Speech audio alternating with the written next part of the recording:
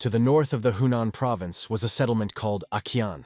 In the middle of the main square, a mysterious young man sat and carefully looked at how the wind carried the clouds in the blue sky into the distance. Once upon a time, imagining that no one could compare with him, a man brought down his rage to the world. Without blinking an eye, he turned everything in his path to dust. And peaceful people were horrified and panic, not imagining how to deal with it. The man ruthlessly destroyed his enemies and changed the fate of an entire era. So he got his nickname, the Omnipotent Spirit. He was the most dangerous person in the world. The Almighty Spirit is a title that the strongest man has always been appropriated. However, having finished his enemies, he became bored. But somehow, walking around the battle, he suddenly realized that he could not move his foot. In the middle of the desert, an ice avalanche suddenly appeared, which froze his legs, not allowing to move. It turns out that 8 immortal, 8 worthy creatures that protect the Median lands stood against the man. They noticed that the congenital craving for bloodshed in the young man is very strong. So he, without blinking an eye, committed so many atrocities. They would like to punish the criminal, but could not. There was no one who could stop the spirit of the Almighty. Even the strongest people of the world could not kill him.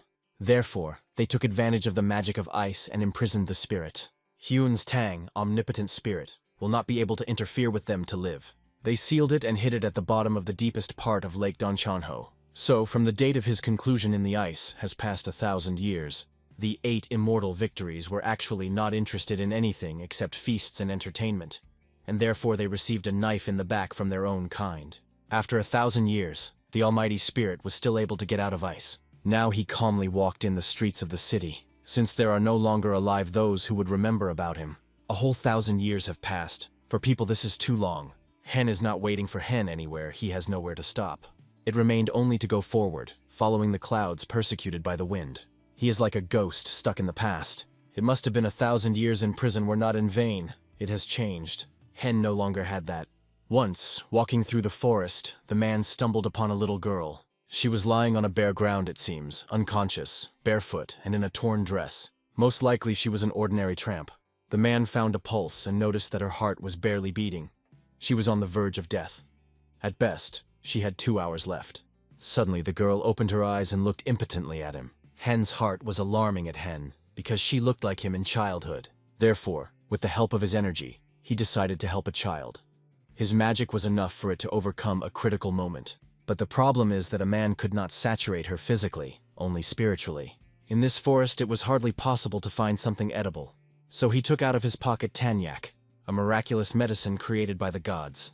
He sincerely hoped that the pills were not so strong that for a child to become poisoned from the medicine, and he took a chance, putting 1 pill of the baby in his mouth. He did at least something, otherwise the child would definitely die, and at least the chances of life appeared. It remained to hope for luck, and it happened. Already by the next day the child has recovered. The man sat under a tree in the morning, basking under the sun's rays. Suddenly, a homeless girl brought a mandaman, a dish of Korean cuisine, reminiscent of dumplings. The man asked why she brought it to him. Did I really want to thank him like that? The child shone with happiness and joyfully handed the present to his savior. But the man refused to take a dish, and in his soul he felt a strange feeling. For some reason this child did not cause him fear or hostility in him. For him, it was something new. The next day the baby again brought him the same dish, but he again refused. On the 3rd day, when she brought him, the man gave up and divided lunch with the girl, allowing her to even sit on her knees. So 15 days have passed, and each time he ate what the child brought. The girl's simple-minded smile was something completely incomprehensible to him. Unknown, but not at all bad. Somehow Tang at Hin walked around the city square. His attention was attracted by a large accumulation of people, which consisted for the most part from the onlookers who surrounded the man, who beat the child with his feet. He was a merchant who shouted throughout the street and beat his feet a thief that she had repeatedly conducted it. But this time she was unlucky. The poor child was lying on the ground, trying to cover at least his face with his hands. Stepping closer, Tan at Hyun realized that it was the same girl who brought him food, and the crowd only approved that the seller pounded a small villain, and he demanded that she bring her parents immediately. But the girl did not answer and continued to endure the blows. Then Tanny could not stand it and decided to stand up for her. He hit the seller's leg, pushing him away from the child. And at the same moment the merchant left his lesson because he was too busy with his foot, which was sick as if she had been broken. The girl was able to escape from her tormentor, and then Tan, leaving the poor man to wallow in the square, also ran away from that place. Anger overwhelmed the heart of the spirit. For 2 weeks he ate that he brought this child and did not even ask where she got from. The baby gave him food day after day, and he just took everything. And now it turns out that she had to steal. She was also cruelly beaten in a few mandis. For some reason, he really did not like it and did not want to leave everything as it is. Since when does someone accept him except himself? Submitted into his thoughts, he did not notice that he had gone far enough into the forest. And suddenly he discovered that he was on the shore of a picturesque lake. The very one where he spent the last 1,000 years. Goosebumps ran through the skin when he looked thoughtfully at the Don Chonho. It is ironic that Hin's Tan, the great warrior who conquered the whole world, was at the very bottom. He would never want to see this place from now on. While the man stood there thinking about his life, he did not notice how that little girl appeared behind him. She was looking for him throughout the forest and finally found him. Tan thought when she would calm down, he healed a little. Therefore, he directly asked the girl why she was looking for him. She grabbed her little hands by the hem of his clothes and said pitifully that she simply did not want to be alone. Tang ate all his life alone and believed that it was hardly 1,000 years in the ice to change something. Nevertheless, he asked the name of the girl. She said that her name was Grabbed.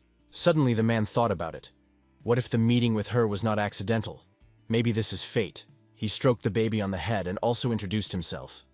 Is it possible that his place is next to this child? He squatted down to be at the same level with her and asked if she would go with him in this case. The girl answered him yes. And already in the evening they sat together by the fire, warming himself. Tan suggested Somi to go with him, although he even has no place where he could stop. Therefore, he decided that he had to build a house for himself and the baby. From childhood, he thought about how great it would be to settle in his own house, and now, his dream would finally come true. When Somi woke up in the morning, she found that the man was no longer sleeping nearby, but right in front of her a huge house appeared from nowhere. Tan built it in just one night and now finished the last details. The girl ran to him and began to look around in surprise. It was strange for her, because yesterday there was no wonderful building here. To cause less suspicion and questions, Tang lied that there was a house yesterday. He was just old, and the man had to finalize him a little. The girl stood on her own because she could not help but notice such a large building. But Tang did not retreat. Then Somi decided that perhaps she simply confused something, and the master tells her the truth. It does not make sense for him to deceive her. Yes, and she was sure that such a magnificent house could not be built in one night. And the yellow clay is incredibly difficult to get. The baby was delighted with an incredible building. The house was very beautiful. It seemed to get into the palace. Brunette was pleased that she was satisfied. He had to sweat pretty much to build it. Rather repair, he almost blabbed in front of the girl. It's good that she is still small and believes all his words. Suddenly, looking around the surroundings, she asked why this house does not have a fence. She concluded that perhaps that is why no one lives in it. However, the next day the fence has already appeared, Tan Wai, and built it overnight. And the girl said that he was always here. She simply did not notice him from the very beginning. The fence was reliable and tall, which gave a sense of safety. But then the girl sighed heavily and sat on the ground. The man asked her what is? The fact is that it seemed to her that they had a little empty at home. There were no flowers or trees. However, as if magically, they appeared on the territory the next day. In the middle of the courtyard stood a huge and beautiful tree. Tan again said that it was always here, and also a wonderful pure pond appeared next to him. The house was already magnificent, but a lot still had to do. We need beds and other furniture necessary for a comfortable residence. But Tan could no longer starve the child, so they need to go fishing. The man with a smile thought that not so bad when life is full of worries. Suddenly, Somi remembered something and seemed to want to say some more comment about their new house. But Tan closed her mouth with his index finger. He asked her not to say anything, because he understood that if she was saying something else now, he would spend a sleepless night for construction again. After some time having rested, the brown-haired man began to work again, and Somi looked at how he made something. He made a special barrel to take water procedures. They must keep the body clean. However, the girl was afraid of water, so she tried to quietly slip away from him, but the man noticed her in time. Yesterday he sold the boar and wood caught on hunting, and bought clothes for the money received. But in order to wear a new one, you need to swim well. Somi flatterly noticed that the brown-haired man looks good, without even swimming. The guy agreed that he still looks tolerable, but the girl is a completely different matter. Therefore, he carefully took her by the scruff. She began to grumble and break out, saying that she is already very clean. But the man's grip was stronger, so the child did not work out. He forcibly pushed the youngest into the bath, filled it with water, and began to wash the baby. She was so grimy that the guy even asked how long she was washed for the last time. but she could not say because it was too long. However, after some time, when Tang finally finished, wiped the child with a towel and put it in new clothes, she felt much better and fresh than before. Now she finally became more like a decent person. And her clothes fit her very much. She was first dressed in something so beautiful. The girl was very pleased with her new way, so she spinned joyfully, smiling at the guardian. She thanked him for all this. But she said that he could not worry so much. Even if she has to wear cheap clothes and starve, she will be in order. The main thing is that Tan is nearby. He affectionately smiled at her back. Children always express everything they think about. He thought that it would be great to live as quietly and calmly as they had passed for the last few days. Somi joyfully said that from now on it will be. However, they did not even suspect that ill-wishers were peering from the street behind them. In the morning, rumors had already gone through the city that some palace suddenly appeared next to the lake of Donchonho, although only a week ago it was not there. These gossip have reached one important young master. His subjects reported on this. They still did not have the time and the opportunity to make sure of this. But human rumor does not subside. The master was very interested in this. Where could a wonderful palace appear there in just a couple of days? Therefore, he decided to take a walk and at the same time check how everything really is. At night, he gathered a small detachment of the accompanying and went to the lake. The warriors spoke among themselves and noticed that the master has recently dislikes a little. The fact is that recently the bandits who are engaging in the region of Honas have become increasingly attacked by villages. The Department of Righteousness and the Law requires that they are more likely to be caught. Therefore, the young master is now a lot of trouble because he is the head of this business. But even more, he is spoiled by a man named Chan Pek-san. This man is the head of the gang of bandits. He has such a high level of martial arts that an ordinary warrior will not even be able to approach him. He also masterfully travels on a horse, so it is impossible to catch him, no matter how hard you try. Therefore, instead of Chan Pek-san, his family members were captured, who were beheaded, and their heads were sent in bags. Because of this, a bandit led by a thirst for revenge got out of control. But the warriors were sure that very soon they would get rid of this cut, violating the peace of the emperor and his subjects. Then the master will become one careless. For almost a year, after all, it has passed since the moment when the young man was resting for the last time. Suddenly he noticed a high gate ahead. It turns out that people in the settlement did not lie at the mysterious palace in the forest. This was an unexpected discovery not only for the master, but also for his subjects. According to the conversations of the townspeople, a ghost settled in this estate. Although no one believed in these tales, it could not but alarm that the house appeared on the shore so suddenly. The master ordered one of his subjects to go inside and check everything. But at the same moment, a huge energy monster appeared behind him, which forced not only his entire detachment, but also strain him. The master immediately turned around, but there was no more monster. Before him stood an unknown master of martial arts. He was very unhappy that people without an invitation came to his territory. The gentleman asked the man a little shyly whether this palace belongs to him. From Tan came powerful energy, backed up by long years of life. Tan confirmed that the house belongs to him, and asked the interlocutor to introduce himself. The young master was called Hong Vaughn. He was the head of the Aquan. His fear retreated. Because he had nothing to fear, he arrived here as a legal representative of the interests of the empire. Von Chan asked the man whether he built this beautiful palace. He modestly replied that he did not build anything, but only repaired. But such an answer to the master did not suit. This is the state land. Here it is impossible to build something without permission. He asked if a man does not know about it. He only coldly asked the young master in response whether it was possible to just give him this permission, and not to arrange conflicts. And at that moment he threw a little rabbit at the feet of Chan. He believed that such a fee should be enough to get permission. But Chan did not approve the self-confidence of the master, and ordered his servants to arrest Tan W. Tan did not really want to contact them, but he considered the opportunity to observe their orders useful. He was quickly tied with a rope, since he did not really resist. The young gentleman had already managed to taste the taste of a quick and simple victory. So he warned the Brownings that he did not intend to let him go so easily. Since he decided that he could circle the head of these lands around the finger, then let him mean that it would not get away with him. But no matter how Mr. Hong did not try to control himself, there was something frightening in the eyes of the arrested. Therefore, he wanted to deal with a man as soon as possible, and after that go to rest. However, after some time, Tang suddenly stopped.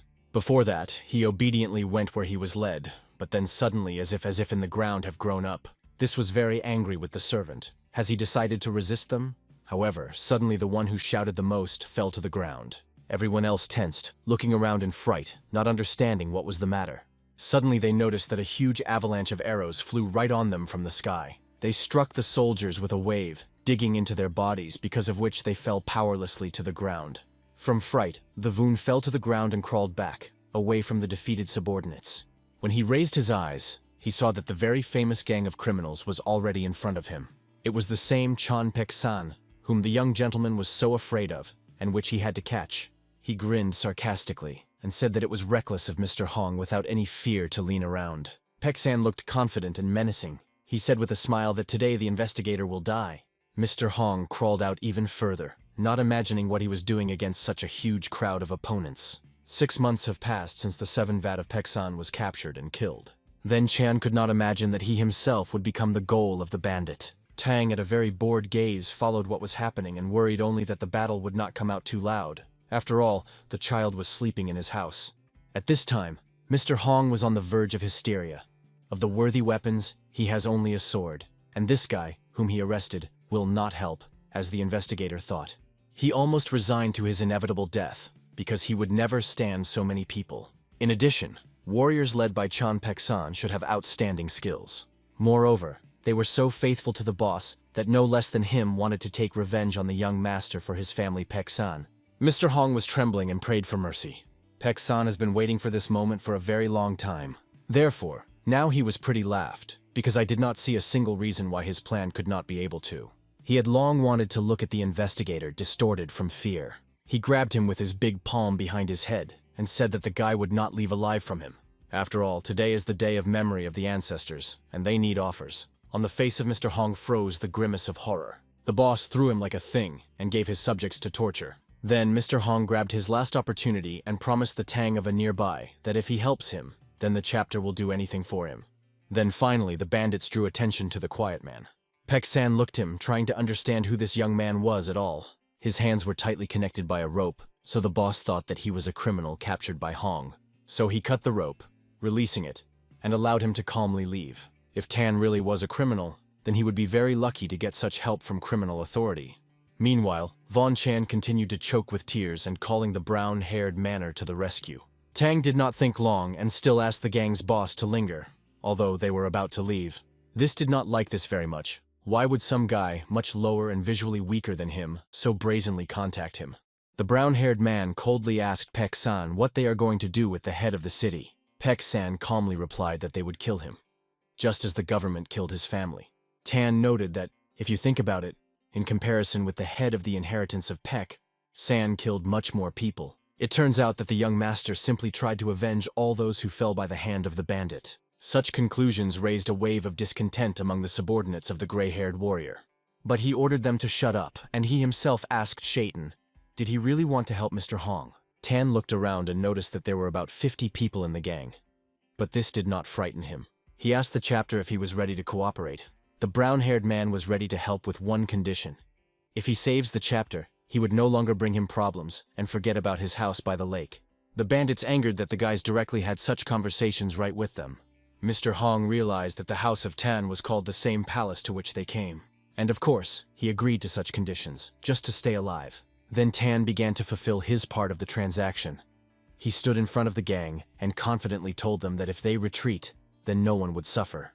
But those expectedly underestimated the power of the young man. They believed that he was not able to independently resist such a large crowd. Therefore, one of them, the most unrestrained, jumped with a sword on Tan W, thinking that he and alone would cope with this upstart. But at the same moment, the brown-haired man easily threw him 10 meters back, hit him slightly. He fell to the ground unconscious, and his foam went from his mouth. Even Mr. Hong was frightened by this indescribable power of a man. But the warrior who attacked Tan W was one of the 3 best fighters in a gang. This also impressed the dignity. He thought about how only such a strong warrior was connected. The boss felt this guy on the aura that he could be even stronger than him. But a numerical advantage was still on the side of the gang, and in the amount of power. The baking of the rank in this way has come out of the battles, with opponents surpassing it many times. So this time I did not plan to retreat, and he still believed that they could deal with the arrogant young man with one blow. Therefore, he immediately ordered his gang to rush into battle. They simultaneously jumped into the air and attacked their enemy. Tang managed to even think for a moment. Is it worth losing their life? It was not difficult to kill these people. As soon as he waves his hand, the opponents will fall. However, the idea that blood would have to shed again disturbed him, and the warrior's heart was filled with doubts. He closed his eyes and created around him a huge high pillar of sand and earth that defended him and pushed off the attacked soldiers. When the fog, caused by this, scattered a little, the bake of sand saw the whole and unharmed Tan, around whom the frightened bandits crowded. Chunpek-san could not believe his own eyes. In the next instant, Tan threw a sword into the air, which he took away from one of the bandits. Then he quickly threw a stone into the blade. The wreckage of the blade scattered, destroying all the subordinates of the dignity. Now he was left without his faithful gang. An ordinary person would not even have time to understand what happened. It is terrible to imagine what Tan W is still capable of. He was different from all the masters whom the man met before. Pek-san could not even get close to him to say about revenge. At the very moment when Chunpek-san realized this, he rushed where his eyes looked. He left his fallen warriors to lie on the ground, if only to hide rather and not be killed next to them.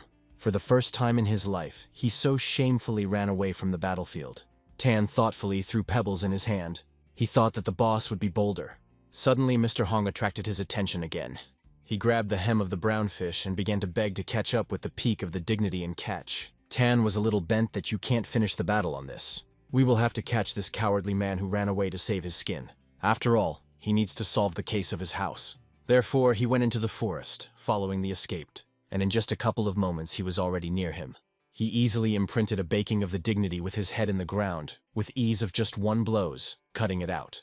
And after that he returned to the young master. He sat on a branch of a low tree, and on the other two, he laid a baking of the dignity, so that it was in a disconnect, and Chana, hanging him by the neck. Tan strictly told the guy that their deal was over. Now let him not even think about standing in the way of Tan Yu, and let him make sure that no living soul will know about him. Suddenly, he remembered that Somi told him to smile during a conversation with other people, as he pushes everyone with his stone face. And he smiled to politely finish the conversation, but it turned out to be a little crooked and frightening, which forced the young master to strain even more. However, it worked partly. Now he will definitely do everything as Tan said, so as not to get into trouble. A few days have passed since that moment. Somi and Tan got out for a walk in the province of Hunan. While they walked around the Akiana market, Somi heard people's conversations that finally those robbers who wandered around the district caught. From this, it even became calmer. Tan asked the girl, was she really afraid of these bandits, even though he is next to her? She admitted that she was really afraid of a little, but now they were caught, so there was nothing to worry about. Suddenly, a wonderful aroma that came from some kind of trading stall distracted her. Tang at the same time thought that the mountain bandits that they were hunting in the district caught, and the man who came to his threshold disappeared. Now they needed to focus on how to equip their own lives and not worry about safety. The market was full of an abundance of all sorts of different goods, including all kinds of dishes. Somi looked at everything that caught her eye with admiration. But Tan could not afford to buy all this. He did not notice how his money ended. Money is the most necessary when you grow children, so he urgently needs to figure out where you could earn them. When the Tan had one bed, any surface on which one could lie down became. When he wanted to eat, he went hunting. That was his life. Therefore, he completely had no idea what to do to earn. But if he took responsibility for the life of Somi, he will need a lot of money. It is a pity that he thought about it so late. Now he could not afford to hesitate in this matter. After a walk in the market, they went home. But on the way, Somi for some reason stopped the elder and asked to wait. He suddenly began to actively dig something in the ground. Tan asked what was found on her. Then Somi pointed to a small flower and said that she wanted to take him home. Tan was not against it, but he wondered if the girl could handle it on her own. He sat pretty tightly in the ground, but the youngest was sure that it was strong enough to pull it out. Then she grabbed the stem and began to pull it so diligently from the ground that even the cheeks turned red. Meanwhile, the brown-haired man was interested in something else. Around the flower there were strange traces that did not belong to them. In addition, there is not a single weed around the flower. Has someone specially put him here? Suddenly, Somi still managed to tear out a poor plant with a root. And it turned out that some unusual small bag was planted along with the flower. Somi decided to open it as she became interested in what was inside. But suddenly, it is not clear where the unfamiliar guy jumped out and ordered her to put the bag in place. He was so angry that he attacked a child with a dagger. But the blade did not have time to injure her, since Tan immediately ran up and grabbed the young man by the wrist. The knife flew out of the hands of the attacker. "Who are you?" asked him Tan Yu. Although the guy himself would not mind finding out what kind of people were pushing his property. He tried to break out, but his hands seemed to pierce electric shock, and the man rudely threw him away from his child. Yes, so much that when landing, he pierced the earth under him. Frightened by a sudden conflict, Kumi even lost consciousness, because of which the level of anger inside a man increased to an incredible level. He was not worried about the attack on himself, but would not allow anyone to offend the child. If the guy harmed Somi, then the under therapy would no longer live. But, it seems, the guy wanted to just scare her. Therefore, Tan took a deep breath and pulled himself together. What is it in that bag that the guy was so nervous? As expected, a gold jewel was inside. Then Tang raised both unconscious children in his arms and carried home. This thief, obviously, may come in handy. The night came. The young thief woke up in frank horror because he could not remember what happened to him and why he ended up in an unfamiliar house. So the whole body also broke from a recent fight. But everything fell into place when, noting that the guy woke up in the room, Tan Yu. Instead of greeting or at least some explanation, the man introduced himself. The thieves tensed even more, because one glance at the Tan was enough to feel his ominous energy. Tan suddenly admitted that he wanted to kill the guy when he attacked Somi, but changed his mind. A thief, in a trembling voice, asked him about the reason. He veiledly said that the life of every person has a price, and he asked if the brown-haired man knew how much it costs. He suggested that about 1,000,000 nannies. But Tan said that this is too much. In the best case, the little boy would have walked over the thief, so it is worth thinking well before giving at least one nanny for his life. But he decides how much his life costs, and apparently pretty confident in myself. Therefore, for the fact that he survived, the young man is now obliged to pay Tan from 1,000,000 nannies, and the same amount for an attempt to kill Somi. And in all, he now owe a man 5,000,000 nannies. This is the amount that he will have to pay if he wants to live. Meanwhile, in the state palace, Wan Chan received honors with might and main. The courtiers thanked Mr. Hong for allegedly he caught a baking of san, which rapidly increased his reputation. He behaved confidently enough in public, but alone could not control his emotions. He was very worried that now people look at him differently. This should be expected, because he caught a dangerous bandit. But now they will demand more from him. He began to praise him exaggeratedly, like a folk hero. Even in the detective department, they began to treat him with great confidence, and therefore they instructed to investigate the case of the disappearance of the golden statue of the Buddha. This case is clearly the hands of a criminal with outstanding skills. He could not abandon this task, because people were absolutely confident in his abilities. If he cannot cope, he can't see him either respect or work. But the matter was so difficult. If the statue was stolen, then it will be hidden to the very end. At this time, the thief's head burst from the strange logic of the man that he kept him hostage. If he owes 1,000,000 for himself, and another for the baby, where did the debt of 5,000,000 come from? In addition, although he earned a living by theft of jewelry, he had never held even 1,000,000 nannies in his hands. He admitted to Tan that now he did not have that kind of money, but in the future he would definitely give everything. He knelt down and prayed a man about mercy, promising that he would do everything that they would ask him about. The thieves can do so: cleaning, washing, housekeeping. Therefore it can be useful in many ways. Tang's gaze did not inspire confidence in the young man that this could work. But he continued to list his skills, and, as one of him, called the ability to cook. Remembering that neither he nor the Somi can prepare, Tang nevertheless agreed to this condition. Therefore, he said that from now on the brown-haired man would be as a housekeeper until he pays a conditioned amount. Since then, the whole week has passed since the guy became the slave of Tan W. It turns out that his name was Chan himself, Tai.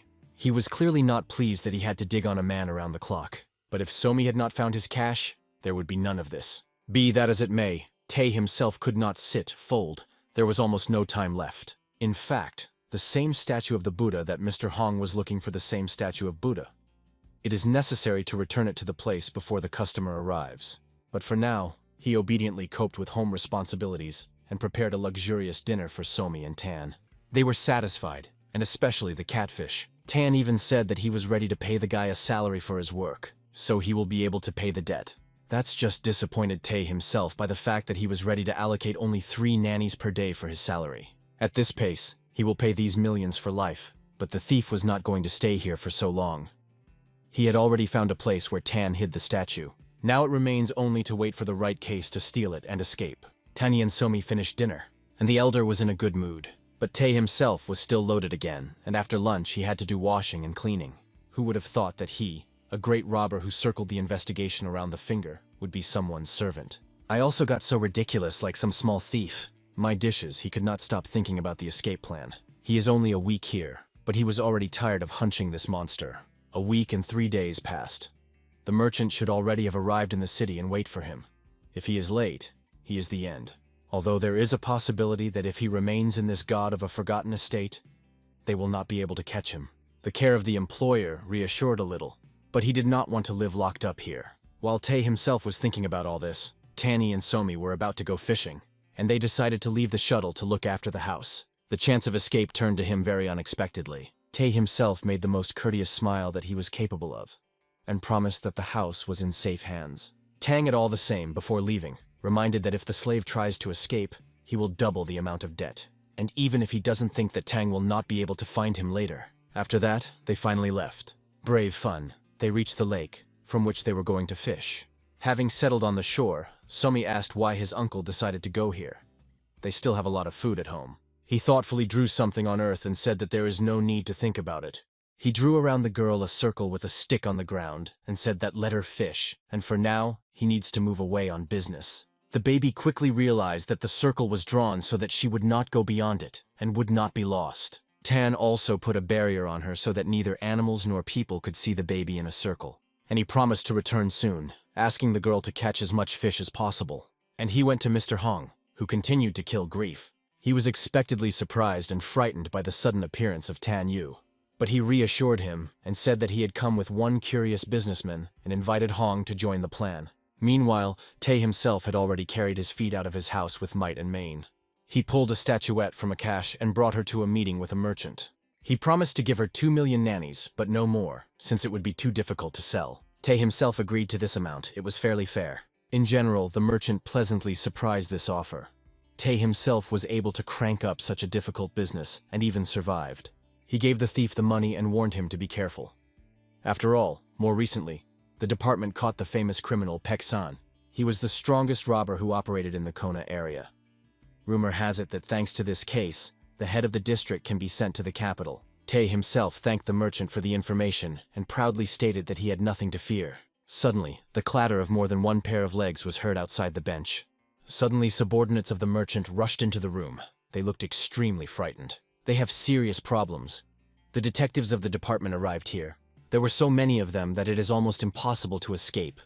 They completely from the perimeter. Someone passed their whereabouts. Tae himself, realizing that the case smells of palinus, decided to quickly retire through the window. At the same time, taking a bag of money with him, he skillfully jumped out of the window and gave Daeru, slipping past the ministers of the law. And detectives were already bursting into the shop. They grabbed and tied all the workers that were inside. And at the head of the detachment, none other than Mr. Hong Wan Chan stood. He went to the merchant's table and saw on him the very statue that he was looking for. All who were inside were immediately arrested. The merchant asked the investigators to admit, who made a denunciation on them to take revenge on the enemy. But they did not say anything. Yes, and there is no need, because it is at least awaiting many years of imprisonment in prison. And at the maximum, the death penalty. Only this is impossible to close this.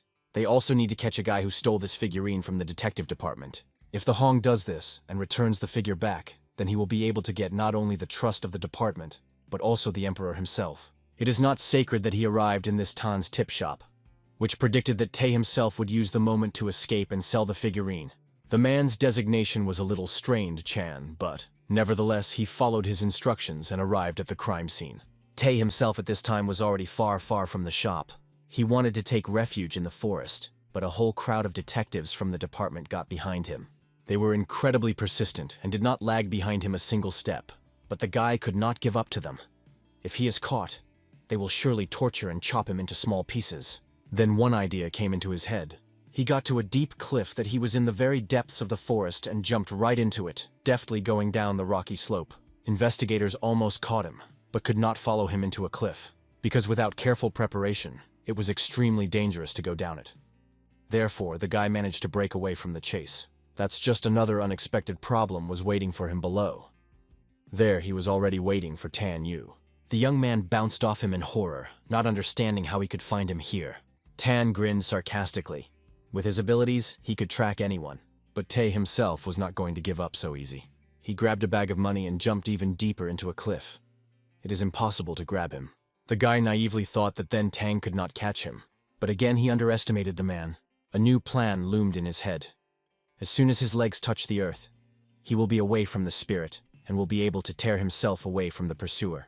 But while he flew down from the slope, Tan had already managed to go down and again waited for him below.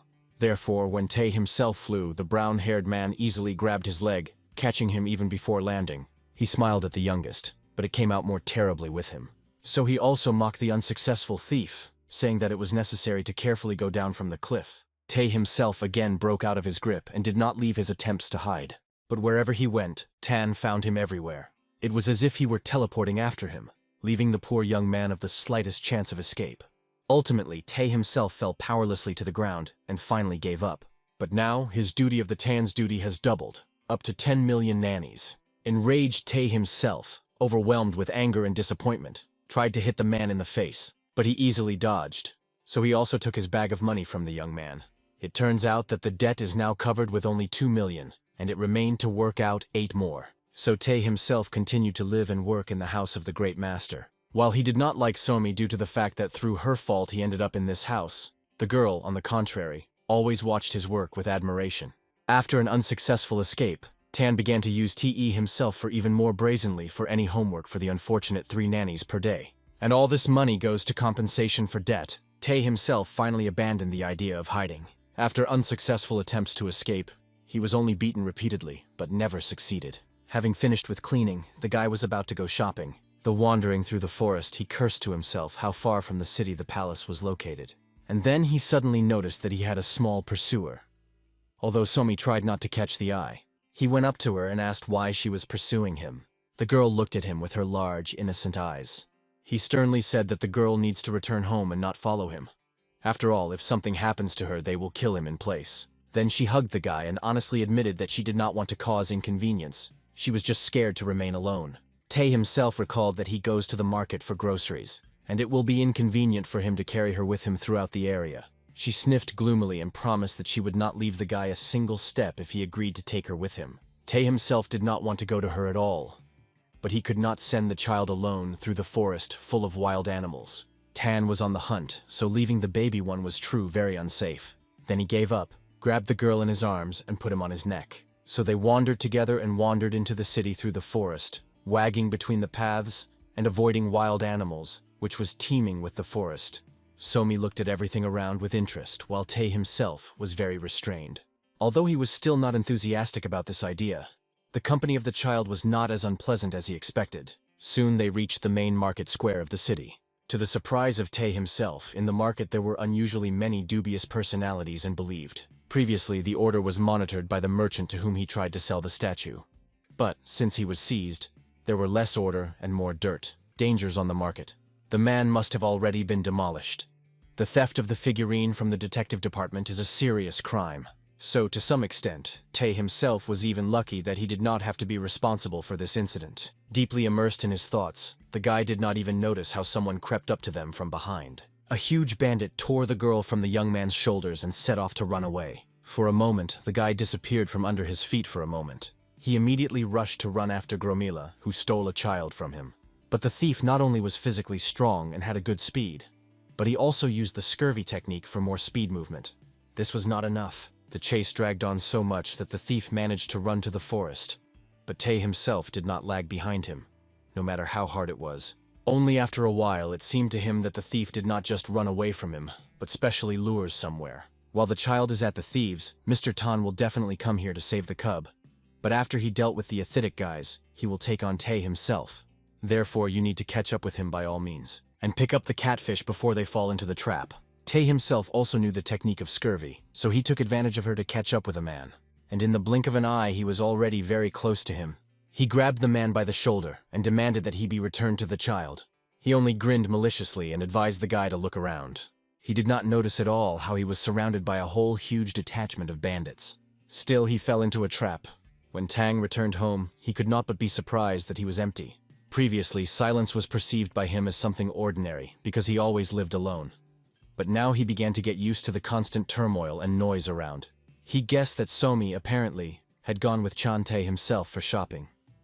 But I thought that now in the market it was very restless, and was going to go there too to check if everything is in order with the cohabitants. And he was not in vain worried, because the gang of robbers at that time had already beaten the copper Tae's feet. He hugged his Somi tightly and pressed her to him, covering the girl from blows with his body. After some time, the bandits began to enrage that Tae himself was so hardy and withstanding all their blows. They thought that it would be good to take the girl and torture her in front of Tae himself in order to cause him even more pain. But Tae himself was ready to protect the child, even at the cost of his own life. Looking at Somi that was lying on the ground under him, memories of the past involuntarily surged on the brown. A moment associated with his younger sister, who occurred 12 years ago, surfaced in his thoughts. They then lived in an old, abandoned house, survived as they could. Tae himself stole all sorts of things to feed himself, and that day he turned out to be a rather large catch than he boasted his sister.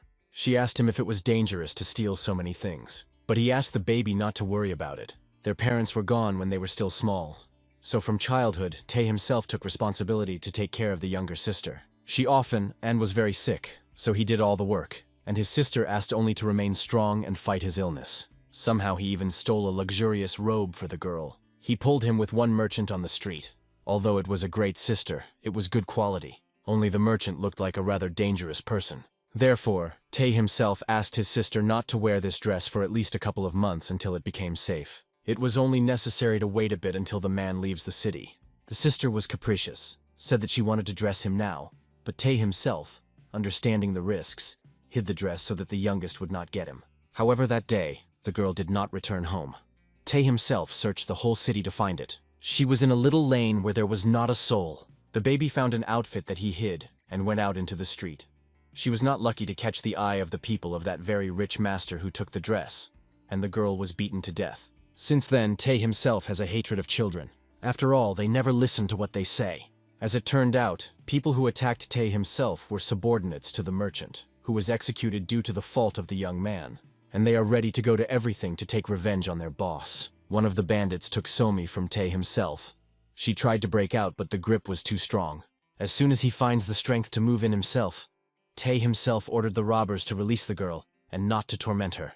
But the angry bandit only kicked the guy with his foot on the face and ordered to be silent. Somi screeched scaredly, worried about the elder, and then it painfully bit the robber that held her by the hand. He expectedly cried out and pulled his hand, dropping the girl to the ground.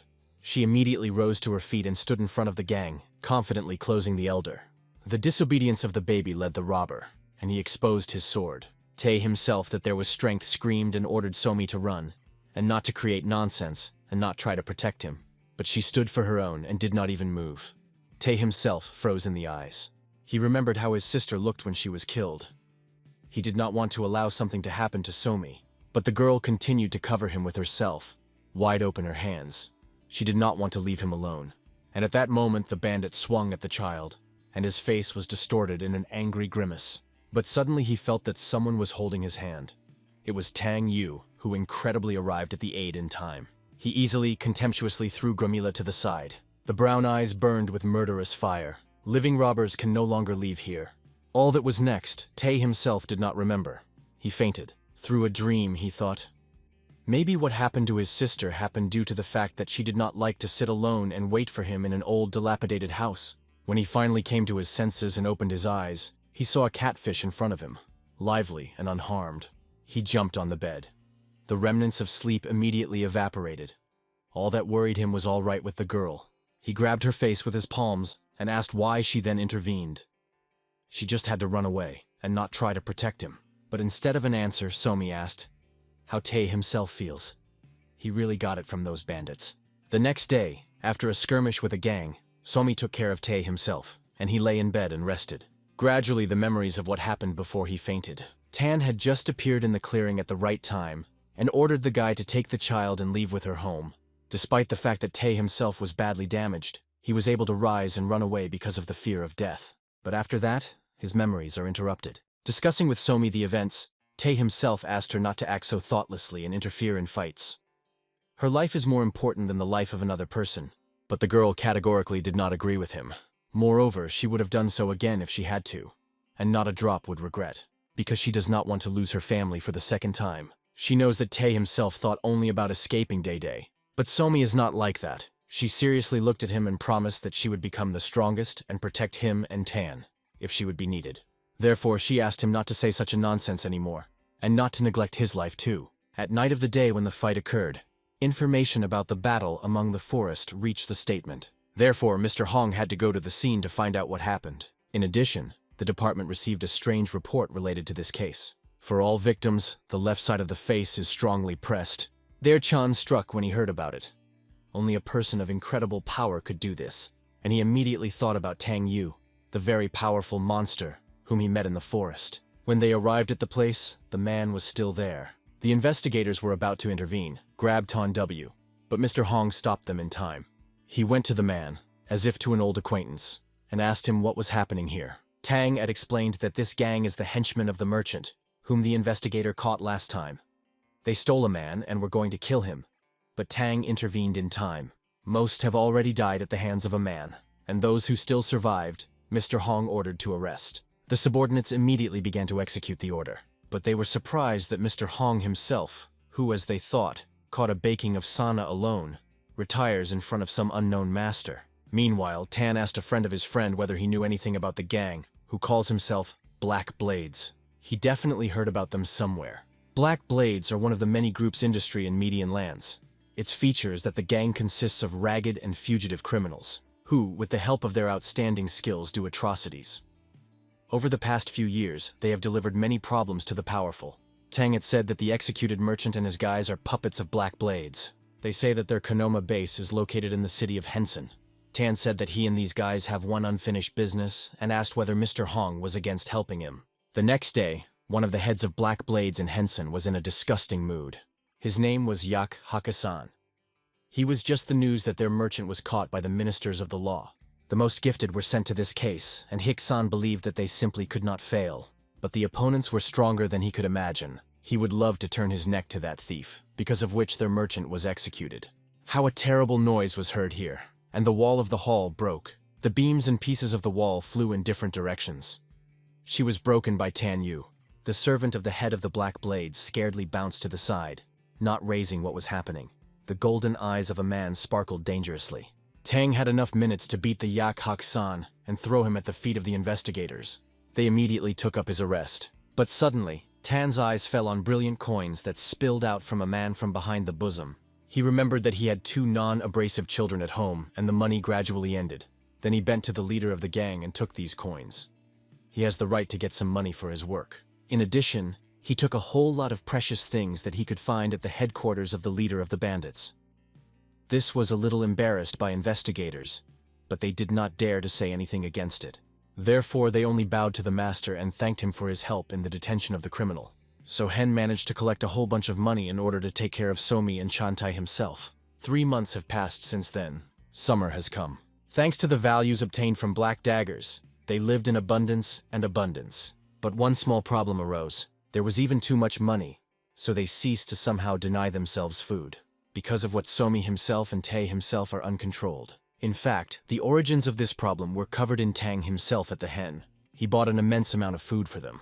Every day they had a dense 3-time nutrition, and here's the result. Since both of them had to starve in life, they could not eat in any way. In addition, culinary abilities themselves were really on top. In such conditions, it is simply impossible to stay in shape. But it was necessary to stop all this. If Somi himself continues to eat like that, this can harm their health. Therefore, Tan seriously decided to deal with this problem. He called them both to him and announced that he now intends to start teaching TE martial arts himself. At the same time, the Kami is also teaching the basics. Therefore, for starters, he ordered them to go to the market together and buy books on martial arts. Tae himself dared to argue and say that the books on the market are a junk that is not good. But Tan did not want to listen and insisted on his instructions. They are not perfect, but just suitable for the level of beginner masters. Therefore, Tae and Somi himself had to go to the market, where they bought all the manuals that they only found. Having looked through the first book that came across his eyes, Tan read from it notes about Tai Chi's fist and Tai Ji's sword.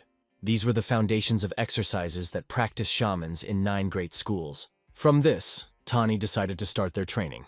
Both students enthusiastically set to work. But soon, performing exercises, they were very tired, because it was problematic to move a lot about excess weight for them. They also tried to repeat everything as it was described and painted in the book. But they did not work out well due to the fact that the weight limited them in movements. Then Tong said that it is not enough just to repeat everything that is written in the book. He said that initially there was no true path along which a warrior should pass in order to master martial art. People independently invented combat equipment and then recorded information about them on paper so as not to go astray from the intended path. Therefore, he said that in fact students can move a sever, so they can find their own path. Inspired by this idea, they continued training, and in the evening, completely exhausted, Tae himself turned out to be less stable, and Kumi until the last continued to wave a stick and try different poses while following the direction of the wind. Tang was pretty laughed, praising the girl, and said that she definitely has the makings of a martial artist. In fact, originally, Tan had no intention to teach Kami. He just wanted her to begin to move more to stay healthy. She will not become a master so quickly, but if she continues to move a lot, she will return to his former form very soon. However, Tang was not happy for a long time. After good training, these both again set to go for food, because after playing sports, they were very hungry. But the master soon limited them to food. In the end, thanks to difficult training, they safely returned to their usual weight. The main leader of the Black Blades, Sama Chan, was in a disgusting mood. Things in their gang went all the same too badly. One by one, they caught the most successful participants, who every year brought fabulous amounts of money to the gang. The last straw of patience of the commander was the news that they had lost contact with the base in Honam and the group, which was sent to Tae himself. There are still no problems in Honam. This is a fairly powerful region with an ideal location for further movements. In addition, thanks to Chanpek-san, they could easily cope with everyone who wanted to go against them. You do not need to be a genius to understand that someone appeared in the city who prevents the gang from making their plans. The servants of the head promised to take appropriate measures. They set themselves the goal of dealing with the head of the Hong County and that guy Chanpek-san, who fooled the merchant with Chu Ema. Samachan ordered to catch these two and torture. At the same time, the life of the Tan was its turn, but even so, he already felt that some unpleasant series of events was coming. Tae himself continued his classes of martial arts, and every day he was incredibly tired, because in addition to studying, he also continued to do household chores. Having finished the morning lesson, he needed to wake up a catfish and feed the girl with breakfast. The request was categorically refused to rest. Not only Tae himself, but Somi continued to study a lot from the elder in their house. The girl did not have to wake up. She already woke up. Therefore, Tang found her in the forest next to the house and called for breakfast. She immediately got up and ran joyfully to the elder, hugging him. In the afternoon, when Somi and Tae himself were controlled in the kitchen, Tan shared his observations with them. The wind today behaves very strangely. Tae himself did not immediately understand what the mentor was drowning to. Then Tang ordered the guy to go to the city and check if something happened, because he had a bad foreboding. The guy began to dismiss and put off the task for later, but the strict look of the elder forced him to hurry. Therefore, the brown-haired man immediately rushed into the city. A representative of the Viker detachment in Black Blades arrived in the Akian, the province of Hone. His name was Pan Chugok. First of all, he had lunch tightly. Then subordinates asked him that tomorrow, the head of the district Hong was transporting Chanpek-san and his people to the imperial palace. It seemed strange to him that Pek-san was kept in Akian for 3 months, so it is not surprising that they finally decided to transport him. Perhaps the head of the district Hong tried torture to get information from the baking of San, but Black Blades simply do not break. However, this will cause them a lot of problems if it is transported to the palace. The palace guard cannot be compared with onlookers under the command of the head of the district. One of two. They need to either save him or kill him in order to get rid of evidence. Judging by the size of the department and the situation around, the likelihood of the success of the salvation of Pek-san is less than 40%. Therefore, Panchu Goke ordered his people to kill Pek-shan and Oblast Traces. There is nothing complicated to deal with an already caught person. It remains only to solve the problem with this freak Chan Tae himself and the head of Hong. And there is also a hermit that caused this mess. Having finished dinner, Chugok was surprised to find that on the threshold of the taverns in which he ate, a familiar person stood painfully. It was the very Tai himself which he had to catch. Chugoke guessed that Tae himself knew who exactly was hiding in the forest and confusing the cards to their gang. Noticing that the guy begins to leave, he, without hesitation, followed him. It was difficult to make his way through the crowd, but he confidently moved forward. But as soon as he lagged behind just a split second, Tae himself turned into a deserted lane and disappeared. The guy cleverly slipped from under his nose and returned home to tell Tan W. He shared that a strange atmosphere reigned in the city, and at the end, some guy began to pursue him. He was afraid that Black Blades would not leave him alone. Then Tan asked the guy to tell him more in more detail. what the gang of Blades was doing. They say that Black Blades appeared about 50 years ago, but who was their founder is unknown. Nobody found anything about this person. But there were rumors that after the victory of 9 great schools, one of the immigrants of the demonic cult founded this organization. But these were just rumors. It turns out that there is no reliable information.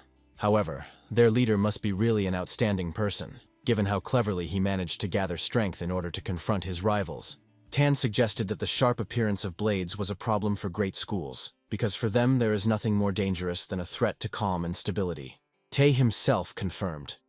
In the end, the Alliance Murim also had to intervene under the pressure of great schools, and those who were hiding from them, and are now members of Black Blades. It is known that the Alliance Murim was based from key figures of true schools. If the leader of the Black Blades managed to hide from them, then he should be a rather sensible guy. Previously, nothing of the kind could have happened. But now, even though this is the same Murim, he has become very calm.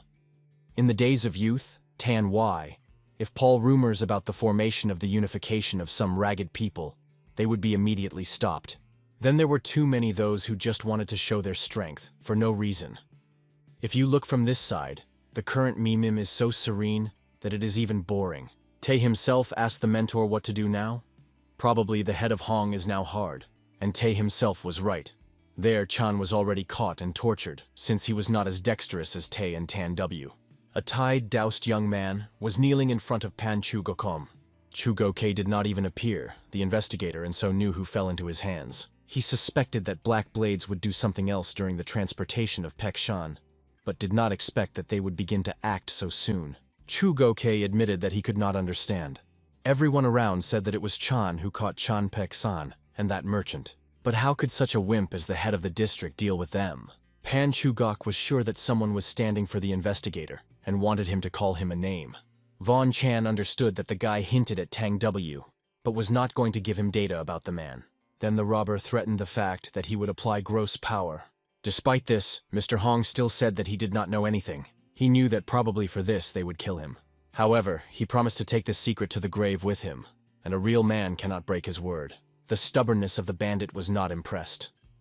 Hong Von looks quite impressive outside, but he is weak spiritually and does not own martial arts. The pain shock from torture will quickly kill him, as the robber thought. Therefore, he knelt down in front of the guy and showed him a small bag. He invited Hong to guess what was inside. He said nothing, and then the robber opened it. Inside was some white powder, which he sprayed on the face of the investigator. It was a powder of truth. For all this, from his hiding place on the ceiling all this time, Tae himself, who tracked down the gang. What was happening greatly forced him to be nervous. If the Hong is now dashing and dies here, then it is still more complicated. Tang, before sending the youngest to survive, told him that Mr. Hong needs to be protected. He will still be useful to them. Tae himself did not understand why they should generally worry about the life of some kind of bastard from the government. But the word Tan Y is the law. No matter how Tae himself did not want to but interfere in the conflict, he is obliged to save Mr. Hong, as a mentor ordered him. Although he did not have an exact plan of action, the guy decided to act. Therefore, he instantly went down from his shelter and ran to the wounded Hong. The guy is desperately, and due to recognize, arrogantly rushed into battle. The only thing he is capable of, suddenly attack, so it was necessary to use this. After discouraging the enemies with his sudden blow, Tae himself won a little time for himself, grabbed the investigator, and rushed away. Chugoke only looked boredly after him and ordered his people to go in pursuit. As soon as Tae himself ran out, he immediately noticed that he couldn't get away very much. The bandits were already catching up.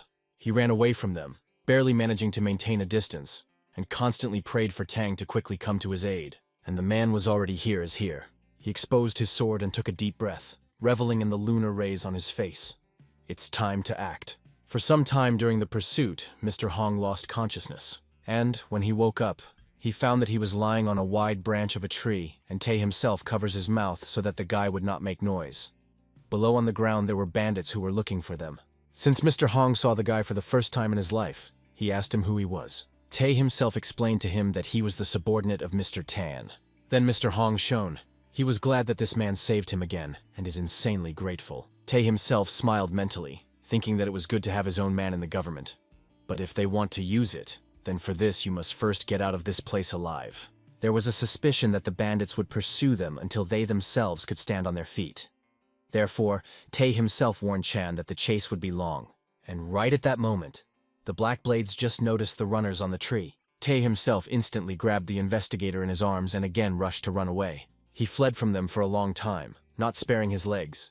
But no matter how hard he was, he soon completely exhausted. Therefore, he threw Mr. Hong on the ground and decided that since he could no longer run away, we must try to stand up for himself in his fists. Chu Gokei ordered the bandits to immediately start an attack, and they attacked the poor guy. But they didn't have time to do anything when suddenly they were defeated. The whole body pierced unbearable pain and they scattered in different directions. It was a showed by Tan Wai and chopped opponents to the right and left with his sword, leaving them the slightest chance of survival. One moment, and the bandits did not even have time to notice how their body was already cut in half with a sharp blade. The god of martial arts. Chu Gok knew that there was only one person in the history of Median lands who received this title. It was neither San Fan, who created a blow and reached immortality, not Daimo, who laid the foundation for the martial arts of Shaolin, neither a heavenly demon, who founded a demonic cult and reached unprecedented heights, could not get this title. However, they were definitely the strongest masters of their era, but only the god of martial arts never lost. That is why he became a legend. Chu Gokei was not sure that the great master stood in front of him, but his body was constrained by a wave of horror. Tae himself pointed a finger at the bandits and said Tanny that they were to blame for everything. Frightened by the majesty of the master, the robbers, as if small children, scaredly stepped back a step. Tan asked them if they are members of Black Blades. The knees of Chu Goka were already trembling. Although he tried to pretend that he was not afraid, it turned out badly. He was surprised and scared by the fact that Tan looked so confident and was ready to join them, even knowing which gang they belonged to. Tan literally burned his gaze, overthrowing with sparks from his eyes. Why he began to sweat in tension and could not budge. Tae himself and Mr. Hong only admiredly watched this, sitting aside. Tang, without much effort, dealt with the bandits one by one, and only the blade of his sword was shimmered in the dark under the moonlight. Tae himself did not deny that the master was a great warrior, but he treated this no longer with admiration, like Chan, but with apprehension. He considered Tan a real monster. He was surprised that the guy had the courage to insult his master, but for Tae himself this was not a problem. If he wanted, he could say nasty things even about the emperor. He still does not hear them. Against this background they had a dispute. Tae himself did not like that he was called rude, and Hong, that the guy insults Tan Yu. They almost fought, pushing each other, and constantly clutching the words. But they were stopped by Tan Wai, who just finished the showdown. Graduating Chu Goka by the scruff of the scruff, Tan suggested the guys to return home. The next day, in the morning, the administration turned upside down. Most prisoners were killed, and those who managed to survive were found in such a state that no one would surprise anyone if they died soon.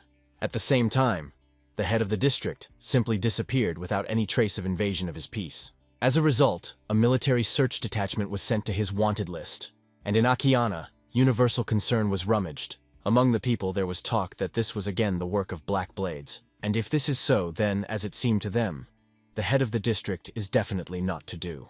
Nevertheless, people loved Mr. Hong and admired him for the fact that he, although he knew that the Blades could do with him, he still decided to take a chance to punish them.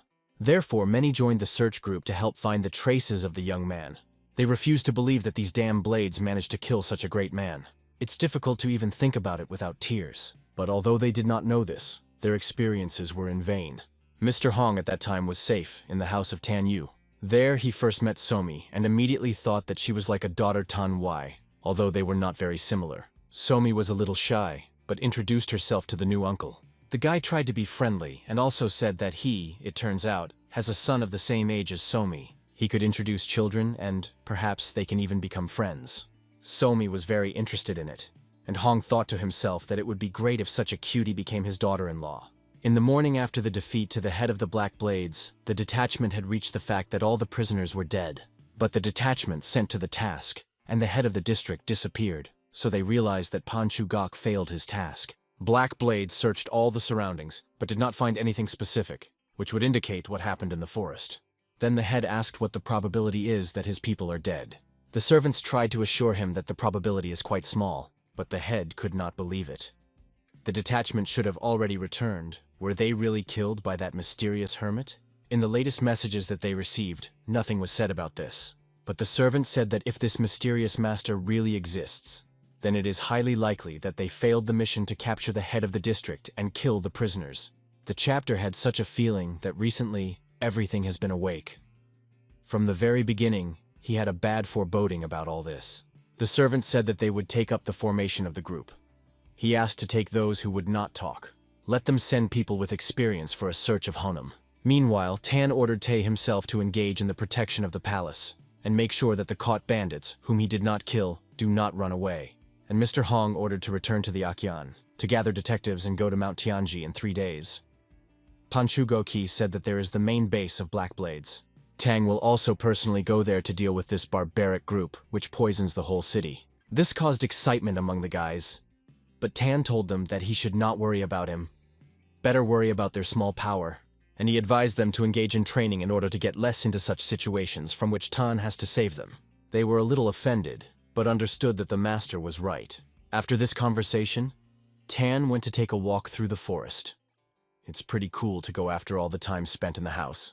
As a child, he was used to leaning alone in such places, and he was engaged only in the development of combat skills.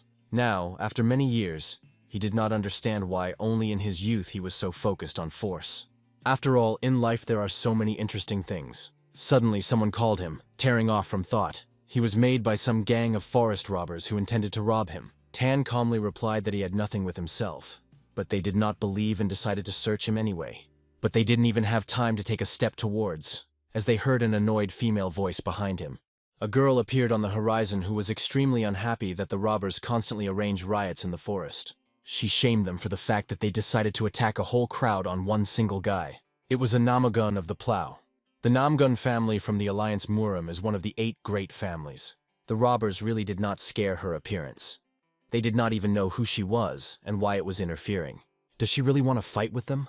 Alone? And she really asked for them, preparing her sword for the duel. She was just enough to swing and slightly injure one of the robbers, as all of them immediately scattered in fear in different directions. The girl landed gallantly, pleased that he did not even have to strain. She smiled at Tan Wai and said that he was very lucky that she appeared nearby. But instead of getting gratitude, she noticed that Tang was somehow looking at her strangely. But he quickly realized that he was not looking at her, but at her sword. A moment later, Tang at her affectionately smiled in response to her and made a compliment, saying that the girl possessed a sword well. The girl modestly dismissed and said that quite often she was told. But Tan was no longer interested in dialogue. He noticed on the ground one robber, who, from fright, at the sight of a girl fainted, and Tan decided to get his clothes from his clothes, which extremely surprised his savior. The man did not think that he was doing something wrong. After all, they still stole this money from someone else, and he just selects what has fallen, can be counted. And he even threw 1 coin to the girl, saying that this is her share for salvation. That is the gift of speech from such impudence. He is just going to rob them. Therefore, when Tang was about to leave, she confidently stopped him. That's just not to scold, but to demand more money into your share. But Tang was ignored by the girl, saying that he could not give her any more. And this, of course, upset her. Tan told her not to kill, yet even for 1 nanny she can feed herself. She proudly said that she, never had to starve. And Tan noted that, apparently therefore, there are so many arrogance in her movements. The girl was a little offended by his words, but then suddenly the guy swept past her at such a speed that she was doused with a sharp wave of wind. And after a moment the man disappeared from sight. After a conversation with a girl, Tan went to a quiet village on the mountain. There he first stopped in a small tavern to calmly dine. But he was alerted by the fact that everyone present in the institution somehow looked at him strangely. He did not attach much importance to this, finished the meal, and left the tavern.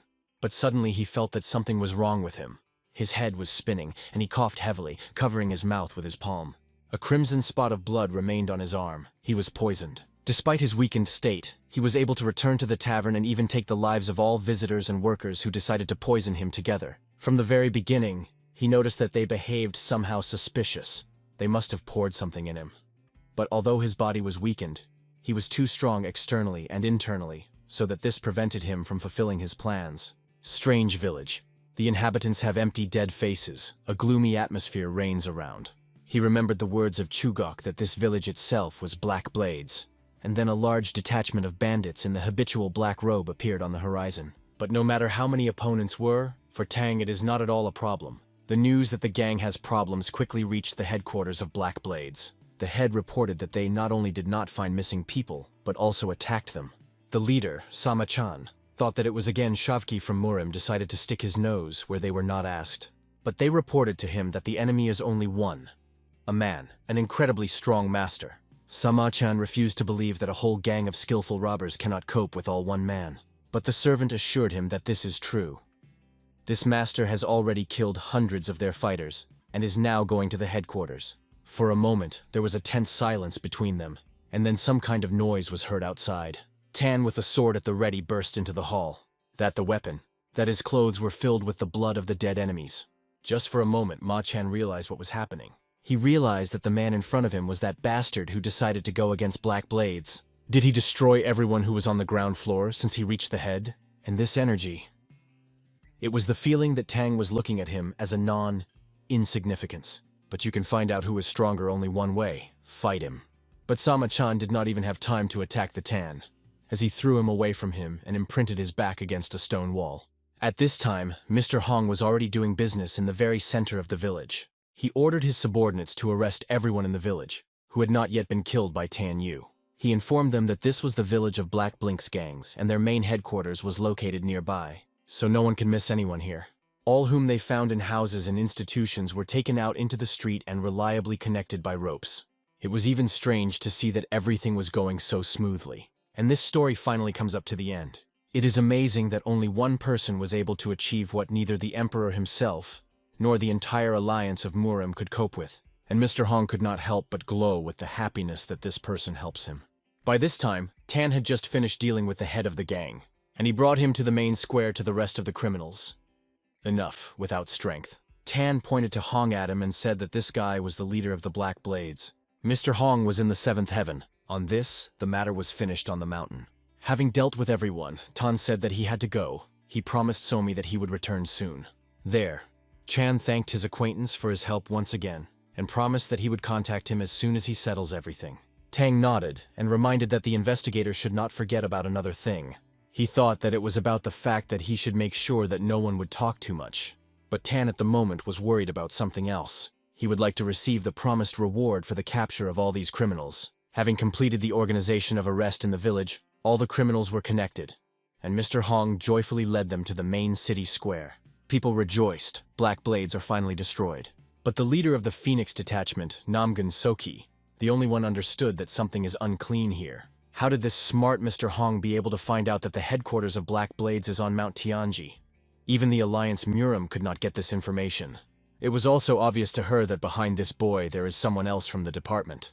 Rumors that Black Blades are defeated quickly spread around the country and reached the head of the Alliance Murim. For them, there was no secret that the head of the district enlisted the support of a strong master of martial arts. A simple official could not do such a thing alone. Therefore, the head asked the servant to transfer the Phoenix detachment the following assignment, to find out the details in this case. If here some outstanding master is really involved here, then they need to find out who he is and to persuade to their side.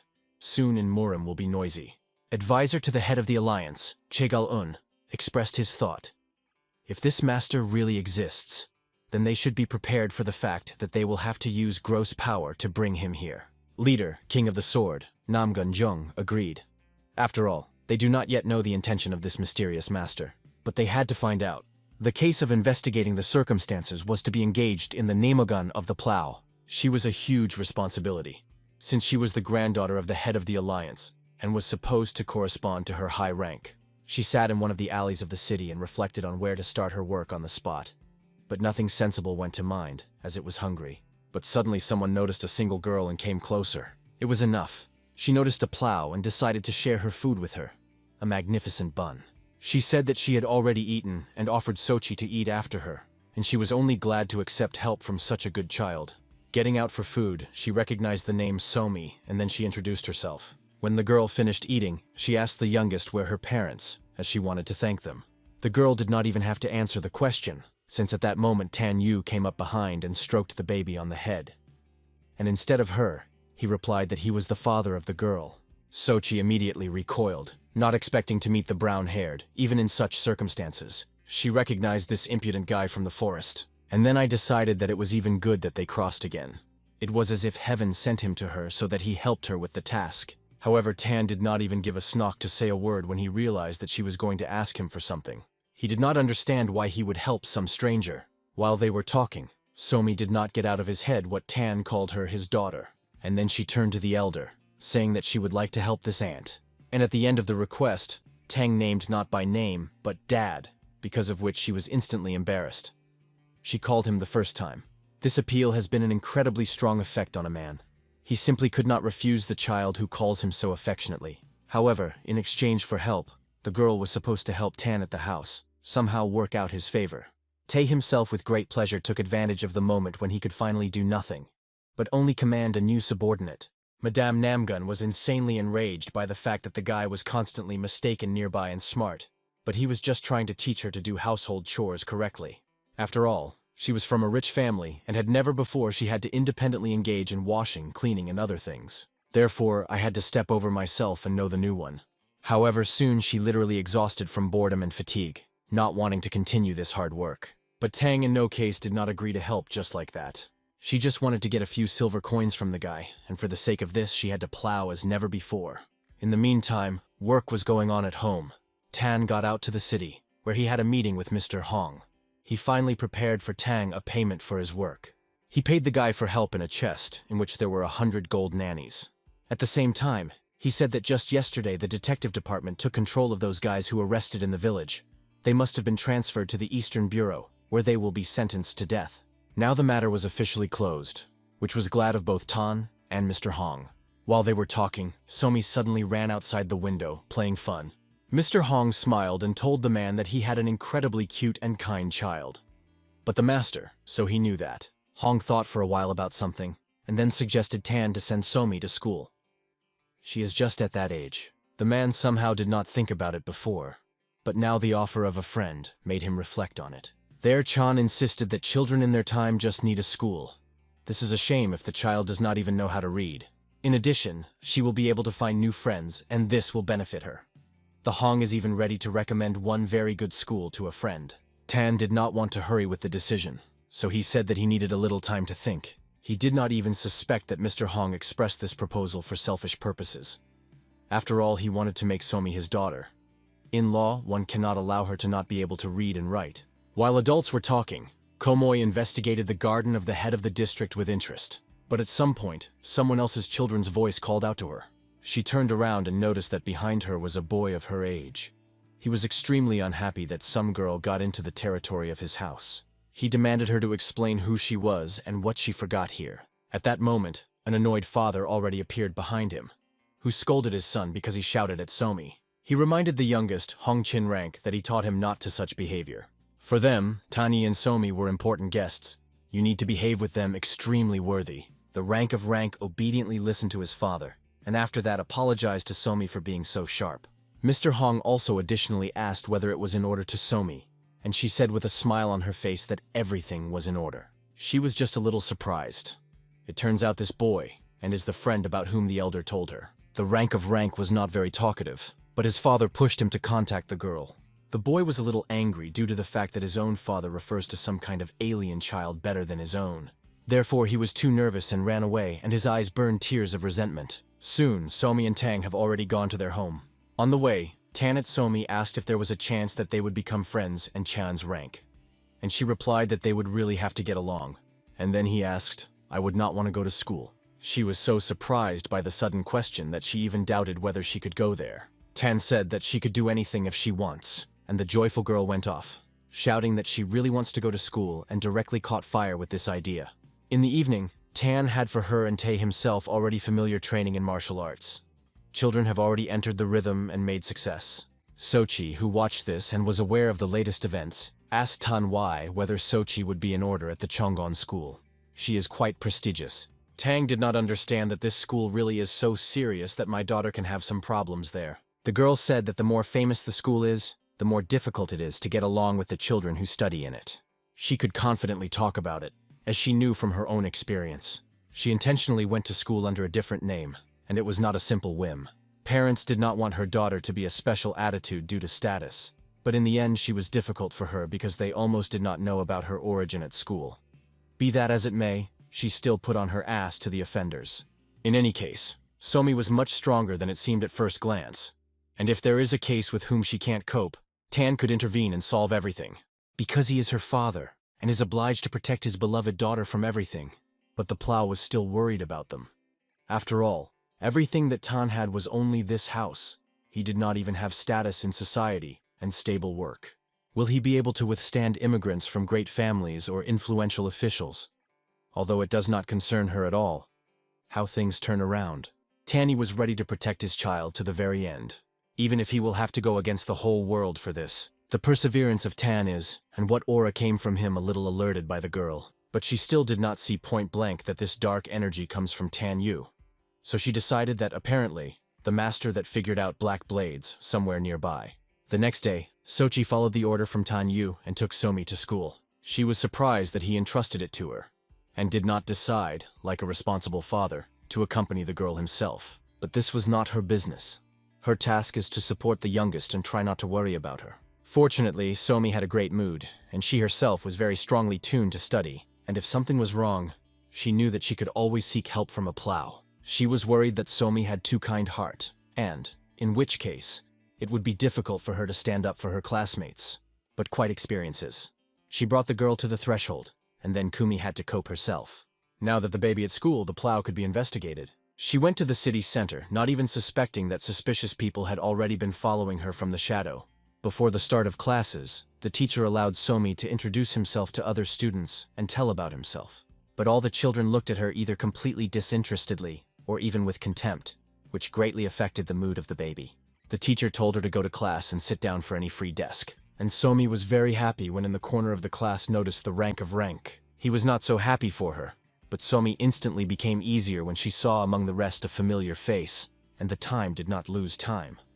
Already in the first half of the day, she seemed to have advanced very much in the investigation, so she ran to Tang Yu, who was fishing to boast of successes. During the investigation, she heard some people on the street whispering that they saw with their own eyes those who defeated Black Blades. I had to shake them well, but they told her where to find those masters.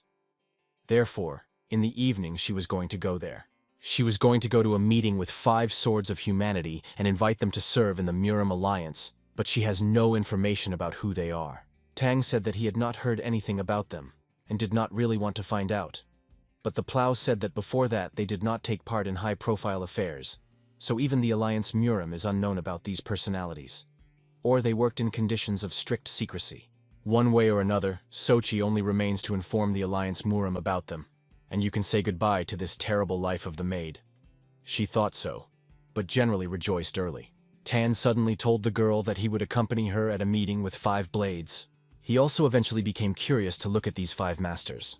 Sochi smiled and said that he would gladly take him with him if he would behave well. Well, and if he pays her for it. Tan thoughtfully smiled in response and agreed to these conditions. Toward evening, Somi returned home and told her father about everything that happened to her at school. For example, that they studied thousands. She still did not fully realize that it was, but she was very interesting. And they also learned calligraphy, and she first held the brush. When Somi finished and went to bed, Sohai visited Tan W. She also heard Somi's stories about the school, but she was embarrassed that although the girl told a lot about what she was doing there, she did not say a word about new friends. This means that the peers did not accept the poor baby not very affably, and she spent all day. Father stroked the sleeping girl through the hair and reassured the Plows, and himself too, that it was just the first day. She wanted to hope that then it would become better. Be that as it may, the time has come to go to the base of 5 swords of mankind. Tan has not changed his decision to go, but first it was necessary to put Somi in bed. Finding these masters of Soha and Tan was not difficult. They were in the forest, not far from them. However, in every possible way they denied their attitude to the incident with Black Blades. The girl thought they were shy or afraid to admit. She knew that they helped Mr. Hong in his business. 5 swords claimed that this was complete nonsense and just rumors that are disassembled by ignorant people. Then the Plow, for the first time for the dialogue, introduced herself to him and said that she was the captain of the Phoenix detachment from the Alliance Murim, Namgun Soki. She said that she understands the desire of warriors not to reveal their personalities to the world, but the leader of the Alliance Murim wants to meet them. This fact interested them a lot. Then their head decided that they could not help but take advantage of such an accidental opportunity. And they lied that it was true that they destroyed Black Blades. They finally got out of the shadow, in which they hid, and the Plow could be better out of the face. Now she doubted her innocence. In terms of energy, 5 swords are no different from second-rate martial artists. Even she could deal with them. Then, in order to check her fear, she asked the blades to demonstrate her equipment, which they defeated of black blades. One of the masters looked at her strictly, proudly lifting his chin, and then he suddenly darkened. Does she doubt them? He stomped irritably, and the earth under his feet went cracks. He repeated his question, but already more strictly. Does the plow doubts them? Sochi looked around and noticed that the man not only broke the ground, but without a single sound, he broke several trees behind her, with only one hit of her leg. He resentfully said that if the plow still doubts their abilities, then let him leave. But she hastened to stop them and ran to them, desperately apologizing. Tang was interested in a broken tree. He squatted down next to him and thought that the man really did a good job. Rumors about the involvement of 5 swords of mankind in the defeat of Black Blades reached not only Soha, but also spread throughout the city. Ma Dok-jin, who was not the last interested person in this matter, was very unhappy, because even he never heard about these 5 swords. His servants were also not aware of what kind of guys they were, but only the last news they heard conveyed to the master. Then Dok-jin took an anger and hit his ward with one. It is not clear what was infuriated, but the man was used to taking his anger at those who come to his arm, and the brunette, one of the subordinates, had to get used to it. One way or another, it is highly likely that the rumors will be truthful, and these 5 swords are those who have committed Black Blades. Mr. Ma got up from the table, and once again with all the dope, he kicked the poor servant in his stomach. This time for the fact that he was too calm listening to his reasoning. Having calmed down a little, he gathered all his servants and said that he himself had to make sure how true the rumors were. Therefore, he ordered the guys to find these 5 swords.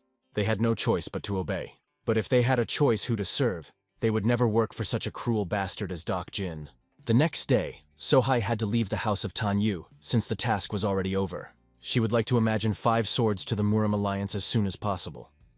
Tang ate, to promise that he would convey the words of farewell from the girl, and also threw Madame Namgun a small bag, the promised fee. She thought that the guy would give her only a few silver coins, and he was so disgusting that he paid a whole handful of gold. She shone joyfully, and said that now the nasty physiognomy of Tan has not looked so bad for her. Sochi for the last time said goodbye, and thanked Tang for everything.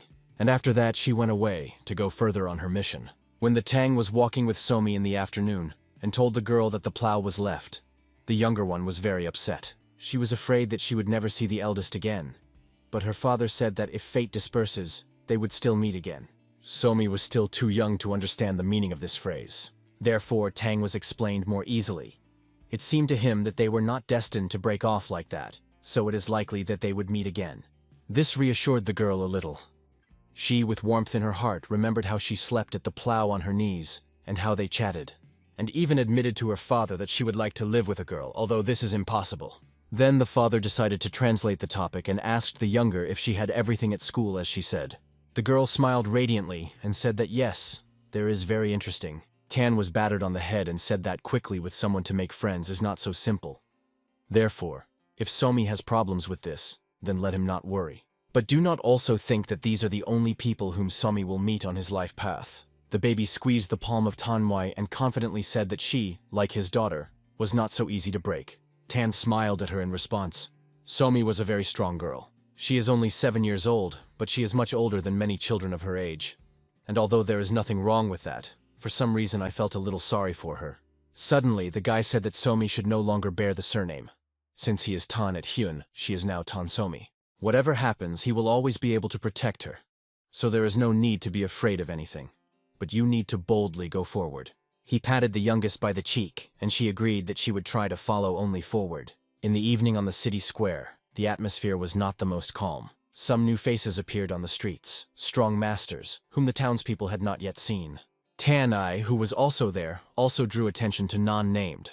They emanated very powerful energy. Suddenly, one of the minions of Ma Dok-jin told the captain that they discovered the whereabouts of 5 swords of humanity. They are about 10 to the north of Akian and are now heading for Hubei. An evil, devilish smirk appeared on the captain's face. So it's time to check if these warriors are really strong. The detachment of Mr. Ma immediately went towards 5 swords. And Tan Wai, who accidentally overheard their conversation, could not stay away now. 5 swords led a plow, so it was worth going after, making sure that she and 5 warriors would be all right. Meanwhile, Sochi confidently fled towards the main palace of the alliance, and with such enthusiasm that the 5 soldiers were barely recalling her. Noticing this, she offered the men to rest a little. There were already 10 hits from those, but they did not want to admit that the road is difficult for them. No matter how hard they tried to hide it, the plows still understood everything. She invited the masters to take advantage of the technique of scurvy, since they are not used to the usual run. But according to the reaction of one of them, I realized that men were not trained in this skill. It was very suspicious, but she saw with her own eyes what 5 swords were capable of. But she was embarrassed, as many oddities associated with them, she noticed. Although now is not the best time for suspicion. Suddenly, she heard a strange quiet whistle that made her strain. Several shurikens flew in her direction, but she reacted with lightning speed and beat them off with her sword. The frightened 5 swords were already trembling with fear and hid behind the plows, looking around. On the branches of trees very close, Plow noted a crowd of people. It was a fortress of battle kings, and the girl recognized them. At the head of the detachment was Ma Dok-jin, one of the 50 best masters of the Fortress of Combat Kings.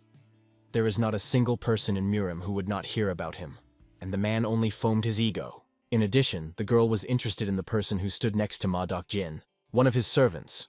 The long-suffering brunette is the master of the sword Guan-mu-jin. A detachment of warriors immediately made it clear that they arrived not for Madame Namgun, but for 5 swords of humanity. Sochi suddenly realized that with her, after all, the master of the highest level, which means they have a chance to win. But then, I saw how sorry they looked at the opponents. Even their knees trembled at the sight of the real master. And then she realized that today, perhaps, it would not be so easy to survive. A few days ago, even before 5 swords crossed from Soha, they learned what rumors walk around the city. And even then they decided to take advantage of the chance to play in a large way. Once there was such an opportunity, they can receive a reward for capturing the heads of Black Blades and escape to the western border. But they will have to deal with the Namagun family, so it was necessary to come up with a way to conduct them. Therefore, they specifically fed the extreme trees in the clearing in order to deceive the impression on the pommel of the plow. Her appearance on the horizon was a coincidence of pure water. But when they found out why she arrived in Akyan, it became clear that such a chance could not be missed. Therefore, when she arrived at them, the men already knew for what purpose. They had to play a little in front of her and impregnable for eating persuasiveness. But from the very beginning, they planned to agree to her proposal. And their plan worked. But now, when they were face to face with a real danger, the head of swords realized that they had gone too far. Only it was impossible to give up, and the head continued to play in the public, hoping that with his self-confidence he would sow the grain of doubt in Ma Dok-jin. However, the more 5 swords tried to make great masters, the more this mixed the man. He made a long way from Shanxi to look at 5 swords in the battle. The remaining participants in 5 swords quietly began to dissuade their chapter from this dangerous venture. But he said that he would take care of everything. He stepped forward and exposed his sword of invisibility. The man looked menacingly at the enemy and said that he gave him the last chance to escape, and then no one would suffer. But Dok-jin did not even think to retreat, but on the contrary, he also exposed his sword. Then the head of 5 swords of mankind was only one. He waved his sword and suddenly threw a smoke saber under his feet. The smoke curtain enveloped the entire clearing, and 5 swords of humanity took advantage of this moment in order to escape from the battlefield. Sochi was left completely alone against a huge detachment of a black fraction. Her surprise and indignation from this betrayal knew no bounds. And Ma Dok-jin burst into a rolling laugh. He was very amused that the head of the Phoenix itself fell on the bait of such idiots. The girl was incredibly embarrassed, but could not say anything against it. It would seem that this could have ended, but Dok-jin changed sharply. Inside it was already boiling anger and irritation due to the fact that the plows accidentally directed him on a false trace. Therefore, he ordered his people to kill her and 5 swords that could not yet go far, and a whole crowd of martial arts went into battle. Now the plow is not to be not approved. To the head of 5 swords was the first to reach the master of the sword, Guan-mu-jin. He hoped that he would finally meet with this mysterious master, that finally there would be someone who could withstand Ma Dok-jinu, but they came across some kind of powerless clowns. The guy was so furious that he poured his aggression on a poor man, kicking him with his feet. Suddenly he heard an unfamiliar voice that he turned to him. It was Tan W. He from the very beginning unraveled a catch in 5 swords of humanity, but hoped that their funny plan would be successful. But they were still killed. Tan did not have time to come on time and help. Guan-mu-jin tensed when he saw an unfamiliar master who came out of the forest. He strictly ordered Tan to explain himself. Who is he? At this time the plows were very hard. She struggled to fight off Ma Dok-jin, who personally decided to do her. His ability to control one hand was impressive with a huge sword. but the speed with which he inflicts his blows is even more striking. No wonder he is called a master of a destructive sword. Although the plow and held on with dignity, reflecting all his attacks, she was still much weaker than Dak Gin, and would not have extended it against him for a long time. Dak Gin expected something more from the famous Namgun family. He inflicted shots over and over again, until finally he could hit her on his wrist especially, and then the sword flew out of her hands, and she herself fell into the cold ground. She was amazed. Mr. Ma triumphantly put the blade of his sword to her face.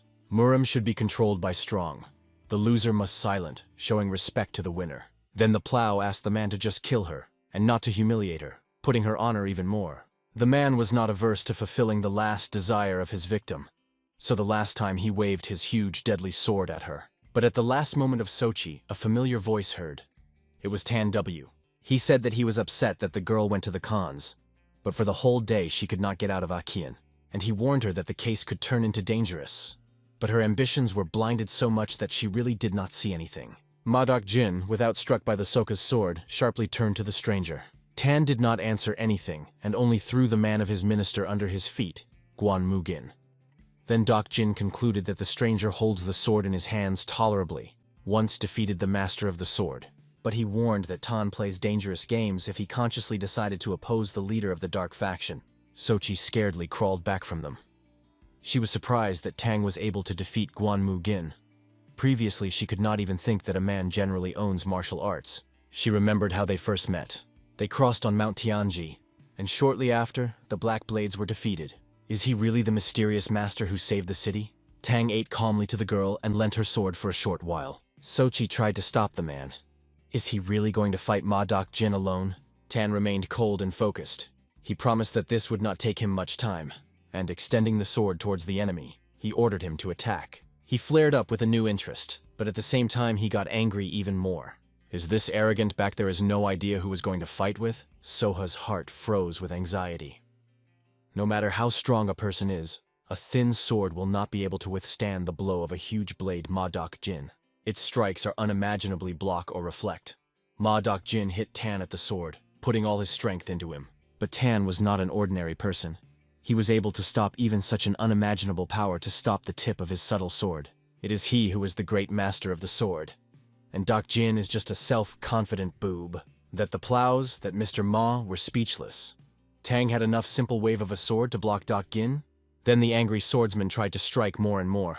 But Tan dodged, then blocked them, then made retaliatory blows. Dak Jin poured a whole lot of attacks on him, but not one was not successful. Stopping the sword of Dak Jin, Tan asked him, did he really decide that if he focuses on speed, he could overcome the lack of variability when using a large sword?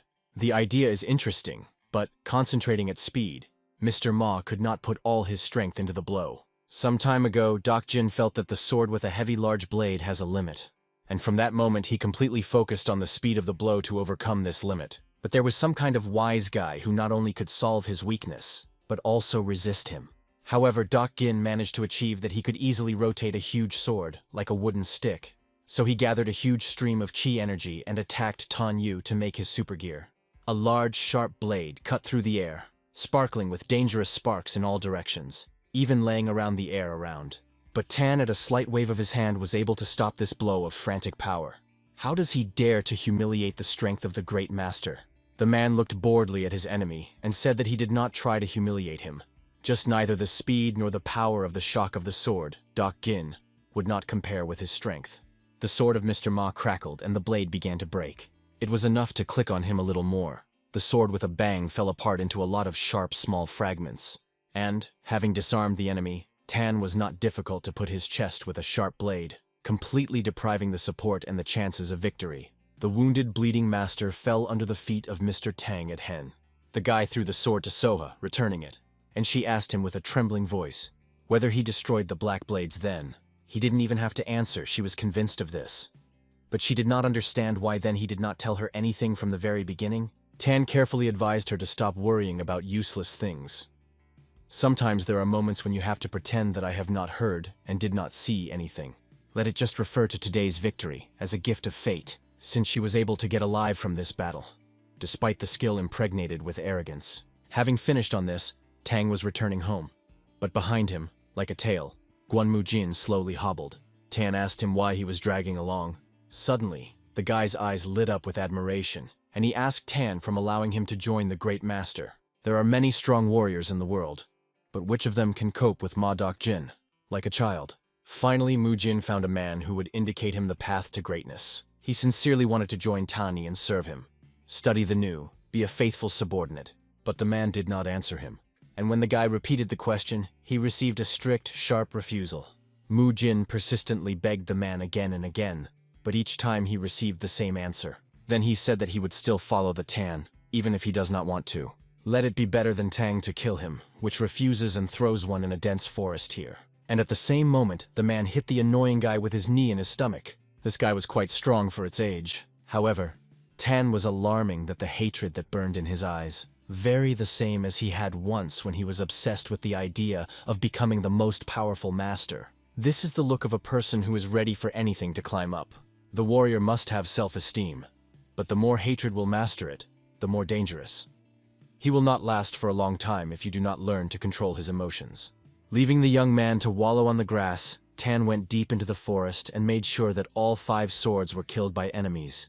The events of today's night reminded him of previous times. After some time, Guan Mu Jin woke up from the fact that someone had poured a whole bucket of water on his head. He looked around in fright and realized that all this time he was in a swoon, and now he woke up connected, on cold ground. In front of him stood Doc Jin and warriors who survived the fight. The chapter that there is strength to kick the poor young man, calling him a traitor.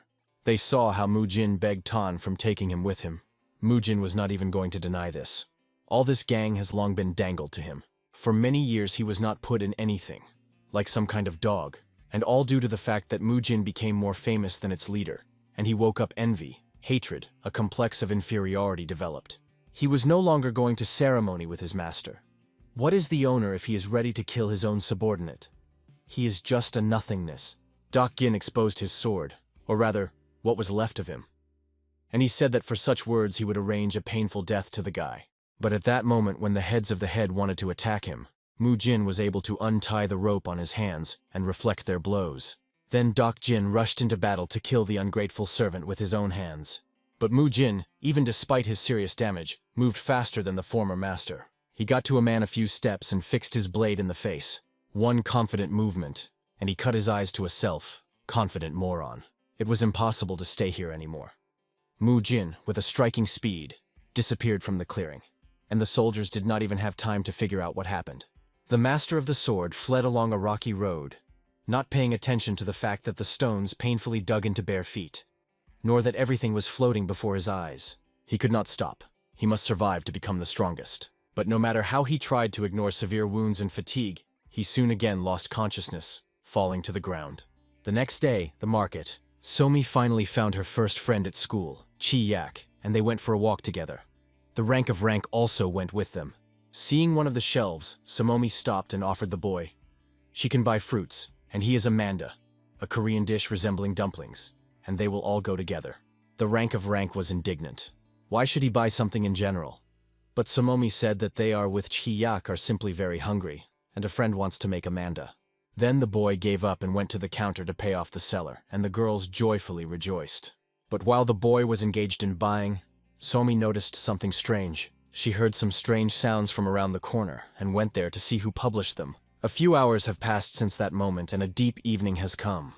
Tang Yu was excited that Somi never returned home from school. Therefore, he went to the city himself to find her, and check if nothing happened. At first, Tan approached an accidental merchant and asked if that his daughter saw that. The man smiled affably and said that he saw how she and friends bought a manda and sweets today. Tan thoughtfully thanked the man and went on. The man went towards the shop where the manda was sold, and suddenly heard that a quiet cry was heard from around the corner. He rapped it there to check what was there, and such a picture opened before him. Somi, dirty and all in tears, sat on the ground. There was blood on her dress and hands, and bandages, and any garbage were lying around. Tan leaned toward her and asked, worried about what she was doing here at such a time. Then his gaze fell on a scarf on which all kinds of herbs and branches were laid out. And then he noticed that Somi was not alone here. None other than Mu Jin lay under his feet. He was unconscious, and children's hands earnestly tried to close his wounds with herbs. Somi, Chi Yak, and the rank of rank tried in every possible way to help the poor young man, but they did not succeed. They found him in the lane a couple of hours ago and wanted to save him. They tried all the herbs, but it did not get better. Chikiyak suggested calling the detectives to the help, but the rank of rank assured her that there was no sense in this. Obviously, the conflict occurred among the warriors of Murim. The government will not intervene. It was especially difficult to endure what was happening Somi, because he once reminded her of her. Therefore, if Chikiyak and the rank of rank could even pass by, Kumi would not forgive this for herself. Tan had no other choice but to help the poor fellow get better. He recognized this guy. It was the one who desperately begged him to accept him as his subordinate. Tan knelt down next to his daughter, and he asked why she is trying to help a person who does not know at all. In front of her eyes, tears came up again. She replied that Mujin just looked very lonely, and he also seemed very, very scared and does not want to die at all. Tan raised his daughter in his arms and reassured her, saying that everything would be fine. He turned to all children and praised them for his efforts. Tan promised that he would do this person, and let the children go to the nearest tavern, go and wash themselves. Friends picked up Somi and calming her, wandered towards the taverns. This guy was very lucky that Somi found him. Tan simply could not refuse his daughter to help. Tan took the guy home, bandaged his wounds, and put it to sleep in the house. And then he chatted with Somi on the porch before bedtime. She was very worried, whether the uncle whom she found would be in order. Tang told her that he had done everything in his power to help. Now it all depends only on himself. If the body is strong enough, it will survive. Somi would really like him to survive. Tan said that if she cares for a guy, he will definitely get better. After all, she is a child born under a happy star. These words were very motivated, and Somi immediately ran to take care of the wounded young man. When the girl ran away, Tae himself told the master that this guy was already in the grave with one foot in the grave. If everything ends badly, then the words of the Tan are wound only stronger. Tang was well understood this, but if Mujin survives, then this will make his daughter on the contrary, only happier. Tae himself was not confident in a good outcome, so he jokingly said that if the guy survives, he would give the Tan all his condition. But he suddenly seriously reacted to this statement, after which Tae himself strictly looked at him. Is Tan trying to provoke him? If so, then the man is clearly sure that the guy will survive. Not wanting to get into debt even more, Tae himself hastened to explain that he was just joking, and he asked if Mugin had such high chances to get better. Tan answered the question with a question. Did Tae himself hear about people that they were born under a happy star? In the world, those who are deprived of all luck are sometimes born, and sometimes people under a happy star are born. Those who were born under a happy star accompany success, but they have to go a difficult path full of hardships until their luck manifests itself. Somi lost her parents and was on the verge of starvation, but when she met with Tan, fate prepared for her, finally allowed the star to freeze. Everything that she will touch will be accompanied by luck. A few days have passed, and Mujin suddenly came to his senses. He was incredibly surprised that he ended up in an unfamiliar house, but only one thing was surprised at him. He was alive. At that moment, Somi suddenly appeared above his head, madly rejoicing that the guy woke up. She said that she found him in the lane, and her dad saved him. Somi so caught fire from the fact that the young man finally woke up, that she could not resist the spot, and immediately ran to report the good news to her father and Tae himself. Mujin tensed. Who were these people at all? At the same time, in another place, Sochi finally returned to the palace of the Alliance Murim.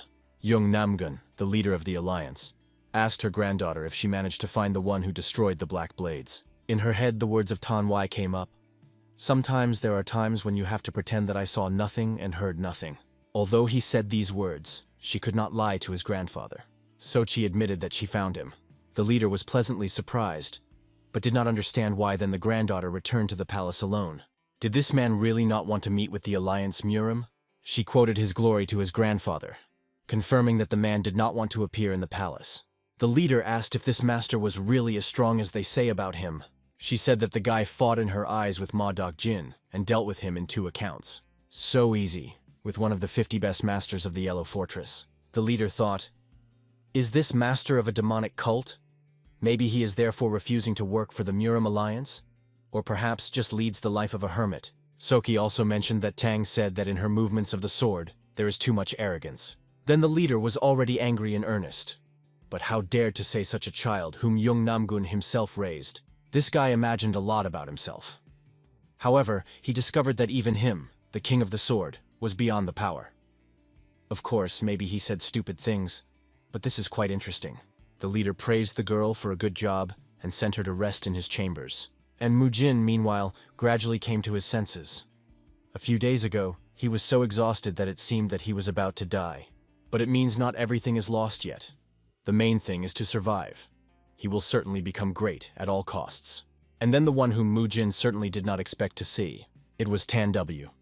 He noticed that the guy was in a very good mood, and from that concluded that he was in order. The young man froze and looked at the Tang of it so surprised, as if he saw a real ghost. Then the man first introduced himself to him, and he said that he was the girl's father, and the one who saved the young master of the sword. Tan did not take his honors for his salvation. He admitted that, if not for the Koami, the guy would have died. Mujin thought for a while, looking at his bandaged hands. And after that, both Somi and Tan W, now he owes his life. Upon injuries, Tang unmockily determined that before they found him, his associates attacked the young master. And he told the youngest that in Murim he had to do everything possible to survive, even if you need to betray your own. Therefore, he advised the young man not to accept their words at his own expense. If Mujin was in the place of Dak Gin, then perhaps he would have done the same. Mujin knew this very well, and Tan advised him to throw it out of his head. If his heart is poison, then his blade will be poisoned. And the poisonous blade is easier to break. The man allowed the patient to stay in his house until he recovered. In addition, if he now leans out, then former associates can be deprived of his head. But of course, Tan could not allow the young man to just wallow on the bed at his expense. Therefore, he said that Mugina will have to try and work out his bread. The guy agreed and again thanked Tang for his favor. And when the man left, he tiredly fell his back on the bed. He really was grateful to him, before no one had cared about him. The next day, Mujin had already went out to work and helped Tae himself, but he was completely mediocre in household chores, and Tae himself had to teach him everything. If Sochi had a problem in that she knocked out the water too poorly from the washed linen, Mujin did it too much. The brunette was unhappy that the young man constantly stood above his soul and watched him, but had to endure. Tae himself was the main one and had the right to manage the process and command. True, he was upset that Mujin would not stay here for a long time. After the plow left, he again had to drag everything on himself alone, so he would be glad to appear in the house of a new slave. But this nerd can do not know anything. He spent an hour on just one washing. Mujin did not understand why he should fulfill his duties for Te himself. But Tae himself reminded him that the owner said that Mujin should work out his stay here. So, in fact, he is now also a servant. Mujin was still stubborn and refused to comply with the orders of the brown-haired. He said that he would agree to obey only if he wins him in a duel. They were so angry at each other that they really did not fight. But Tae himself was not going to get involved in a fight, but chose another option for resolving the conflict. He ran to complain Tan at the fact that the new servant was rude and threatened. Mujin rushed after him, but did not have time to catch up with the guy. Tae himself turned out to be faster than the master of the sword, and this sorceress of the brown-haired mantled him even more. They chased one after another in the yard until they noticed that Mr. Hong had arrived in the courtyard. Then Tae himself abruptly stopped and greeted the head of the district. Surprisingly, Vuen did not arrive at Tang, as usual, and to arrest Tae himself. Now that the Black Blades no longer posed a threat, the investigation department was engaged in the withdrawal of smaller criminals. And looking at the list of violators of the law, Mr. Hong came across a statement about the search for a guy whom he knew well. It was Tae himself, who worked for Tan W. He seemed to Chan in their last meeting suspicious, and it turns out not in vain. Therefore, Mr. Hong immediately went to detention, and he ordered his people to grab a poor guy. Tae himself hid his criminal past well and left no traces, so he decided that if he behaved quite brazenly and confidently, he would push off suspicions from himself. The guy said that this was a mistake and he was not a bandit, but Mr. Hong did not believe. And at that moment, when he almost exposed his sword on Tae himself, Tan Yu appeared from behind and wilted the slap to his friend, and then he asked him what was the matter. Instead, Chan spoke Tae himself. He was outraged that the investigator so suddenly burst into them and arranged a mess. Was he not supposed to go to Beijing? Tae himself said that in the world there is no person with a reputation cleaner than him, which of course was not true. Then Vaughn showed the guy an ad on which a slightly clumsy portrait of Tae himself was drawn, and under the image, his name and description of the atrocities. He was accused of murder, opium smuggling, human trafficking, storage of state property, manipulations with prices for shares. Even Tan had already recommended that he just admit everything. But Tae himself continued to deny everything. The baby Somi, who tried to convince the elders that the senior servant was not like that, also stood on his side. She closed the brown and said that the person who made the drawing was mistaken. Her Uncle Rab did nothing wrong. Maybe he just has the same offender. Then, in order to prove his innocence, Tae himself promised them that he would catch the real guilty of these crimes, and Somi would help him. They were released, but only for a while to give them a chance to prove the opposite. Somi sat on Tae himself, and they went through the forest, until the baby asked where they were going and what a plan they had. But honestly, Tae himself had no idea what to do now. He lost his temper for a second, not realizing what he was doing. It was his mistake to take Somi with him in search of criminals. After that, it is impossible to get disappointed. In addition, the man on the poster really resembled him. But Tae himself really did not remember that he did all these things. Yes, he stole, but there were no crimes on his account as described. While Tae himself walked thoughtlessly through the forest, some more caught up with him. Tani and Mu Jin followed the younger ones to find out what the thief was going to do. Tae himself said that he was first of all going to check the gaming houses. But Tan was more interested in something else. Why he took Somi with him, even realizing that the road could be dangerous. Tan took his daughter from Tae himself and handed her to Mugin. Somi was upset that she was not taken with her, but Tan promised that he would take her for some walk later. And then he sent Mugin and the baby home, while he himself remained to talk to Tai himself. The guy vowed to the elder, which was not involved in all these atrocities. And he believed, because he believed that Te did not have enough to do all this. And he told him to confess everything only because he was joking. In this matter, everything is simple as 2 times 2. The one whom the department is looking for is a guy who is engaged in the trade in opium and people. It is quite easy to calculate, to catch and interrogate all the scumbags involved in such dirty matters. Tae himself suggested that mountain bandits could be involved in this, and Tan supported his idea. Mountain bandits always remain in one place and go into the world only if they are called by representatives of the authorities. Therefore, there is only one place where they can be. Tani and Tae himself went to Mount Yuela together. On the very grief, it was surprisingly good, and you can make it even better if you build a house nearby, as the eldest believed. But Tae himself did not agree. There is nothing to build a house in a place that teems with bandits. He was generally very nervous during this journey, since he was infuriated that in order to clear his name, it was necessary to climb into the den of the bandits and risk their lives. He was very scared, and against the backdrop of stress, he constantly shouted at the Tan, expressed his experiences and fears. Tan already had blood from his ears almost went. Tae himself also blabbed that he is infuriated. What he does so much for his home in Tanwai, but he still gives his preference to Somi and Mugin. Tan listened carefully to him, and then admitted that the guy really worked a lot. And he asked what he wants. Tae himself just wanted to become stronger. Tang, instead of providing support and somehow help him, said only that he did not object to Tae himself to become stronger. Their conversation was interrupted, never ending, because suddenly a whole pile of arrows flew from the sky. Tang managed to push the youngest from them just in time, because somewhat dug into the ground very close to the guy's body, but the arrows were just the beginning. At the same moment, the guys from all sides surrounded the grouping of the robbers. These were the very mountain bandits. Tae himself decided that he had nothing to fear, because Mr. Tanwi, but when he turned around he saw that he was amazed at the arrows. He was lying on the ground without moving, and said that he could not fight. Although he looked relatively calm, his arrows pierced him, because of what he could not move. Tae himself scaredly replied that now there was no time for foolishness of Tan. He was not so injured. But Tan Wai and did not move from the place. He recalled that Tae himself just wanted to become stronger. Let him fight.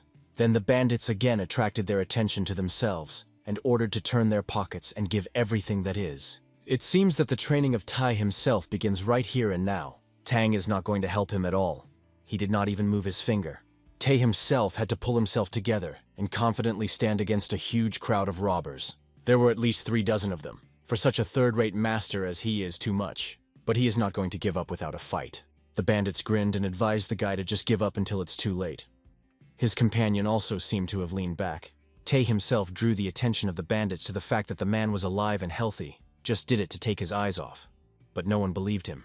Suddenly the guy remembered that he had once won an experienced master with the help of scurvy, and this instilled a little confidence in him. The guy rushed to the attacker with the help of his technology and slipped right under the blade, which was directed in his direction. The enemy hit the ground with his sword, not understanding how this guy could easily slip away from him.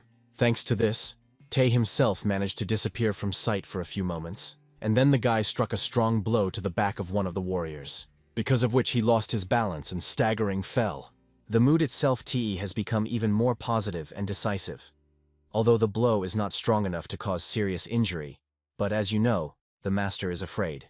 In one jump, Tae himself was already several meters above the ground and rushed towards one of the archers of the group. His powerful fist cut the archer cheek and at the same time knocked out several teeth. A powerful blow threw a man from him with a huge power wave. Another enemy was cut down and imprinted in the ground. Someone tried to throw a spear at the guy, but Tae deftly dodged him. Then the bandits decided that it would be much more effective to attack not one, but collectively. And then the decisiveness of the guy fell through the ground. But suddenly he heard a serious voice of Tan broadcasting 2 steps to the right. Tae himself, without hesitation, obeyed. And this helped him dodge the next attack. Having evading the sword, the guy turned out and crashed the swordsman right on the jaw from below. But he managed to defeat only the senior master, which only angered his minions more. Seeing that such a crowd of warriors flies on Tae himself, which he cannot cope with, Tan decided to intervene, and in the blink of an eye scattered all of them in different directions.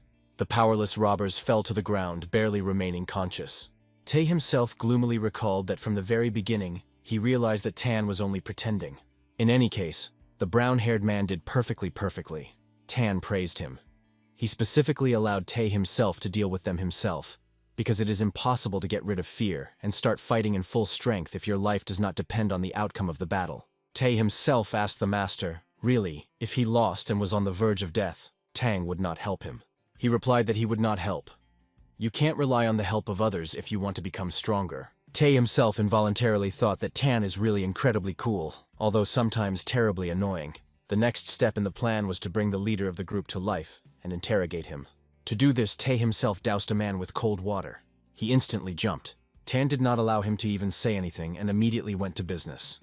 They have several questions. First, he showed the man a drawing and asked if he knew who was depicted on him. He pointed his finger at Tae himself and said that the drawing was very similar to him.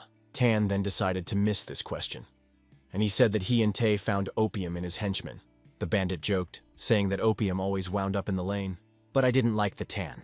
They did not come to play games. If the bandit does not tell the truth, Tang will make him so suffer so that he will then pray for death. And the robber could not continue to evade questions. The powerful energy of the Tang was very scared by him. This guy is an incredibly strong master. Suddenly the man voiced one name, the union of a triple sword. Tan told him to continue. After the black blades were destroyed, everyone, hidden for the time being, began to come to the surface. Although everything looks peaceful outside, the fact remains. The number of gangs trying to earn money is gradually increasing. Among them is a group called the Triple Sword, which is operating in the Kona area. They supply opium. The bandit also knows that they are strong. He heard that these guys mean in martial arts. In addition, they are always in masks. No one knows them in person. In fact, he did not want to get involved in this matter. But they made his gang so much that there was no choice. They were simply forced to buy opium. By the grace of the union of the Triple Sword, several detachments in this area have disappeared without a trace. Tan tried to get out where their base was, but the bandit did not know. They came to his group once a month, and he does not imagine when they will appear the next time. Although Tae himself was indignant, Tan believed that the bandit laid out everything he knew. In the end, the guys forced the robber to lay out the whole opium for them that he had. At the sight of the angry gaze, Tanyi, and with the feeling of his powerful aura, was difficult to disagree. Akyan Market. Soki walked around the square and tried to bypass the dependence dependent on the opium, which began to break, and then they were lying right in the middle of the street. She realized that rumors were not lying. Opium spreads not only in Akian, but also in many other cities of Hanam. She thought so much that she did not notice how she ran into someone. Sochi was almost glorified on a passerby, when she suddenly stopped short. It was Gwon Mujin, whom she did not expect to see at all. And in his arms he had a little baby. She still did not know that Mujin stopped at Tanwai, so she was surprised to see these two together. At night of the same day, deep in the forest on the mountains, the robber prepared a new portion of opium. His accomplice just went to pick up the goods and discuss the latest news. The one who was engaged in preparation asked the second if he found their detachment of the one who committed Black Blades. Their group mistakenly believed that Tae himself dealt with Black Blades, and while they were not able to get to him, even the fact that this very man pretended to be a young man did not play on their hands. The accomplice said that Tae himself either simply hides very well, or already in the grave. But the man did not agree. Anyone who dealt with Black Blades simply could not die. Be that as it may, the accomplice promised that they would certainly find a guy and kill him. And he recalled that the elder only needs to sit here and prepare medicines. The man was angry and rushed the detachment with the search. If he could cope with this himself, he would never have gone to such dangerous cooperation with the Triple Sword Union. The guy from the detachment also said that recently the head of the district discovered the traffic opium when he was chasing mountain robbers. The information has not yet been confirmed, but there are suspicions that he is going to transfer their opium to the disposal of the detectives of the Emperor. They needed to return everything at all costs, otherwise the detectives would catch them by the tail. The elder was very much nervous against this background, and the guy from the detachment barely restrained his aggression. This person is still useful to them, so you need to maintain a good relationship, as if I did not want to fill him with the face. It's time to arrange a hunt and protect your detachment. When Tan returned home, he suddenly met with Madame Namgun again. Half an hour ago, she just ran into Somi again, and she, in joy, led the girl to her father to share the joy of an unexpected meeting with him. Tan asked Namgun why she granted them this time.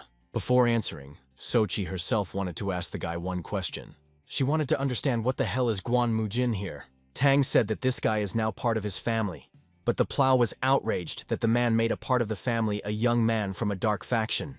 But since the master left Dak Gin, he was now not part of the dark faction, and he was very pleased that Tang called him his family. Tan noticed that the Plow was saying strange things. It turns out, when he helped her, he supported the bright faction, and now, dark, since he sheltered the master of the sword. Be that as it may, now the turn of Mrs. Namgong to answer his question. She sighed heavily and agreed. She said that some time ago, their alliance began operation to eliminate the opium traffic, and found that the source of a larger number of supplies is Honi. They tracked them and became convinced that the situation is much more serious. Not only in small villages, residents are obsessed with opium, but also in large cities there are many cases of opium dependence. Therefore, Sochi followed the trail and he brought her to the Hones. In general, this is a matter of state importance that the imperial family should solve. But several small fractions with which the Muram alliance cooperates also fell into decay due to addiction to opiates. Union of the Triple Sword, as they call themselves. The leader of this group uses a special magic to change his appearance. After these words, suddenly Tay himself attracted attention to himself, who suddenly dawned on what was the matter. It turns out that this group took advantage of special magic to look like him and cover his atrocities with a stranger. Tang also explained to Soha that they knew that someone under the guise of Tai himself is engaged in drug smuggling and people trading.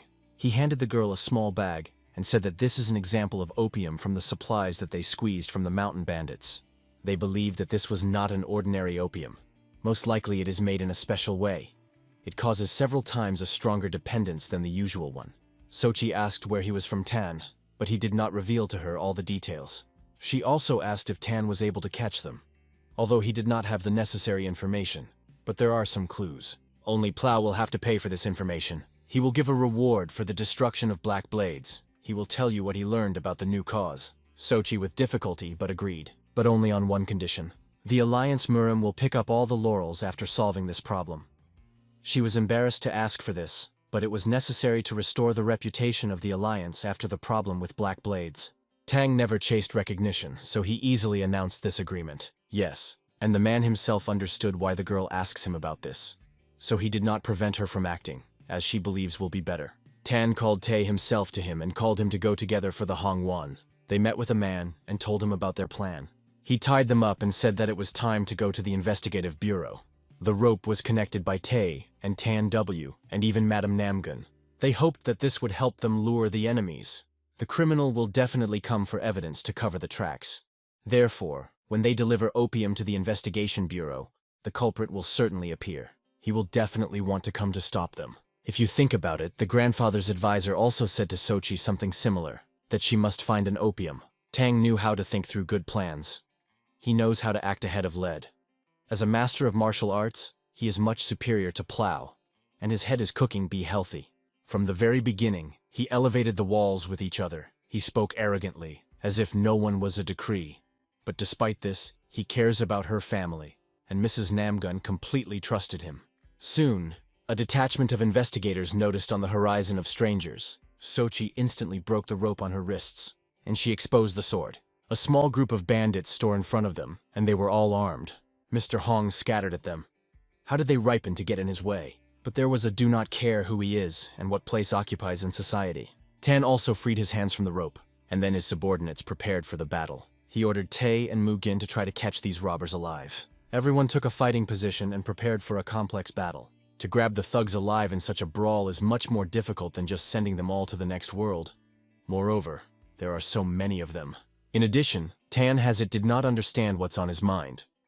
For some reason, he decided not to help his comrades in a fight. Sochi could only rely on the help of Gwanmu Gin, because Tai himself did not have enough skills. If only he did not interfere under his feet. The girl asked the allies, what is their plan? But there was no question of any planning. Gwanmu Jin was the first to rush into battle, without even discussing anything with the others. He was so confident in himself. And it is not in vain. He managed to cut down one of the archers of the enemy detachment from one blow on his back, and also quickly get rid of several opponents, amazing his comrades with their dexterity. Tae himself intensely said that it is enough for them to take only one person hostage. It is not necessary to interrogate everyone at once. He simply did not want to fight such a huge crowd, but Sochi said that they could not lose against people like these low people. A person will not die, even if he cut off his hand or cut the tendons on his feet. We must fight boldly. You can inadvertently. The main thing is that the enemies are preserved in enemies, and she rushed into battle after the master of the sword. I had to try well, but they defeated all the bandits and connections with those ropes, putting it in a circle. Tan praised friends for a good job, and then Mr. Hong ordered to remove the masks from the thugs. What was their surprise when under the masks there were people, very badly mutilated by the effect of narcotic substances. There, Chan looked strictly at one of them and ordered to explain who they are and who they work for. But it was useless, so they would not tell anything. This task was taken by Tan W. He turned to the bandit and said that the rumors that the head of the district had discovered drug traffic could only spread within the Changhua district. So, as expected, the base of the robbers is located there. The mutilated man began to scream, twitch, and desperately deny everything. In general, he refused to answer investigators to any questions. Then Tan W spoke. It is obvious that the bandits came here after they heard rumors in Changsha. It is unlikely that they belong to Lan Hao, so their sect is somewhere nearby. Suddenly, a man tore his ropes on himself and with a sword attacked Tang W when he felt that he knew too much. But the master knocked out the enemy's sword with one hand and hit him so much that he almost beat him all the insides. This master was enough. He was convinced of his innocence and asked Sochi whether she had ideas what kind of sect could be. She said that only 3 sects are suitable for this description, and all of them are included in the Murim alliance. She was painful to realize that Murim was disgraced again. She hoped that at least this time everything would go smoothly. It feels that everything around is falling apart. But fortunately for Soha, Tan agreed to help her in this matter further. Just do not forget that his help has a price. Money was not a special problem for her, so she was only glad.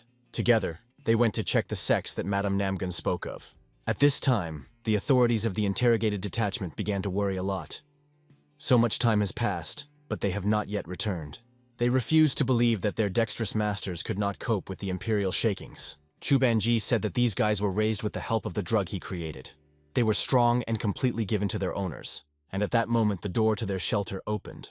On the threshold appeared the one whom they were afraid to see, the name gun of the plow. She hoped until the last that she was mistaken and people were not involved in this case from a bright faction. But one of them turned out to be the leader of a small sect, which is part of Murim, and the second, Chu Banji, whom she knew, but remembered very poorly. Goosebumps ran through the body of men with horror. Right in front of them stood a pomalong of the plow, and on the street it was eliminated by the external ambush of Chan Tae himself. They did not expect such a turn of events. An angry grimace was displayed on the face of Chu Banji. Finally he found Tai himself, whom he had so long wanted to grab. He almost pounced on the young man, but the ally stopped him in time. First you need to understand what is happening. Banji angered the naivety of a man. He told him that they were opened. Therefore, you need to cut the throats to all those present so as not to fall under arrest. In addition, Tae himself, from whom they had long wanted to get rid of, is also here. The guy did not suspect that he had been a hunt for a long time. Banji told his associate that if he does not finish the young man right now, he may no longer count on his help. He had no choice. Sochi tried her best to help Tae himself to get rid of the bandits who tried to harm the reputation of the Alliance Murim. But outside the base there were too many. If it goes on, then it will not be enough for a long time. Someone shouted and warned her about the danger to the right, and in the last second she managed to cut with the sword of the tapped enemy. Tangi managed to warn her about the danger, which was just arrived in time, and at the same moment, Banji got out of his konura to the street. Suddenly the plow remembered how she knew him. It was a long, standing enemy of the Namgun family, and he spoke very sarcastically in Kolko about the grandfather of Sochi. She ordered him to shut up. After thinking a little, Tan concluded that it was not a bald man. Namely, Banji is a man who pretended to TE with the help of special equipment, because his face was covered with red ulcers, and these are traces of frequent use of reincarnation magic. Tang jokingly noticed that Tae himself on this ugly peasant and so similar, and without magic. First, you need to grab the enemies. Tan was ordered by Tae himself to do the same, master that on the left. He sighed heavily, realizing that he could not get rid of but did not argue. Tan told the guy to look at the enemy more closely. The developed lower body indicates that most likely a man owns a scurvy well. And in the use of scurvy among all those present, with the exception of Tan, Tae himself was not equal. The faith of the master instilled confidence in Tae himself, and he immediately began work. Tan had no doubt that the student would win, so he believed that they definitely figured it out with one. Banji remained. It finally dawned that since Tae himself was so obediently acting on Tan Yu's instructions, he was much more powerful than the guy. So it was Tan who destroyed the black blades in which Banji previously took the last place. The man instantly inflamed with a fierce hatred of the master, and he promised to kill Tang with his own hands. Tan warned that fighting with him is a dangerous idea, and a man would stop better in time. But he did not want to hear about it. Tan took the black blades from him, the place that he considered his home. He deprived him of everything. Tan sighed heavily, looking at the despair of Banji. For a long time, he did not see the crimson wind, not subject to the eyes of others. He symbolizes the one who brings with him troubles and misfortunes. A person whose mind is filled with unkind intentions, and actions cause evil. Tan did not want to again become someone's enemy. But perhaps this is fate. The guy tried to reason the enemy for the last time.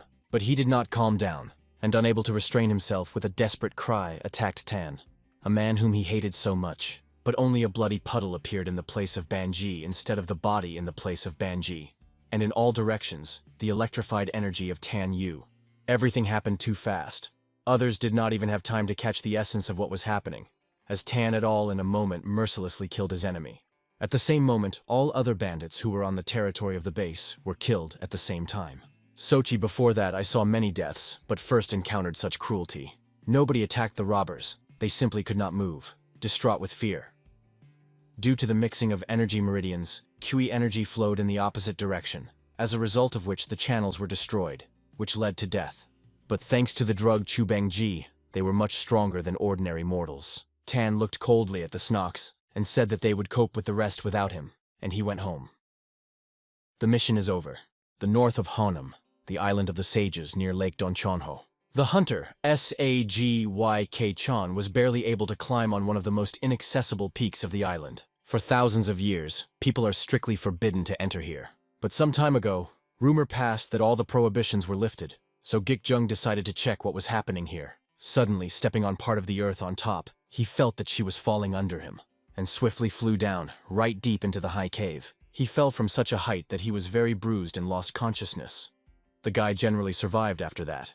When he woke up, it was already night, and Gikjung could hardly realize where he was at all. Suddenly, in front of him he saw a huge stump of the body of a giant snake covered with gold scales. He realized that he accidentally found the remains of the legendary land of the immigrant. Only from the sale of this information he will receive so much that he cannot work until the end of his life. Gikjung got to his feet and decided to examine the other tunnels of the caves when he stumbled upon the mysterious 3 skeletons. Once they were people. All of them were turned towards the stone slab, as if they were honored by someone. The man came closer to make it better to see everything. There should be a name on a memorial stone. Under the light of the torch, he saw that on the wall, behind the grave, there was an inscription. It was said there, "In honor of the god of martial arts, we will perpetuate the place where he began. We honor the god of martial arts and praise his achievements. In honor of the god of martial arts, we share his anger. We remember the god of martial arts and shed tears about those whom we could not protect. By removing God, we leave his burial plate to eternal peace. In honor of the god of martial arts, 3 heavenly will fall asleep eternal sleep." On the grave plate itself, the name of the god of martial arts was written, Tan at Hin, and at home, Tan at work went on as usual. Despite the fact that it was insanely hot, Tae himself and Mugin had to dig in the beds all day.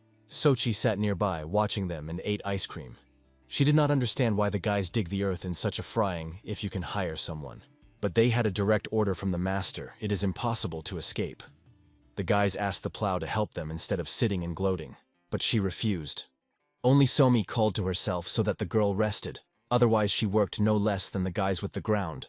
Kumi, too, could not refuse work. Dad gave her a task, to help, which means she should fulfill it. Tan seriously decided to engage in the physical preparation of the family after the incident with the union of a triple sword. Suddenly, he appeared behind the plow and reminded her of the proverb, "Who does not work, he does not eat." He pointed out that even Somi works in the sweat of his face, although she is just a child. But his reproached instruction did not impress his reproach, and in general, she pays Tan at living in his house, nannies per day, which means she is only a guest, not labor. Then Tan suggested that she conclude a bet.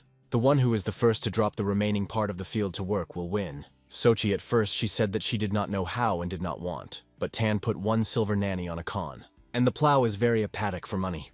Therefore, until the evening I plowed the earth to win a bet, not paying attention to either the heat or my fatigue. That even the guys were surprised at how quickly she works.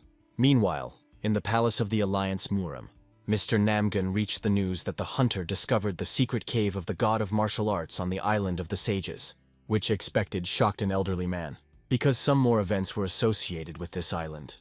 The servant reported that the bodies of the 3 heavenly are also there. 3 heavenly. Names familiar to all martial arts, creating a blow of Sanfen, Damo from Shaolin and Heavenly Demon, the founder of a demonic cult. 3 people who had the greatest influence on Muram. They were nicknamed Heavenly, since none of the now living was able to reach their heights. However, the inhabitants of Muram knew only part of the truth. Mr. Namgun could not ignore such news. Everything is not so simple here. This is a scale matter. The elder of the Udun, Hogon sect, reported that the representatives of their sect will soon go there. Since the body of Taigongin is in the cave, it is not surprising that Udun decided to intervene. Zheng Sanfen, who founded the sect of the Udun, created Taijitsuan, a fist of a great limit. But those who helped Sanfen who truly know martial arts became Taigonjin. Zhang Sanfan accidentally received a special technique of Taigonjin and, having studied the basic principles of Taoism, created a sect of martial arts of the Masters of Budan. It is not surprising that the members of the Udan sect so respect Taigonjina. And since the body of the greatest master of the demonic cult of Yongmu Guan is also in the cave, the demonic cult will not remain aloof. One wrong movement can lead to war between light and dark fractions. Realizing the danger of this situation, it was decided to send 200 warriors from the alliance of the Alliance Muram, and the sect of Udun will take control and make sure that the body of Taigongin is completely preserved to be delivered to a blow. They will also need their help to study the secret cave. About the remains of Taigonjina and Zhongmuguan will take care of the sect of Udan and the demonic cult. Much more wagon was disturbed by something else. Who is the Chu Ren to us? Although it is one of the 3 heavenly, but in comparison with the other 2, she did not have any achievements. They do not even know for sure whether she was a member of a bright or dark faction or was part of a demonic cult. Who will be drawn into this business at all? All the following days in Honama it was also hot, and Tae himself barely had the strength to do anything. Digging the earth in such weather was tantamount to death, so he wanted to go to swim. And the plow supported the idea. The water in the Donchanho lake is simply magical. But Tae himself decided that she was just laughing at him. Because the lake is very deep. Does she really want him to drown? She laughed and said that the guy would survive with such jibes, even if he goes to the bottom. Mu Jin intervened in their skirmish and asked to stop, finally pointing to argue. For example, he did not waste time on conflicts, but sat and ate the watermelon, looking after his child. And the Tang was impatient to dig a field next to the house, although it is more profitable to grow products yourself. Sochi was surprised that Tang has this in general. While the guys continued to work, she asked them who was generally the Tang of Hyun. They certainly did not know, but suggested that with such and such a force, he could well be a mercenary, or like that. And Somi suddenly intervened and said that Daddy used to be a carpenter. After all, he repaired their house and built a barn, and most of the things in the house. His hands. Sochi directly froze for a moment. What is a versatile person, this Tang W? But she could not believe that a person with such a powerful force. Just an ordinary carpenter. And not only the plows considered it strange. Then Somi pointed to the elders to the rake, and proudly said that even her father made them. At that moment, Tanyu. And he asked them to stop delving into a foreign past. Instead, he mentioned that it was restless in Akian recently, and asked if they knew what was connected with. Neither the guys nor the plow had been in the city for a long time, but they suggested that anxiety is connected with the union of Triple Sword. The baby intervened in the conversation and said that she knows the real reason. They only talk about this at school. Something important was found, and the girl invited her father to guess what exactly. At this time, a male pigeon suddenly flew to Soha. Some message was tied to his paw. She immediately took it off to read it, and Tan also became interested in whether something happened.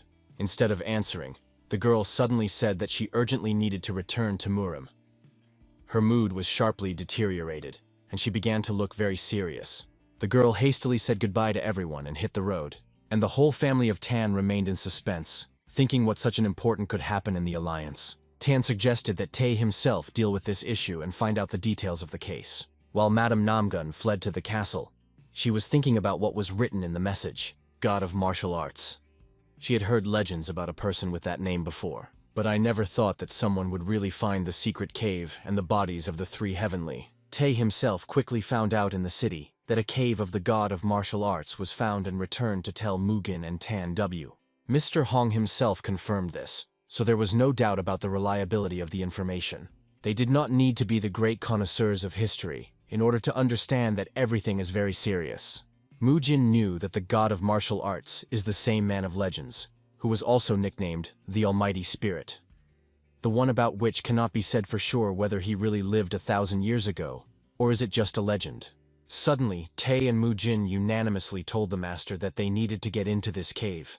She is the proof that the omnipotent spirit really existed. In addition, you can find a lot of valuable Somi also heard about this cave at school, and she was interested in learning about her in more detail. Tang at the slyly grinned. He too was not against visiting this cave again, so he agreed, not admitting that he was the same god of martial arts. Tang did not think about it before, but there were many legends about his person in the world.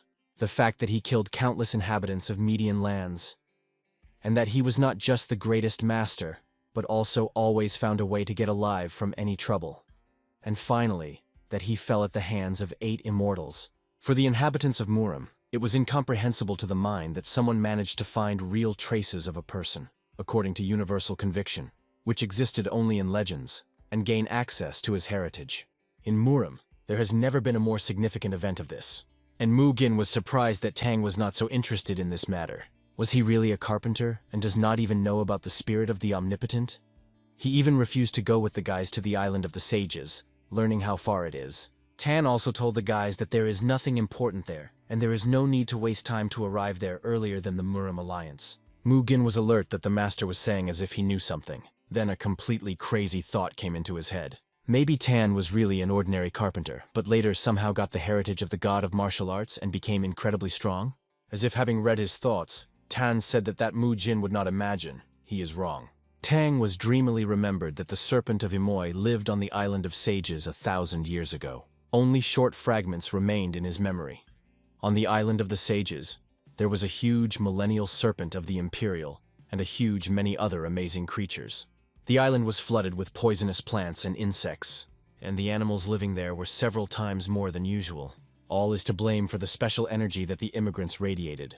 Tan had 2 decades to put the island in order. He arrived there about 15, and finished his studies on the island at 35. He came across defeat again, and countless times he found himself on the edge of death, fighting with immigrants. But in the end, he survived. And on the island, there were only traces on the rock, testifying to the long years of his training. And he has not the slightest desire to return there to look at them again. Suddenly, Tae himself ran into the hall and said that the Alliance Murim had already left Hanam. This story attracted so many people that they need to hurry if they want to get to the legacy.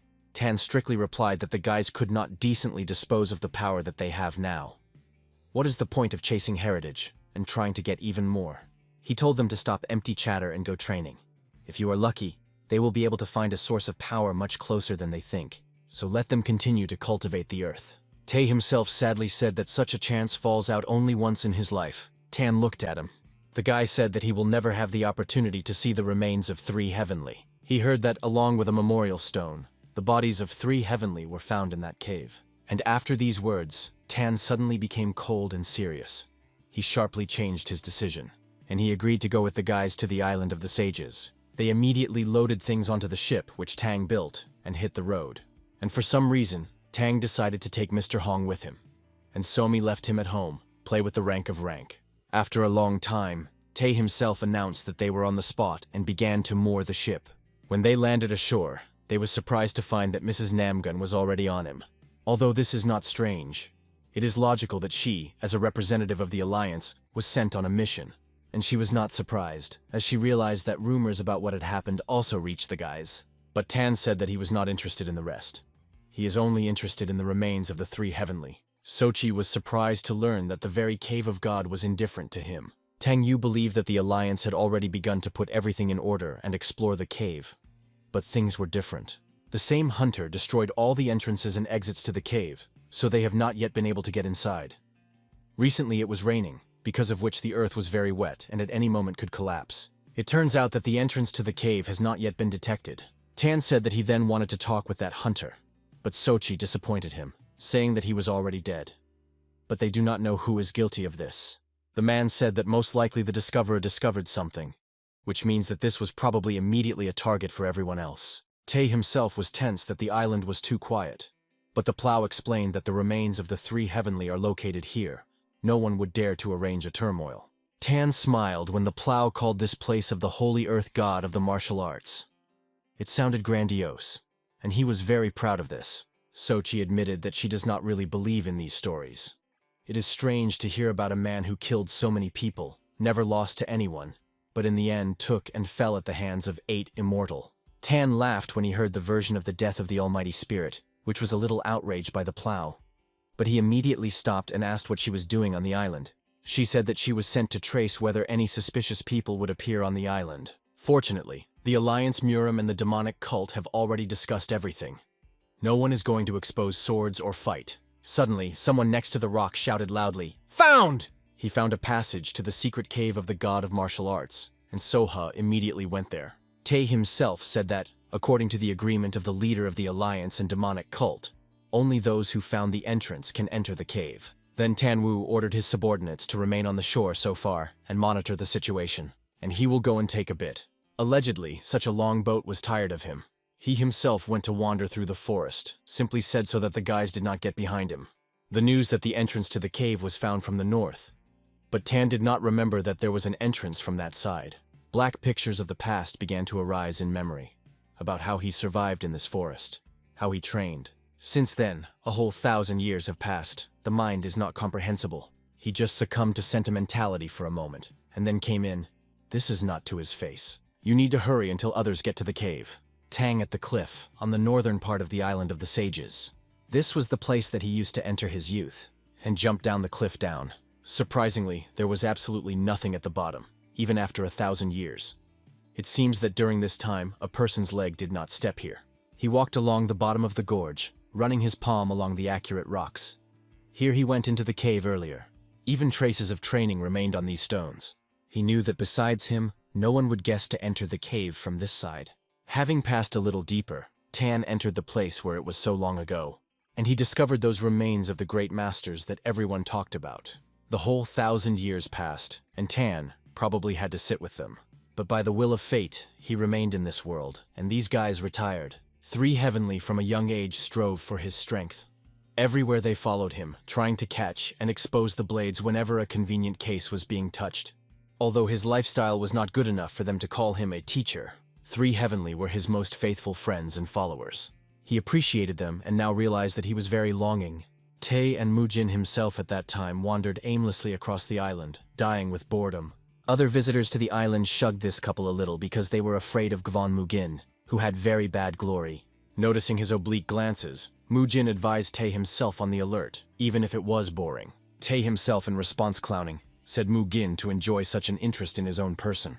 Thanks to his popularity, even Mr. Hong stood, frozen with fear, although he tried to deny it. Tae himself reassured him, saying that there was nothing shameful in the fact that he, having no combat experience, was a little scared, being among the harsh masters of martial arts. Mujin asked both of them to shut up and stop arguing, because he noticed something unusual and pointed out to his comrades. Several dozen armed ships moved towards the island.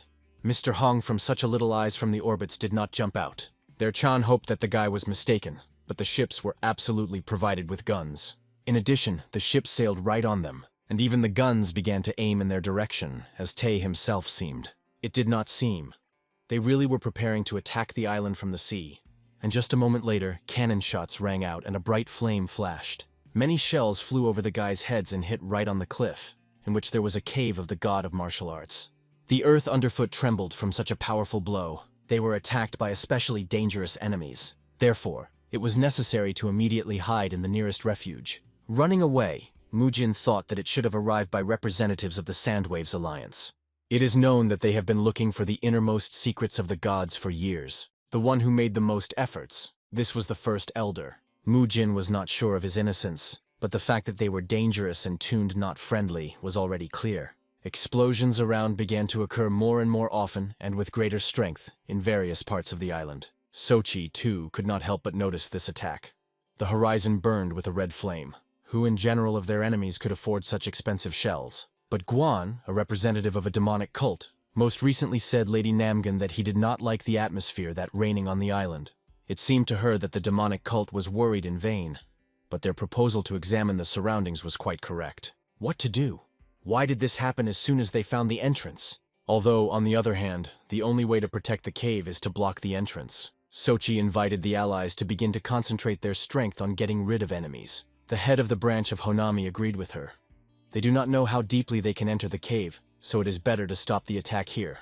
Go and Dan, the leader of the sect of Udun, also agreed with them.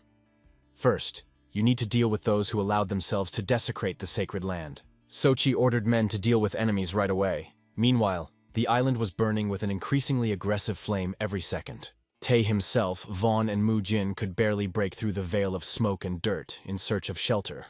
Mr. Hong even scaredly hid behind the tree, hoping that the guys could deal with enemies without him. All the same, it is not enough from him. People who arrived at the island just look at the cave, and who did not know martial arts were in particular danger when the cannon cores flew on them directly from the sky. Tae himself noticed this in time and hastened to warn people. But he did not have to deal with this on his own. Soon the help arrived. The leader of the Udun sect ran out to the shore. By this time, their common enemies had already landed on Earth, and Ginjin tried to find out who they were and what they want to achieve. The soldiers said they would not answer his questions. And then a fight between Black Ninja and the Alliance Muram immediately ensued. Unknown in masks suddenly attacked an alliance and a demonic cult. In the northwest of the island it was quiet. After all, everyone rushed to prevent the attack. Just a couple of people defended a secret entrance. However, another group of unknown in masks quickly went there. They were not only strong, but also mega are fast. The two defenders of the entrance simply had no chance to resist the bandits, so they were quickly struck. Unknown in masks had only a few hours to complete a secret assignment, and they immediately entered the cave. It turned out to be quite deep, so her study could take more time than they expected. But their leader, going a little further, noticed that air flows had changed, which means they are almost at the goal. As a friend, they found a desired cave, but did not expect to see another unknown master from the Alliance inside. It was Tan W. They immediately exposed the swords and ordered him to introduce himself. But Tan has more than once uninvited guests. The Alliance was lucky that Tan decided to linger in the cave, hearing strange sounds. He did not think that people like these miserable pirates would be the first to get to the cave. Well, but they saved Tan from many problems. He immediately realized that they were enemies and decided to deal with them before they were making a noise. Tan noticed that they were holding a sword in their hands quite confidently. They looked like hired killers from the past. The man only in appearance determined that their skills are quite good. But in vain they came here. With his self-confidence, he greatly angered the young men, and they confidently rushed into battle. Strangers created a tang around the ring around and ran very quickly around it, hoping to disorient and confuse. Tan even approved their ingenuity. The technique could even be better than Shaolin. The ninja determined the man by the aura that he was definitely a master, but decided that in order to cope with him, even minimal skills would be enough for them. But so far, none of those who attacked Tan Yu survived. Therefore, they simply did not have the idea of what trouble they got into. Suddenly, one of the warriors tried to attack from behind to attack, abruptly failing. But Tan did not even have to turn around to understand this. With one movement of his hand, he beat off the blow and threw the warrior to the ground. In the blink of an eye, he mortally wounded one of the enemies. But thereby I gave the rest for the rest that it opened during this move. What was only a deception, but the enemies led and attacked him from all sides. Tan has only grinned their naivety. If they thought their heads, then they would have a chance to live longer. But even more interesting, Tan raised one of the daggers. who dropped the warrior he had killed, and sharply cut them several enemies at once in one blow. The mutilated guys could barely stand on their feet. The most hardy of them cursed quietly under his breath. Tan told him that the possession of inner ki has not yet made them almighty, and I decided to teach them a lesson how to use a dagger correctly. Another wave of a blade, and he cut the body, so a barely living warrior. Another victory on the account of the great master. When the warrior fell, a pair of signaling checkers fell out of his robe, from his inner pocket. Tan thoughtfully raised one of them. Unknown, who attacked the island, fought against the Alliance, they tried to get to the secret cave. They must have been going to give a saber to the signal of the retreat for those who remained on the island. Or is it a signal that the goal has been achieved? Be that as it may, they greatly facilitated the work of Tan at this find. During the battle, Sochi suddenly heard a strange sound from the side of the cliff, and sharply all their enemies turned in the opposite direction and began to take their feet away. They suddenly stopped attacking and fled. No one could understand why they did this. Why synchronously and suddenly? And this is just Tan from the cliff gave a sign with a smoke saber. Going Jin was disappointed when he realized that they had not found out who sent these people in masks, and those whom they seized alive committed suicide by accepting the poison. One of the warriors told the leader that before they retreated, he heard a strange noise, so loud, as if warning, and only then did the head of the blow realize that it was a signaling checker. They immediately went to the secret cave to find out what happened there, and Guan and Danjin and Sohee with them. When they got to the destination, they found that the cave was completely empty. They were broken. How could they be carried out in such a stupid way? Guan suggested starting the persecution immediately. Then there will be at least some chances to detain criminals. The men went in pursuit, and Lady Namgun left in the cave to stay here and defended this place. Suddenly she was left completely alone, but at least she finally had time to sit down and rest a little. Recently, so many things have been happening. Suddenly, she noticed that from the cave there was only some kind of memorial plate. Small, she did not notice her right away as she entered the cave. But what surprised her more, the name was written on her, Tang by the Hen, and Tan himself was already sailing in a boat, which he stole from the dead enemies, taking with him the remains of all three heavenly. Upon learning of what happened, Mr. Namgun independently arrived on the island to inspect everything. As a result, not a single person from the Scent Detachment could explain to the head of the Alliance who attacked and took the remains of three heavenly. It was bad. Not only the corpse of Taegon Gin, but also the traces of other gods disappeared without a trace. They did not find a single clue. Given the time, money, and efforts invested in this work, without exaggeration, we can say that they were too arrogant and eventually failed. But in one, the detachment was sure for sure. This is not the work of the Alliance sand waves that tried to attack the Alliance. They followed their movements from the very beginning. This is either an unknown alliance or people from other lands. Mr. Namgun suggested that it could be someone from a demonic cult. What surprised his advisors? Young Namgun was not going to declare that he was right. He was simply lost in guesses. But he made his advisors think about it. Although they discussed the details of the study of the island with a demonic cult, it is quite possible that not everything is clean here. To the opinion of Namgun Chan always listened. He was a recognized master of martial arts. His unsurpassed mastery of the swordsman rightfully earned respect on the Central Plain. They say that no one can become as wise, invincible like him. Everyone was glad to see him the leader of the Alliance, but the inhabitants of the Alliance were sad to think that his period of government was coming to an end. Exploring the cave further, the advisor drew the attention of the chapter to traces of swords on the wall. But the leader said that this is a useless clue. It looks as if someone made them specially over old traces to erase someone's traces. Now it is impossible to find something here.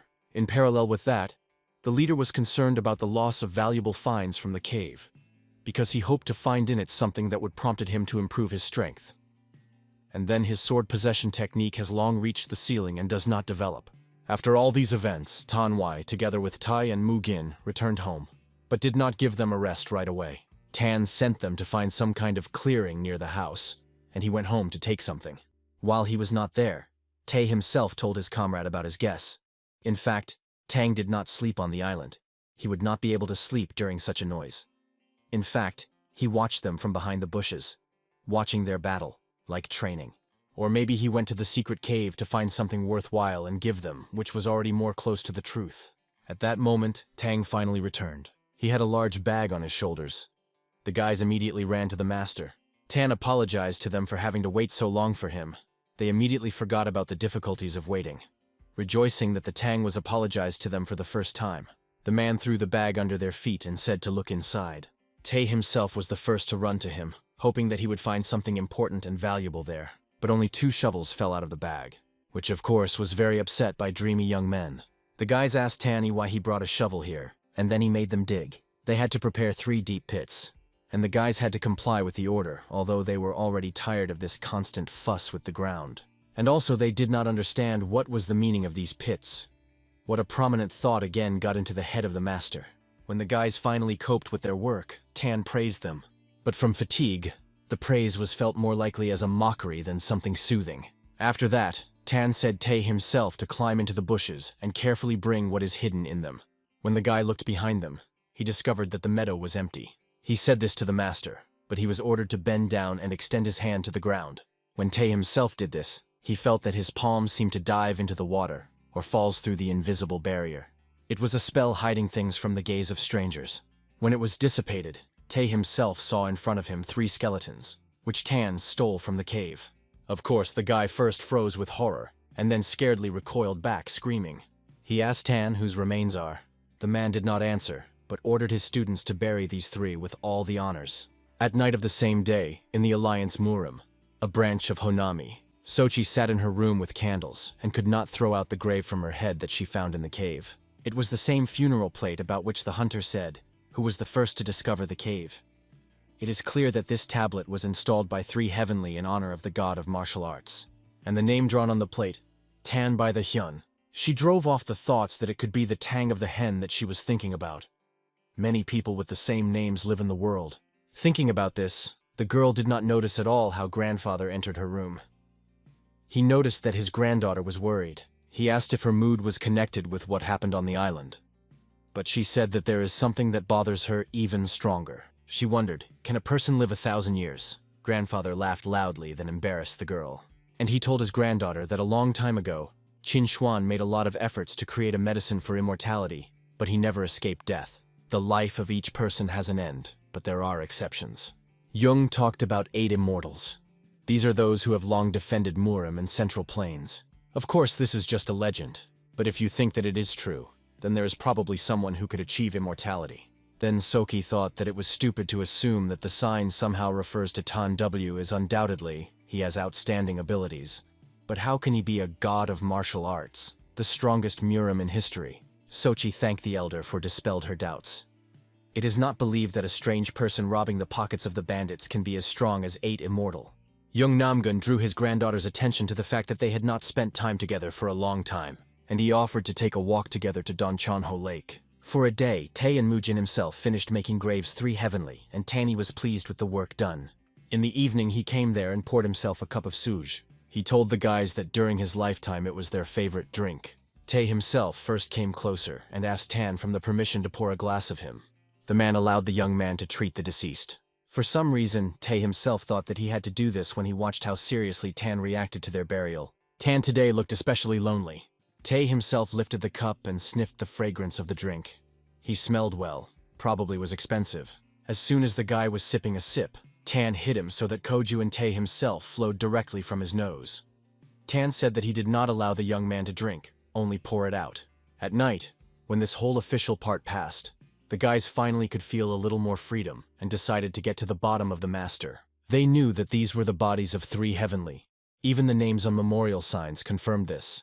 But for some reason, Tang did not recognize this and said that the names are only a coincidence. Tae himself was very angry that the master was holding them with Mu Gin for idiots, and he begged Tan to admit, but he repeated that the young man was mistaken in time.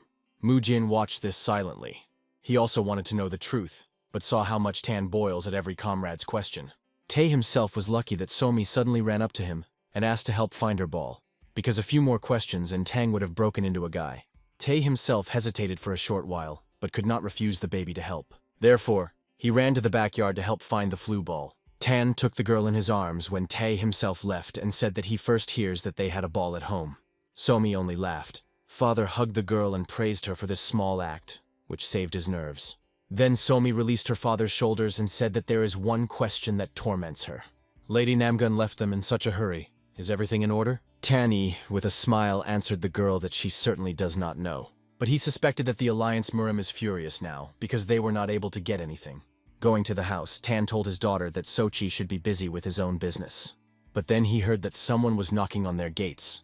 Opening them, the man was surprised to find that on the threshold stood the one whom they had just discussed. She tried to make an innocent expression on her face, as if she just came to them at such a later time. So she also brought her grandfather with her. Tan decided that they all know, since they came together and so late. But Tan did not show his anxiety, but rather, he was very polite that he liked Namhun Chong. Sochi said that they walked along the lake and wanted to stop somewhere for the night, but did not find a single free place in the inn. Tang at the hospitably invited them inward, although he released a sharp comment that they seemed to be busy people, but they have more than enough time. Mr. Namgun did not agree. At his respectable age, he is all in his work, but very rarely he has time for rest. Tan expressed his surprise that even after what happened, Mr. Namgun could smile so carefree, and this comment has already touched the old man. But he did not show. There was such a tension between the men that even the plows felt and was frightened. The Tan further silently led them to free chambers. He warned that the night would get into a pretty penny, but they would bring free food. When Tan left, Namgun said that his granddaughter had some strange friend, and he asked if he was somehow involved in a dark faction. Sochi said that she was sure of this, even though the man does not admit. Young realized that Tan has a really strange young man at the same moment when he first met his gaze. Sochi worried that they were incorrectly acted, leaving the alliance in the turmoil, but Mr. Namgun could afford to be too lazy. In the morning, Somomi came running to her father and said that she wanted to go to Soha, since they can finally spend time together. But Tan upset her by the fact that at the moment it is impossible. The girl came not alone. Somi gloomily picked the floor with a boot, hoping that her father would still allow her to visit her older sister. But he did not say that. Then Mujin entered the room. Somi ran away, hoping that she would be able to talk with Soha for at least a minute. And Mujin, left alone with Tong Yu, expressed anxiety caused by a sudden visit of the Namgun family. Still, Namgunjung is the king of the sword. Tang for the first time heard about it. Mujin told Tan that he was also the leader of the alliance Murim. The old man is as strong on the battlefield as 8 immortal. Tan understood that the plows told him about him. When she talked about how great her grandfather was, the energy that comes from it is radically different from the energy of others by the master of the sword, which Tan has yet met. However, this is the only difference. Tan did not feel anything else but this energy. It seems that the old man himself does not understand what power he has. Mujin initially thought that they arrived due to the incident on the island, but for this they behaved too quietly. Although he understood that everything was not so clean here. Meanwhile, she joyfully ran to play with her sister, although the baby did not worry about anything. A little later at noon, Mr. Namgun went to the lake fishing. There, he was in wait for Tan W. The old man told him that in childhood, he never got tired of sitting with a fishing rod for days. A lot of time has passed since he managed to go fishing peacefully. If you think about it, he had long been a chance to sit in such a calm place for a long time. In order to keep up with the other ascending masters of the sword, he had to exchange a fishing rod for 20 years. This was partly in order to glorify your clan. And since then, he was able to achieve the peaks on which he is now. However, looking back, he could not leave behind something worthwhile. He raised the reputation of the clan and climbed to the top of the political faction. Only all this is not at will. The only thing he decided on is the task on the island, but even here he blurred. Namgun was worried that he could not leave anything behind himself. At this moment, Somi came running, who also fishing nearby and was able to catch a large, much fish. Mr. Namgun's jaw dropped when he saw that such a baby had such a catch, and the proud father praised Somi for such an achievement. The next time she promised to catch the fish much more than this and share it with the whole district. Tang 8 promised that he would support her in everything. Namgun Jung looked at them squinted and thought that Tan was reminded him of his youth. For some reason it calmed it. The old man was afraid that the youngest would follow in his footsteps and make the same mistakes, but it seems he was mistaken. The memories of the past of the Namgun Chan involuntarily occurred to the head. He was young. He had 2 beautiful daughters. Once they came running to their father to show what beautiful cranes they made from paper as a gift to his father for his birthday. But he sharply turned away from them and said that it would be better for the girls to engage in training and not all nonsense. In his opinion, weak people are miserable and helpless. Compared to Namgun Chong, who was chasing money and glory all his life, Tan has acquired something more valuable and important, the love of his daughter. But in the case of Namgun Chong, everything was in vain. Suddenly, he heard how Tan gives his daughter's instruction. The more you try to overcome, the higher the wall becomes. At such moments, instead of looking at the wall, try to look around. Surely there is another way. Namgun-young certainly did not expect to hear such wisdom from his mouth right now. The old man became interested in the young man even more, and Tang was amused by the leader of the alliance of a good opinion about him. At that moment, So-hee suddenly ran to the shore. She told her grandfather that they had a serious problem. She received news from the alliance. Unknown people attacked the advisor, and he is on the verge of life and death. Young immediately blew up from his seat, and he announced that they were right now. Even the air around thickened from the old man's aura. He was angry. Although weak, there was an aura of death around him. Tan suddenly decided to give the old man advice. Let him beware of his pride and selfishness, because death follows him on his heels. Namgun-young thanked the young man for the advice, but he promised that he was not going to die so easily. He also apologized for being forced to leave Tanyu's house so urgently, but was glad that he managed to relax in such a beautiful place. Tan at goodbye said that the old man could return here at any time, and after that, the Namgun family on horses hit the road.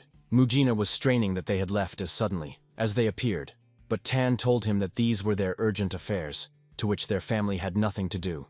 And Mujin said that yesterday in Akiana he heard that a sect Murim appeared there. Recently disagreements arose between the provinces of Akian and Hones, and Tanny did not know about it, because he looked at Somi and was busy. Mujin said that because of those disagreements there were people who want to take over Akan. In addition, they are going to send people to the Island of the Sages to look for something worthwhile. For Tan it was like a splinter in the ass. The appearance of new sects and clans sooner or later leads to the fact that they begin to poke their nose not in their affairs. What Tang and Akian liked was the surroundings of Lake Donchonho, which he liked. But most of all he fell in love with this village for peace and calm atmosphere. A great place to create families and raise children. But it seems they now have problems. Tae himself supported. Does Akian do not belong to them? Tan said that while these are just rumors, do not worry so much. It is better to watch the development of the situation for some time. Despite the fact that the Tang family did not advertise their belonging to the military clan, but thanks to them, Akian was all the time under protection.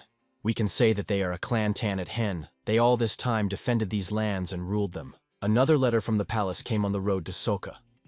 People from there go to Akian and persecute the group that attacked an advisor. Several skirmishes have already occurred. The opponents must be quite strong. Namgun-young said that he would go right in their footsteps and get to Akan, and let Sochi go to the alliance. The granddaughter specified whether grandfather wants to go alone, but he promised that everything would be in order with him. He was not so old. Then she went to the alliance to check how the state of the advisor was, and asked her grandfather to deal with those idiots that they arranged in the palace of the mess. And then I thought of a horse away. By evening, Sochi got to the alliance Murim. She immediately ran to the wounded advisor. Not finding him in her chambers, she asked the servant where the advisor was. She was told that in the main building, and this strained the girl. She instantly went there, and the servants only wondered why their mistress was so inflated. Having reached the office of the advisor, she discovered a strange thing. He was alive and healthy and did not even have the idea why the girl came running so nervous.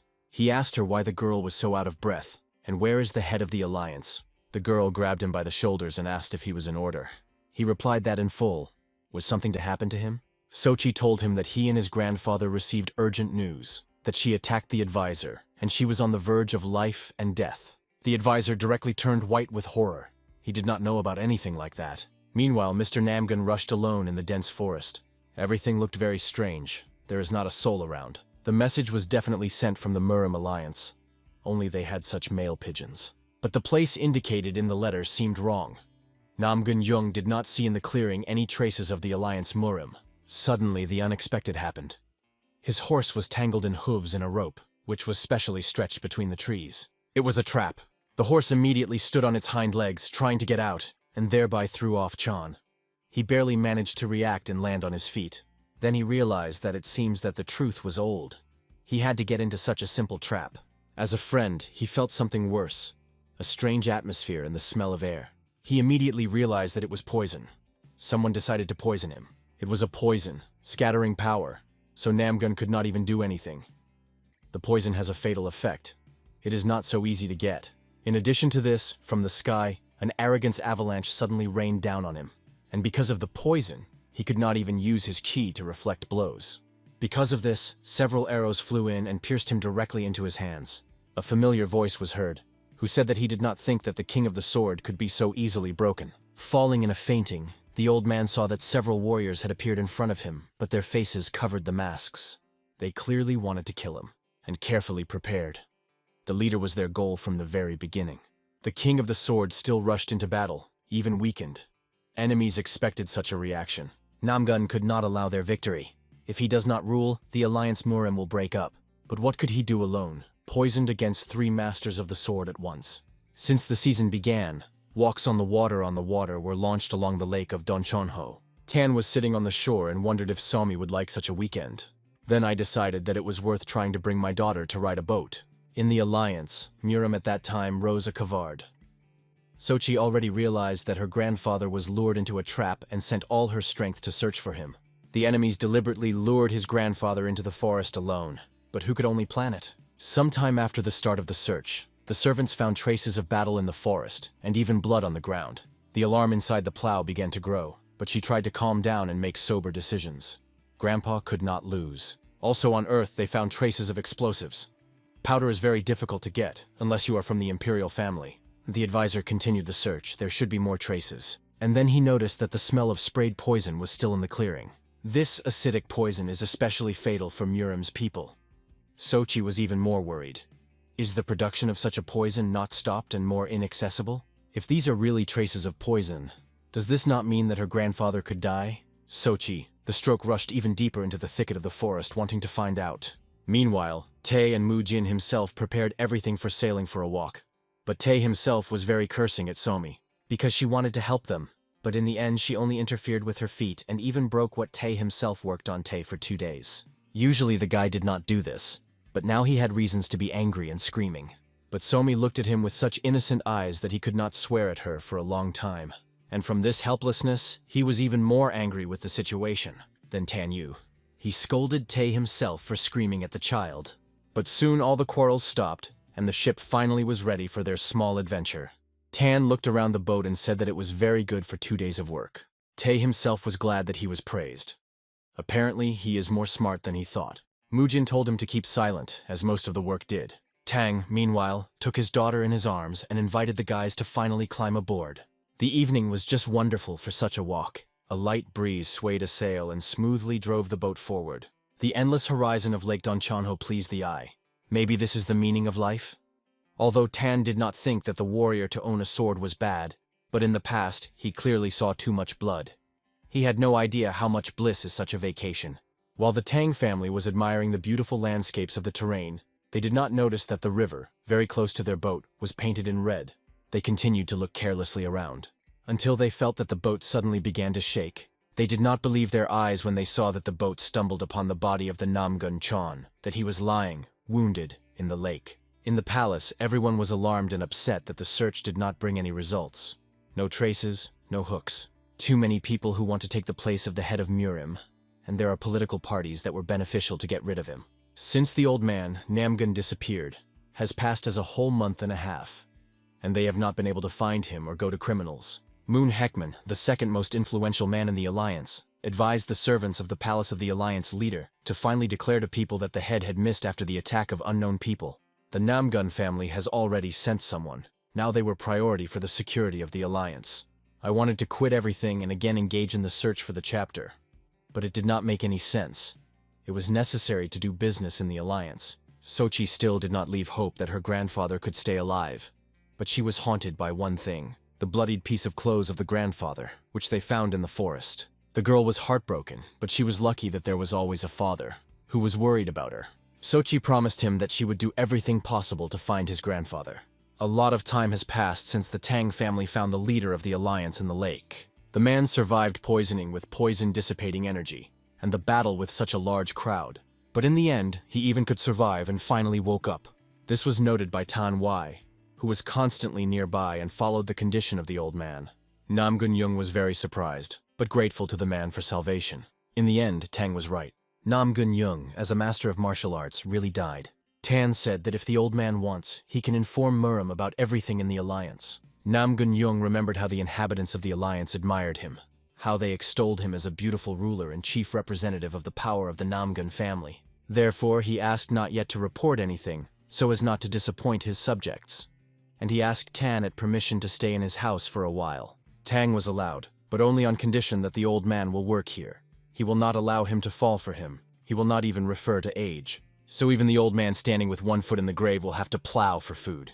In this estate of a man or woman, old or small, all are equal. He told the old man that, as he is better, he could begin to work. Left alone, Namgun talked about that attack.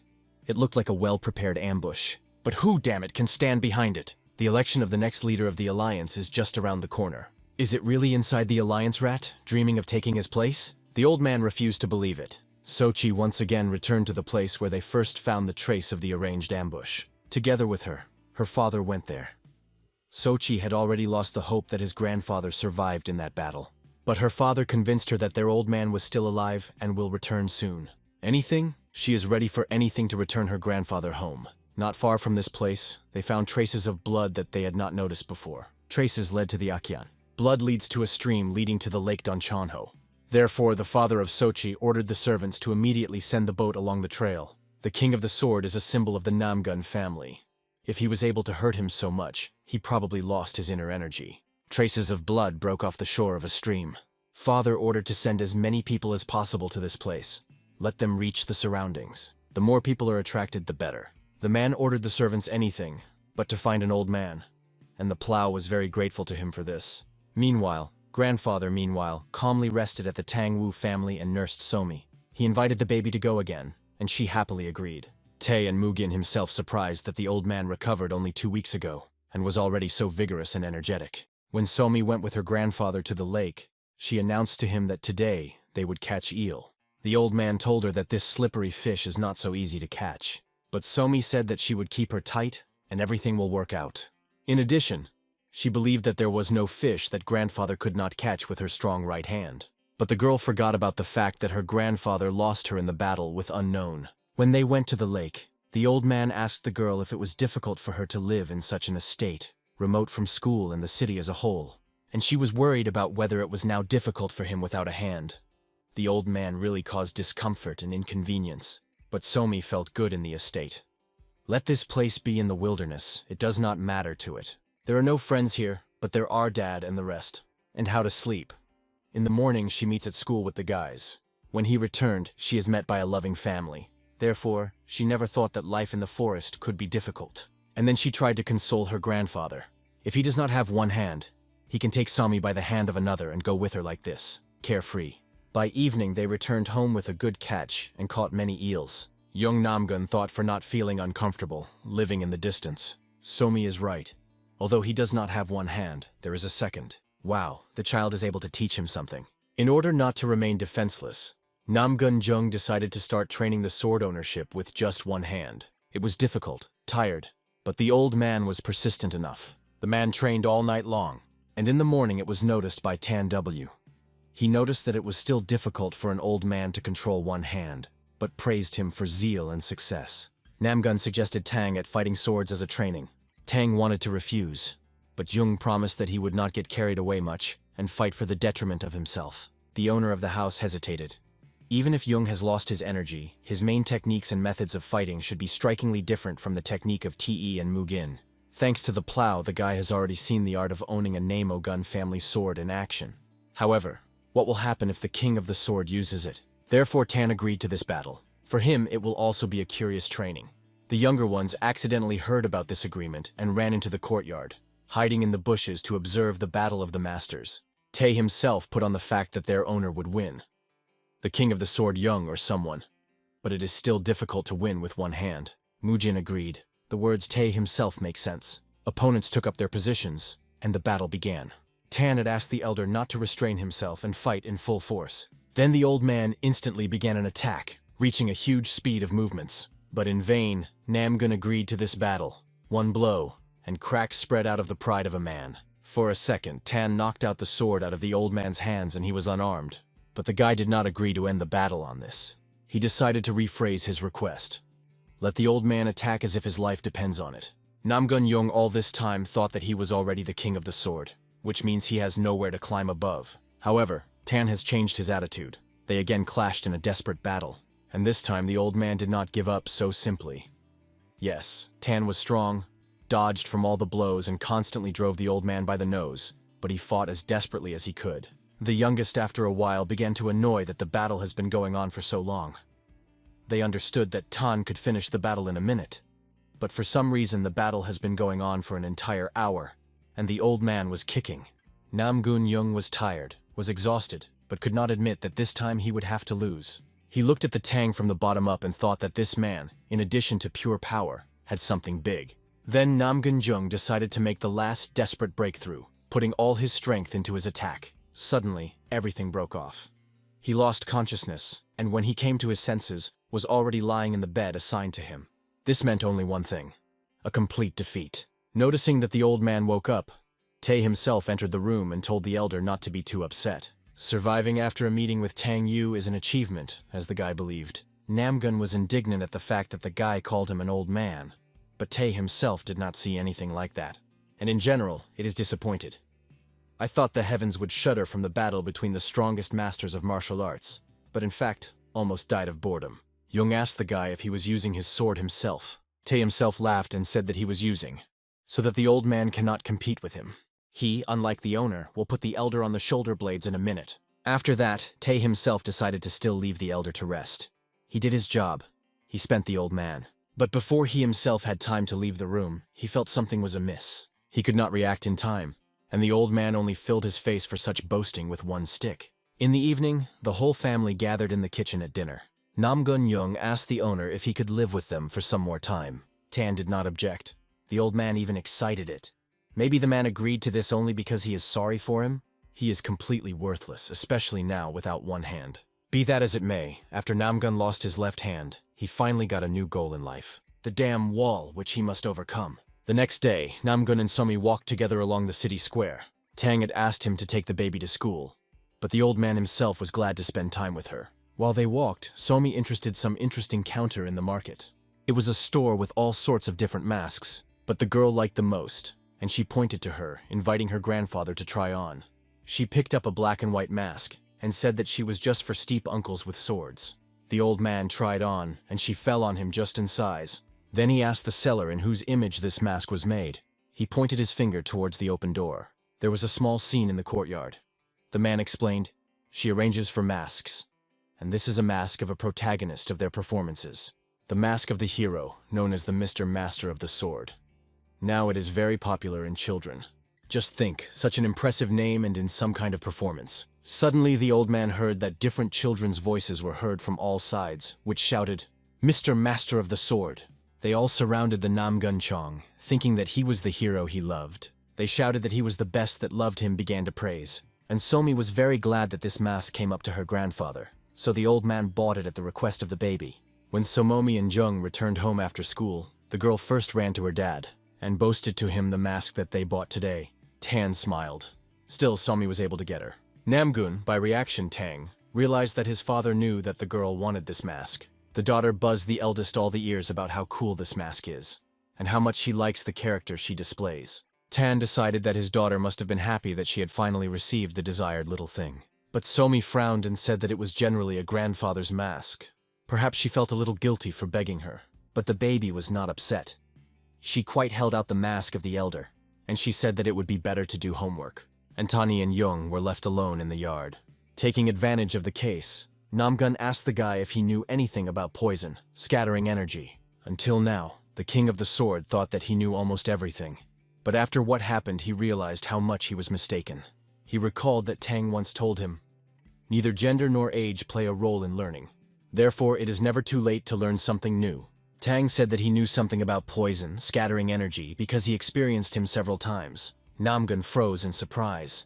Tan does not look like a person that has lost energy, so this poison can be neutralized, and Jung will be able to restore its strength. He asked Tan at more about telling everything that he knew about the method of detoxification of poison scattering energy. Tan said that usually to find the antipode, you must first find out the way to make poison. How specifically the one who was poisoned by the old man was made, he does not know.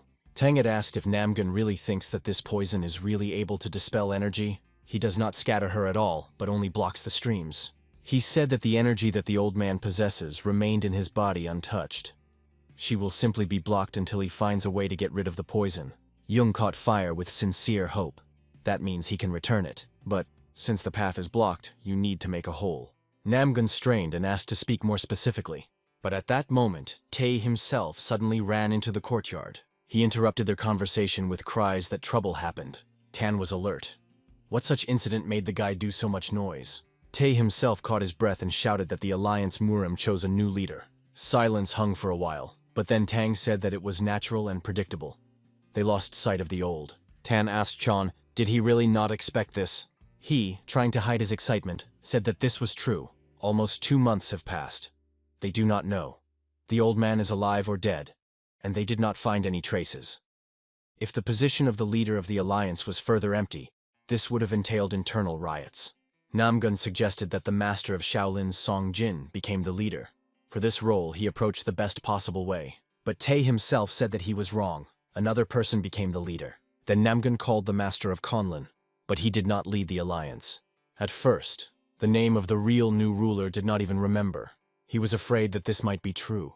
The alliance fell into good hands at all. The alliance was headed by the master of the sword of the clan Moon. Mohenhook Moon became a new head, and this brought Namgun to rabies. Jung shouted that this was nonsense. Councillor Chegal-un could not give his consent to this. But Chegal-un resigned as he returned to the Khans. His position was taken by Manhu Ryan, and this enjoyed the old man even more. With Jin from Shaolin, Zheng Li Quan from Conlin, Chan Chin of Ko from Mudan, all these candidates for leaders, in addition to exceptional skill, had the same exceptional characters, strong as their skills. Moon Hake Moon can be skilled, but not the one who could once become the leader of the alliance. And Manhu Ryan, the new advisor, is involved in corruption. If everything is so, the clan Moon will receive full control over the means of the Alliance Murim, which will allow Manhu Ryan to do everything that will please. Where did everyone who agreed to make this guy with the head look? For such a short gap, they turned Murim upside down. Although, didn't they seek that? What if they are involved in the elimination of the Namogun Chan from the managing position? Meanwhile, Hek Moon in a new position and in the new palace felt very confident. He was really involved in the attack on Namgun. His instinct did not fail him. But Mr. Moon was worried about the fact that for so much time, his followers could not find the body of Namhun. They convinced him that the old man was poisoned with poison, lost his left hand. In this state, he fell from the cliff so that he would never survive. But Mr. Moon wanted to see the body so that his soul was calm, and he was sure that the old man would not return anymore. His main right hand was an adult son who was also involved in the incident, and it was he who got the most. Father taught him so that everything he did was perfect. In such matters, even those sprouts that can only be profit in the future need to be uprooted. Having come to his senses a little, his father asked his son that there was now with the Namogun clan. The guy said that they were still in Hanum, looking for traces of Namgun Chong. Then the new chapter replied that they, of course, are also a problem. But the main thing is Chegal-un. He did not show a single objection, and resigned immediately after the disappearance of the Namgun Chan. So, he perfectly understands what is really happening. The son reported to his father that Chegal-un had just left the Khans and keeps the way to the Hones. It seems that he intends to join the Namgun clan to help find the King of the Sword. The man gave his son a crazy look, and it was clear on him that he did not think anything good. Meanwhile, Namgun continued his training with one hand at the estate of the master Tan Yu. Watching him, Tan said that it seems that Jung was not going to return to the alliance. He did not even deny. And what is the point of returning to him? He lost his strength. Even if he returns, no one will listen to the words of a helpless old man. It was thanks to this force that Moen Moon was able to become a leader. Tang had asked if Mr. Moon Fighter was good. Namgun replied that it was not so easy to cope with him, even when Jung was in the best shape. That is why the alliance chose it. And even if Namgun considers him unsuitable for the role of a leader, what can he? Tan was deeply thought about it. He said that if such a decision of the old master, he will not intervene. Let everything go as it is destined. Jung grinned and said that for anxiety that Tang is not characteristic, he will tell the guy something interesting in gratitude. Jung decided to tell him something about Gim Van Su, about whom Tang had not heard before. This guy was the best thief in the Central Lands. There was no place in which he could not penetrate, as there was no thing that he could not steal. He was so fast that no one could keep up with him in the Central Lands. Previously, for the sake of fun, Jung tracked him and received a tempting scroll, which Tan Yu. Jung understood that he was completely useless in this estate, so he would like to thank the Tan at least something. It was a treasure map belonging to GM Van Su. Tang at that same evening notified his family that he was going on the road. He was going to go to Hubei. Somi suddenly perked up and said that she was told at school that there was a sect of Udun. Tae himself said that Somi is right, but the sect is not the best atmosphere in the sect, since they could not find the corpses of 3 heavenly, so it is dangerous to go there. But Tan said that the family would not have to take risks. He will go alone, so everything should go fine. Somi said that she also wanted to go, but it was too far. Besides, the girl should not forget about school. More importantly, the estate cannot be left unattended. If no one goes, all the crops will die. And then Somi and Tae himself realized that he was primarily worried not for them, but for the house. Namgun-young promised that he would look after Somi until the baby's father was in the city. He had long lost interest in all adventures, and therefore did not want to join Tan Yu. So Tai himself, Young and the baby stayed at home, and Tan took the master of Gavon with him and went to look for hidden treasures. Mujin until the last did not know where they were going and why. He did not understand why they should go to Hubei. This is so far, and they have no property or acquaintances there. Then Tan asked him if the guy knows something about Ji Van Su. He knew that this was the name of the great thief, and Tan told what his reason for the trip to Hubei is, in the map that Namgun-jung gave him. It marks the hidden by G.M. Van Su treasure. Since the information came from the former leader of the Alliance Murim, it should be true. So Tan promised that Mujina would buy everything he wants for help, and he promised to make every effort to find the treasure. But 7 days have passed since that moment, and fatigue has already made itself felt. Mujin barely stood on his feet, and did not understand why Tang was not at all tired of such a long journey. Judging by the map, they have already reached the place called Hanghon. And after the long silence of the forest, human voices suddenly heard. They looked into the nearest building, from where the conversations came. Some company of men had fun and had a good time. Tan Yi and Mujin, in their appearance, realized that these are some bandits. Mujina alerted that they met bandits in some abandoned estate. Maybe they are here for the sake of treasures? But Tan did not at all ceremony with them, and beat the bandits before they could attack the wanderers. At one of them, the guy gave out that the gang settled here for a year or so. In addition to them, no one lives here. In the vicinity, they did not find anything valuable. Then Tang pushed the man and realized that there was nothing to catch in this house. And to be afraid too, because after meeting with Tang, the bandits took off away sparkling heels. Mujin worried that Tan is already very seriously configured to find a treasure. Still, they decided to look around in the house, because somewhere there could be a hint. They turned the house upside down, and even began to dig the earth in the yard. Suddenly, Tan finally found a desired hint. He pointed to Mugin to the old stone statue that was in the courtyard of an abandoned house. Tan, she seemed strange. There is no more large decor at home, and only it stands here in the middle of a blooming pond. Tan knocked on her, and the sound came out hollow. He thought to destroy the statue, as another scroll found in her mouth. Mujin joyfully thought that the exact location of the treasure was described there. Tan was not sure, but something was noted on the map. The mark was 4 kilometers from this estate. It seems that they are already close to the treasures of G.M. Van Su. In order to get to the destination, the guys had to not only go a long way, but also crawl through a long and narrow cave. They went to where the card spoke, but it seemed that they were lost only more and more. Mujin barely had time for the master. He already ended with all patience. I just wanted to return home, take refuge with a blanket, and finally sleep.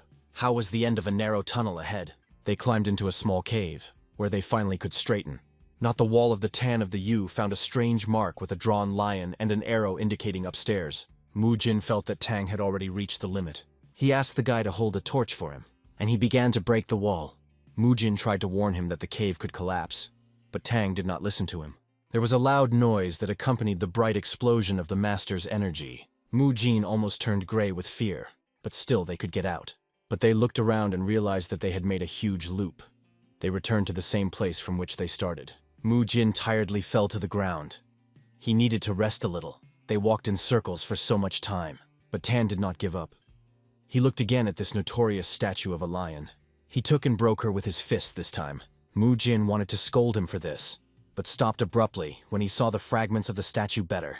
Inside it was a small wooden box. The Tang of the statue should have been defeated at once, as he wanted, and not to mess with a fake map. He was so angry for the first time after the events with a bloody demon. So much time was wasted.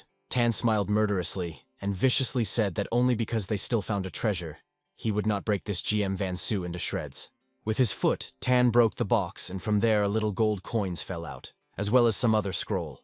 Tang had irritably grabbed this bundle and unfolded it, thinking that there would be another some kind of card inside. but there it was only written mockingly that they were suckers and let them try to go to the treasure map next time. Meanwhile in Honam, Chegal-un was on the verge of life and death. The henchmen of Mohinhook-Muna followed the instructions of the boss and caught Chegal-una to kill. He scared them with the fact that just so the guys would not get away with it. But the head of the bandits has already enlisted the support of the Moon Clan. It will come out dry out of the water, and Chegal-una will also receive 500 gold nanny behind the head. Chegal-yun, the daughter of a former advisor, tried to intercede for her father, but there was a whole gang against her therefore. No matter how hard they tried to hold on, there is no chance of salvation. At least they thought so. But as if the blessing of heaven appeared nearby, Tan Yu appeared, who threw a vile bandit from the Chegal family. Tani was so angry because of failed searches that he took advantage of the case to take out his anger. The bandits were very unlucky to stumble upon Tang Yu, who was also in such a mood. With his sword, he cut the opponents to the right and left, pulling the outcome of the battle only to be able to pour his negative emotions longer. Opponents fell to earth one after another. They naively thought that the man was just stupid and fearless, since he went to the crowd alone. But they, like everyone who met Tan Wai, underestimated their enemy. At the end of the battle, Tan arranged a huge explosion that demolished all the bandits at the same time, and only then he released him a little. When the smoke was dissipated, Tan noticed that there was another man who had not touched his attack. But Tang, at a light movement of his hand, launched several daggers into him at once and he fell dead. Chegal-yun was shocked by what he saw. Where did such a skillful warrior come from? Mujin squinted at the man. Who would have thought that they would meet Chegal-una in a similar place? He is in danger due to the disappearance of the former leader of the Alliance Murim. When Tan finished dealing with the bandits, he turned to the Chegal family, and he asked if they knew where to find Gim Van Su. Those, unfortunately, had no idea who it was, so Tan and Mujin immediately ran away, and the Chegal family looked after them for some time in surprise. Ian told his father that the person who was with this powerful master is definitely the master of the sword of Mujin. The girl was alert that the guy was from a dark faction, and Una scared it. Does it mean that someone was so powerful in the dark faction? Because Chegal-un was sure that Tan was from there. But Yun told his father that this is not so. The master of the sword, Guan Mujin, is no longer listed among members of the dark faction. She told her father that he was generally considered dead, and then Chegal-yun stopped understanding something. He told his daughter that it was time for him to unite with the Namagun clan and find out the truth. These days, when Somi walked around the square with her friend, she walked joyfully, as if nothing had happened. But even such a baby as her friend felt that something bad was happening in the city, and she asked her friend to walk less along the crowded streets, because many terrible people appeared on them. At home, she spent time with her grandfather, and he said that Somi would not hurt to learn martial arts so that she could stand up for herself. But Somomi told him that he hates fights, and this is all definitely not for her. Jung told her that martial arts were studied not only for battles, they also train their heads and support the body healthy. Perhaps the time will come when Somi will have to protect someone important for her. Then such knowledge will be very useful. After a friend's words about the danger in the streets, Somi seriously thought about starting training in martial arts. After another walk in the city of Somi, she returned home in high spirits. And there she found that Dad and Mugin had finally returned home. The girl joyfully jumped on her father and hugged his neck. And then she fell asleep with many questions. How he spent time, whether he was hurt nowhere. Tan admitted that after the trip he was a little angry, but he saw his daughter and his mood immediately improved. At that moment, Namgun came up and asked what the guys managed to find in the cache of the great thief. Those directly turned pale with anger and asked them to not ask about anything at all what was connected with this journey. At that moment, Tay himself entered the courtyard, who only returned from the market. Having met the master, he asked him how everything went. Instead of a detailed answer, Tang got the mocking note from his bosom, which they found in the box, and he handed it to Tay himself to see. It immediately dawned on him what it was, and he laughed merrily. The guy took her from Tantu to expand, and then he burst into a laugh even more. He told the master that there was a rule from where he was from: create these cards and play people. This treasure map makes fools go in search of anything. And it turns out that the cache, who found Tan Wai, made Tay himself, still a long time ago. In general, he initially wanted to sketch out packets in a box, but did not want to touch them. Suddenly he froze and sharply stopped telling them about it. He finally came to him one simple question. Where did Tan come from this note? And then Tay himself realized that he had become very much. He immediately, stuttering, put it to them that he had very urgent affairs and ran away, realizing that he was waiting for him if Tang caught him now. The guys gave him 3 seconds of the handicap, and then Tan told Mugen to bring Tai himself back into the yard, and he was only glad to catch the Joker. Meanwhile, uninvited guests appeared near the lake. On the shore, the cult of a windy sword suddenly appeared. They learned from boaters that this is the deepest lake in the district, and here there is an estate nearby, in which, in theory, they could stop. The young chapter of the cult was very interested in them, because the local family belongs to the imperial family. Shouldn't the purchase and sale be prohibited? The advisor to the head explained that the owner of Domka has some kind of ties with a local official, but, strangely, no one knows exactly who the owner is. Huja Ren, the leader of the cult, knew the legend that the god of war was sealed in the deepest part of Lake Donchonho. At first he thought it was nonsense, but his traces were discovered on the island of the sages. That is why he arrived in Akian. After that incident with the secret cave, the existence of the god of war ceased to be a legend. If their cult finds it, then they will instantly rise and become one of the 10 great cults. Therefore, Ja Ren ordered his soldiers preparing, and he decided to make a visit to a mysterious estate. Meanwhile, the poor Tae himself was well struck by his trick. In addition, Tan came up with a special punishment. He had to stand on his knees, lifting his hands up until he gets tired of his death. Tae himself was insanely upset. Well, how does he know that this card will get to Tan Y? There is really no guilt here. Tan himself is to blame for the fact that he wanted to take possession of someone else's property. While Tae himself was thinking about this, he heard that someone had come to them and knocks on the gate. Tan told him. Only then did the guy finally be able to lower his hands to open the door, but Tan viciously glanced at him. And Tae himself again had to stand with his hands raised, and the door came to open Mujin. Without even opening the gate, he felt a threatening aura. Outside stood a whole crowd of people. When the guy opened the door, he frightened. He did not expect this crowd would be so huge. Ja Ren smiled affably at the young man and asked if he was living here. Mujin demanded a man immediately to introduce himself. And Ja Ren did this, saying that they were a cult of a windy sword, and he asked to bring the owner of this estate to him. While waiting, Ja Ren was surprised to look at Tae himself that he stood, raising his hands upstairs. But his attention immediately switched to Tanwai when he came. The guy introduced himself to him, but Tan was more interesting to find out why his cult came here. The straightness of the owner angered an arrogant guy, and then he decided not to walk around the bush. He said that he wanted Tang to sell his estate. Ja Ren threw a thick bag under the feet of a man, full of coins to the top, thinking that it would not be difficult for him to bribe him. He made sure that a large amount was lying inside the bag, and Tang would be satisfied. But he kicked the bag with his foot, refusing to accept the money. Tan said that this amount will not be enough.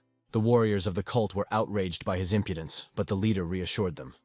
He asked how much Tan wants for the estate then. He replied that 10 million gold nanny. Ja Ren laughed, thinking that the man was joking so much. But he was simply not going to sell the estate. Ja Ren looked at him irritably, but asked to contact him if the man still decides to sell the estate. And then he turned and left. Mu Jin whispered to Tani, "It does not seem that this guy is ready to give up so easily." Then Tan went to the Namagun to find out more about the cult of the Windy Sword. Young found out about them when he took Somi to school. It seems that they recently captured Akian's streets. It is not surprising that the guys have not heard about them. Cults come and leave. It is strange that these turned out to be so stubborn. Tan said that it is quite natural that someone would want to take advantage of their power after gaining it. This also applies to the cult of a Windy Sword. They left peacefully, but they had some goal, and the estate is only one of the means of its achievement. Tan convinced his comrades that the enemies would definitely return. Staying in his estate, Ja Ren was looking for all the information about Tan Yu, whom he could only find. He learned that his daughter was studying at Chonsun School, but he has no work. Ja Ren thought that Tan must have given a huge bribe to the local official, and also pays a lot of money for his daughter's training. Where does he only take so much money for all this? The leader of the worship of the Windy Sword was annoyed. He hoped that hundreds of silver nanny had to be spent on solving the problem with the estate, but the situation began to tire. Then he ordered the servants to send people to school. If they take his daughter, Tang will be powerless. The next day, Somi went to school, and after classes waited for someone to pick her up. I didn't have to wait long. Very soon in the crowd she saw her grandfather. She joyfully ran to him and attacked her arms, but they didn't give them so easy to leave. Her teacher quietly called her grandfather her teacher. Somi remained to wait outside, and Mr. Namgun was left alone in the classroom with her teacher. He suddenly said that the old man did not expect to hear it all. Supposedly, Somi has a poor influence on other children. It's all about the game in which she plays.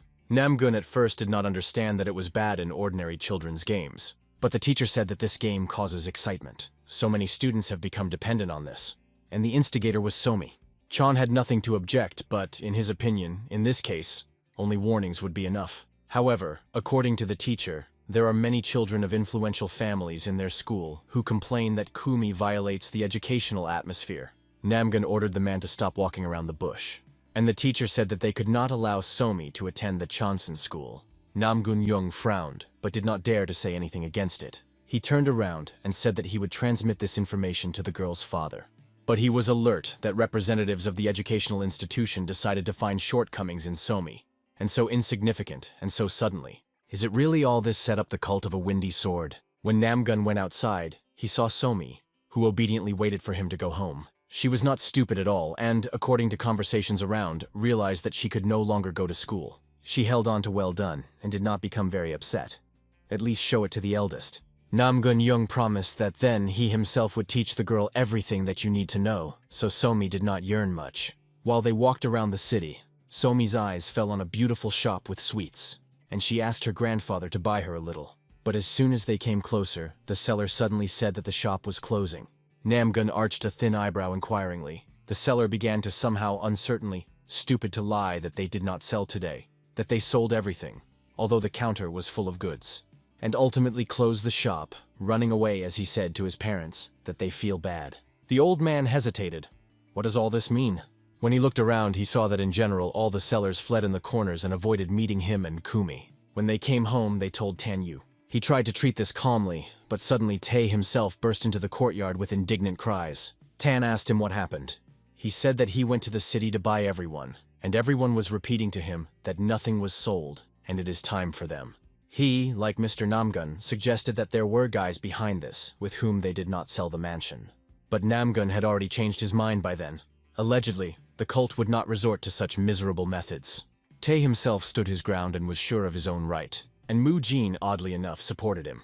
A cult is not a cult, but there will always be bastard bastards. It didn't get to Tan at all than they were all so concerned about. Tae himself then lost his temper and asked the man that, for example, they will wear if no one would sell anything to them. Somi confidently said that they can sew clothes themselves. This is not a problem. Tan supported her and said that by large, nothing had changed. He said that if he was doing Tae himself, he has golden hands. Tae himself, with grief in half, agreed, but asked where they would take spices and warm clothes. Tan finished the family assembly, saying that it was too early to think about it. Meanwhile, Ja Ren lay in his chambers and thought that it was strange that Tan still did not appear to him. He ensured that Somi banned from school and forbidden merchants to sell something to his family, and Tang still did not come to pray for help. Then the guy naively thought that Tan, maybe he had already collected his things and left. But the servants reported that the Tang family is, as if to prove that they do not need money. They were caught for lunch in the lake of Donchonho. They sew clothes and blankets from animal skins. And they even grow plants, thereby replenishing food supplies. What really did not like the leader of the cult. Then he asked what about bribed people. The servant reported that the guards refused to arrest the Tan W family. Probably for them, the owner of the estate is akin to God. They say that they will not dare to touch him with a finger. Then Ja Ren did not have any other choice but to take business in his own hands. He ordered his people to be disguised as his people and go to the estate. They did so. They came to the house of Tan Wai and said that they had received a decree that everyone should move out of the estate momentary. The leader of the detachment also wanted to pretend to be the head of the district for eating persuasiveness. But Tae himself, knowing the real chapter, thought that the man just went crazy. The rest of the family and the Thai himself explained to the yard, and the rest of the family himself pulled up. Tan decided to personally talk to them and asked if he had really missed some letter from Hong Wan-chan. The chapter was indignant that the guy calls Mr. Hong simply by name. And he also said that he was temporarily replacing him. He repeated his decree again. The Tan family must immediately leave the estate. There was nothing to build it on the territory of the emperor at all. Somi intervened in their conversation and stated that they did not build anything. Supposedly the house here was before them. Tan was very uncertainly supported her words, knowing that this is not true. The dummy chapter stood his ground. They bought it or not, they should not be here by tomorrow. What surprised everyone around him? Tang pulled on his mouth an insincere smile and said that he agreed to leave the house, which was very amused by the man. Therefore they, pleased with the work done, turned and went away. The Tang family instantly panicked. Will the owner really allow these deceivers to take the house? They will have nowhere to go even. Tan smiled frighteningly again and told his relatives not to worry. He has one idea. At this time, a challenge official of the cult went to the City of Nightmare and other people. He forced the merchants to pay money for renting a place in the square, although they should not. And in every possible way he deceived and humiliated people, especially those that could not stand up for themselves. They were lucky that the magistrate was not in the city. Otherwise their deception and terrible behavior would be immediately punished. Therefore people, trembling, prayed that the magistrate would return to the city as soon as possible. The guy that arranged lawlessness in the city, meanwhile, feasted and was generally in a good mood. He enlisted the support of the sect of Windy Swords and will soon receive a lot of money. What to worry to him? So far he was only a fake head of the district, but soon this position was to be right. He was lucky to acquire ties in the cult of Windy Swords that dominate in Akian. They promised to take care of Mr. Hong, and in the end he would give the liberated position. In addition, he figured out the estate as promised. At least he thought so. But his appetite was spoiled by a service girl who had dinner with him. She told him about rumors about the estate in the west, the very one he just thought about. It was rumored that the deity lives in that estate. The giant estate was erected in just a day, and Chanpek's son and the Black Fraction immediately disappeared somewhere. No one dares to approach this place. They say that even Chan Monthly makes him reproach every month. The man only laughed. It seemed to him that all this was nonsense and gossip. And after his speech began to suddenly braided, he tried to understand what was happening, but everything floated before his eyes and he lost consciousness. When the man woke up, he was no longer in his own estate, and on the slope, in the middle of the forest, and was suspended upside down on a tree. The guy cried out with horror when he noticed that there were 4 strong men in masks in front of him. Although they covered their faces, the liar easily recognized them, and he promised that it would not get away with them. He realized that they were the same, from the mysterious estate. When Tan saw that a man still had enough strength to flounder, he ordered Tay himself to pacify the captive a little. He picked up the bat, and without restraining, beat him with the prisoner. When the whole body of a man was already covered with bruises, he prayed for mercy. He admitted that he did all this only because of the instructions of Hu Jiaren, and he himself was not to blame. Namgun was interested in that Tang had an idea, but he did not like that everything took such a serious turn. Although, if you think better, Chong even liked this feeling that he had finally tasted the forbidden fruit and at least a little diversified his life. After the man posted all the information to them, Tan ordered Tay himself to release the poor captive. The guy did not really want to let him go, but there is an order. But it was worth it to come closer. The rope could not stand it. He did not even have time to touch the man, as she suddenly broke, and the prisoner flew down. Given that he hung over a large abyss, he flew from a great height. No one expected and did not want such an outcome. But it only remained to pray that the man miraculously managed to survive. 10 days have passed since then. Jia Ren was unhappy that he still did not work out. Those who were supposed to run, sparkling heels, are still here. And the monk that volunteered to deal with them, as if through the ground fell through. How did it happen? Of course, Jia Ren can leave the estate and just switch to search in the vicinity of Donshanho. But now it was already a matter of pride. He spent so much time and money that he was obliged to get this estate no matter what. Suddenly, one of his subordinates ran into the cabinet of the leader. He said that their detachment found the body at the foot of the cliff on Mount Yuela. It was their monk, Yakchen.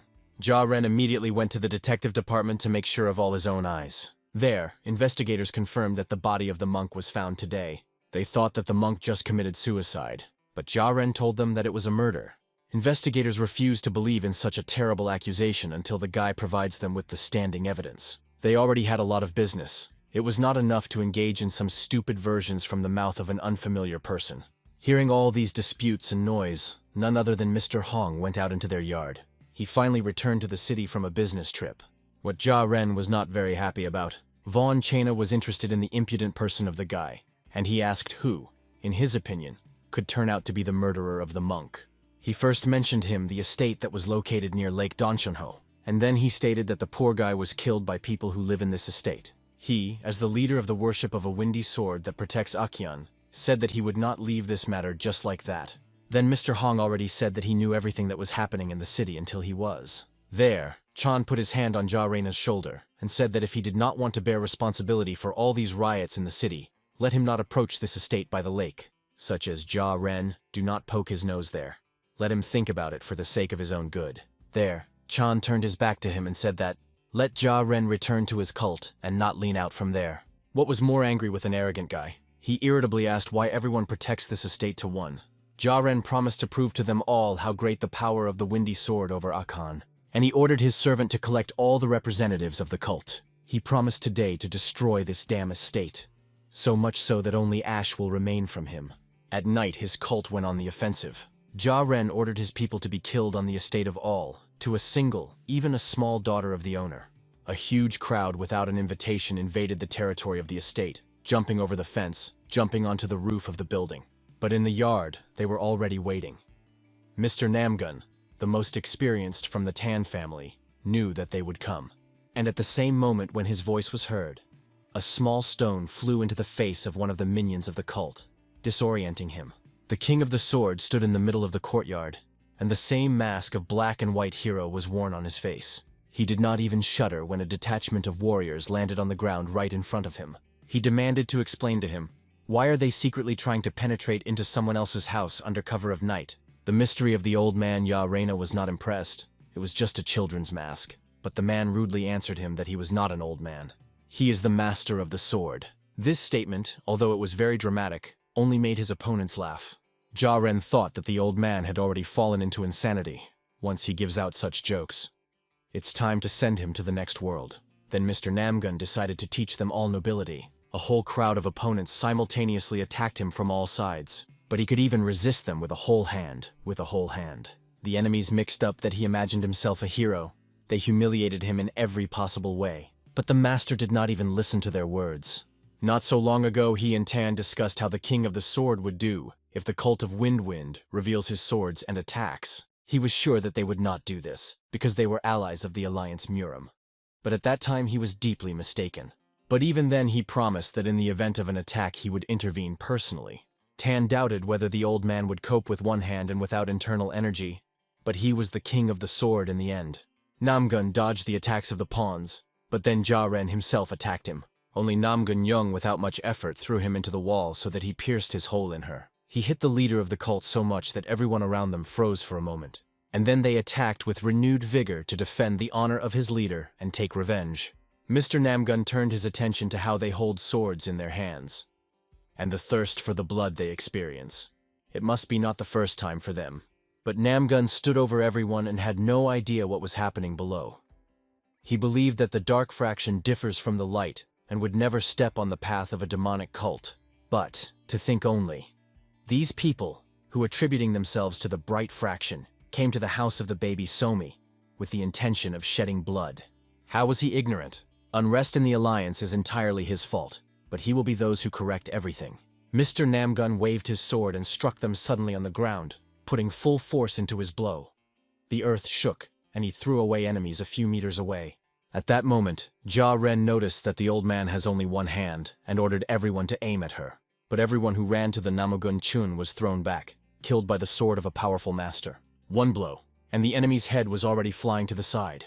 Then Ja-Ren decided to use his inner strength, and he stuck a hot sword into the back of the warrior. At this time, the Tang family quietly sat inside the estate, hoping for the best. Mu Jin was worried about the old man. It is not so easy to cope with the whole cult with just one hand. He had to risk his life. Tan mysteriously asked the guy if he knew what the difference between those who reached the top and those who could not. Mu Jin suggested that in the applied effort, but Tang did not agree. The point is in instinct. A born master of martial arts instinctively finds a way out of any situation, and he believed that Mr. Namgun would be just like that.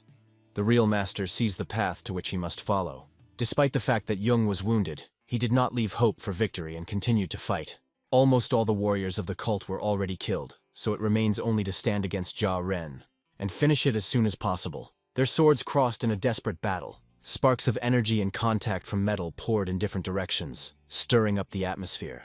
Ja-Ren wanted to show the old man how great the gap between them was. No matter how excellent Namgun knew the foundation, he looked only an amateur who was not even able to use inner power.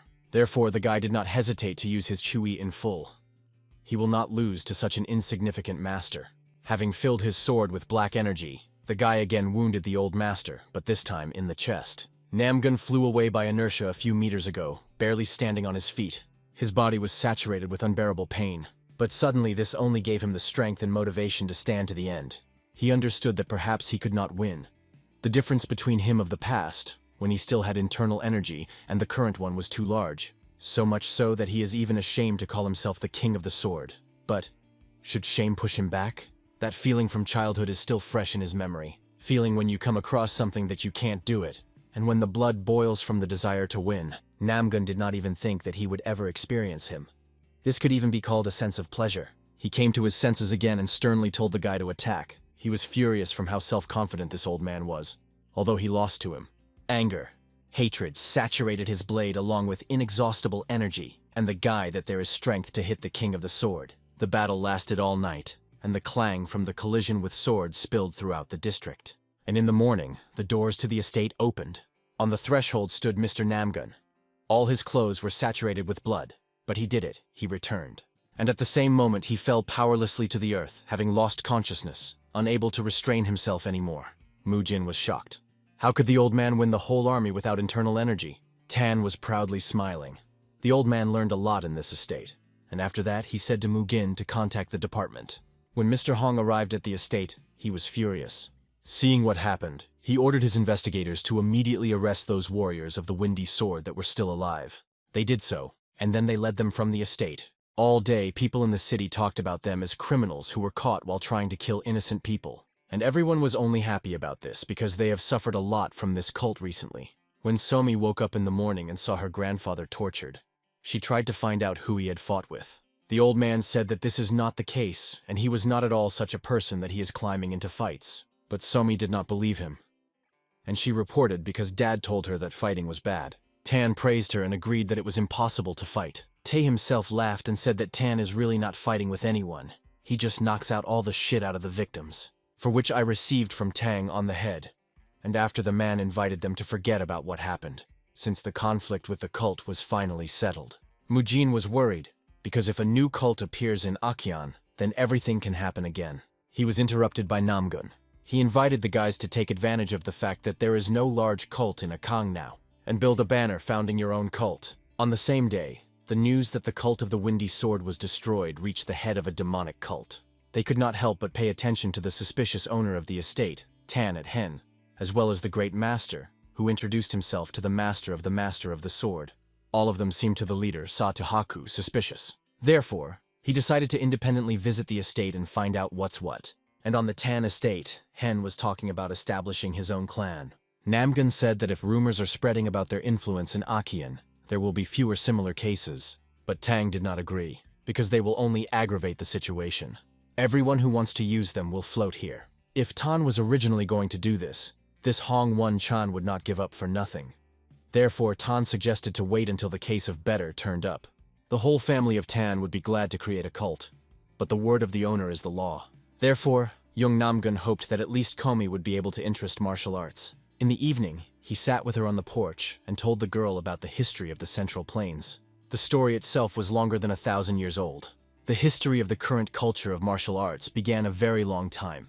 We can say that the founders were the gods of the war, Three Heavenly and the Great Master of Dharma from Shaolin. Jung told Somi that Three Heavenly are great people who had a huge impact on Murim. Until now, only 3 people have been awarded the title of Heavenly. Somi asked if the Heavenly were so outstanding, then what about the God of War? Namgun said that the God of War is legendary. They say that no one could surpass him even after 1,000 years. They say that one wave of his sword is able to cut the sky, and one blow could crush the mountains. According to rumors, he came out of the battle with tens of thousands of martial arts masters. Jung admitted that if they lived at the same time, he would have asked for his students. Suddenly Tan snorted and said that he would not have taken the old man into students. He had nothing more to do.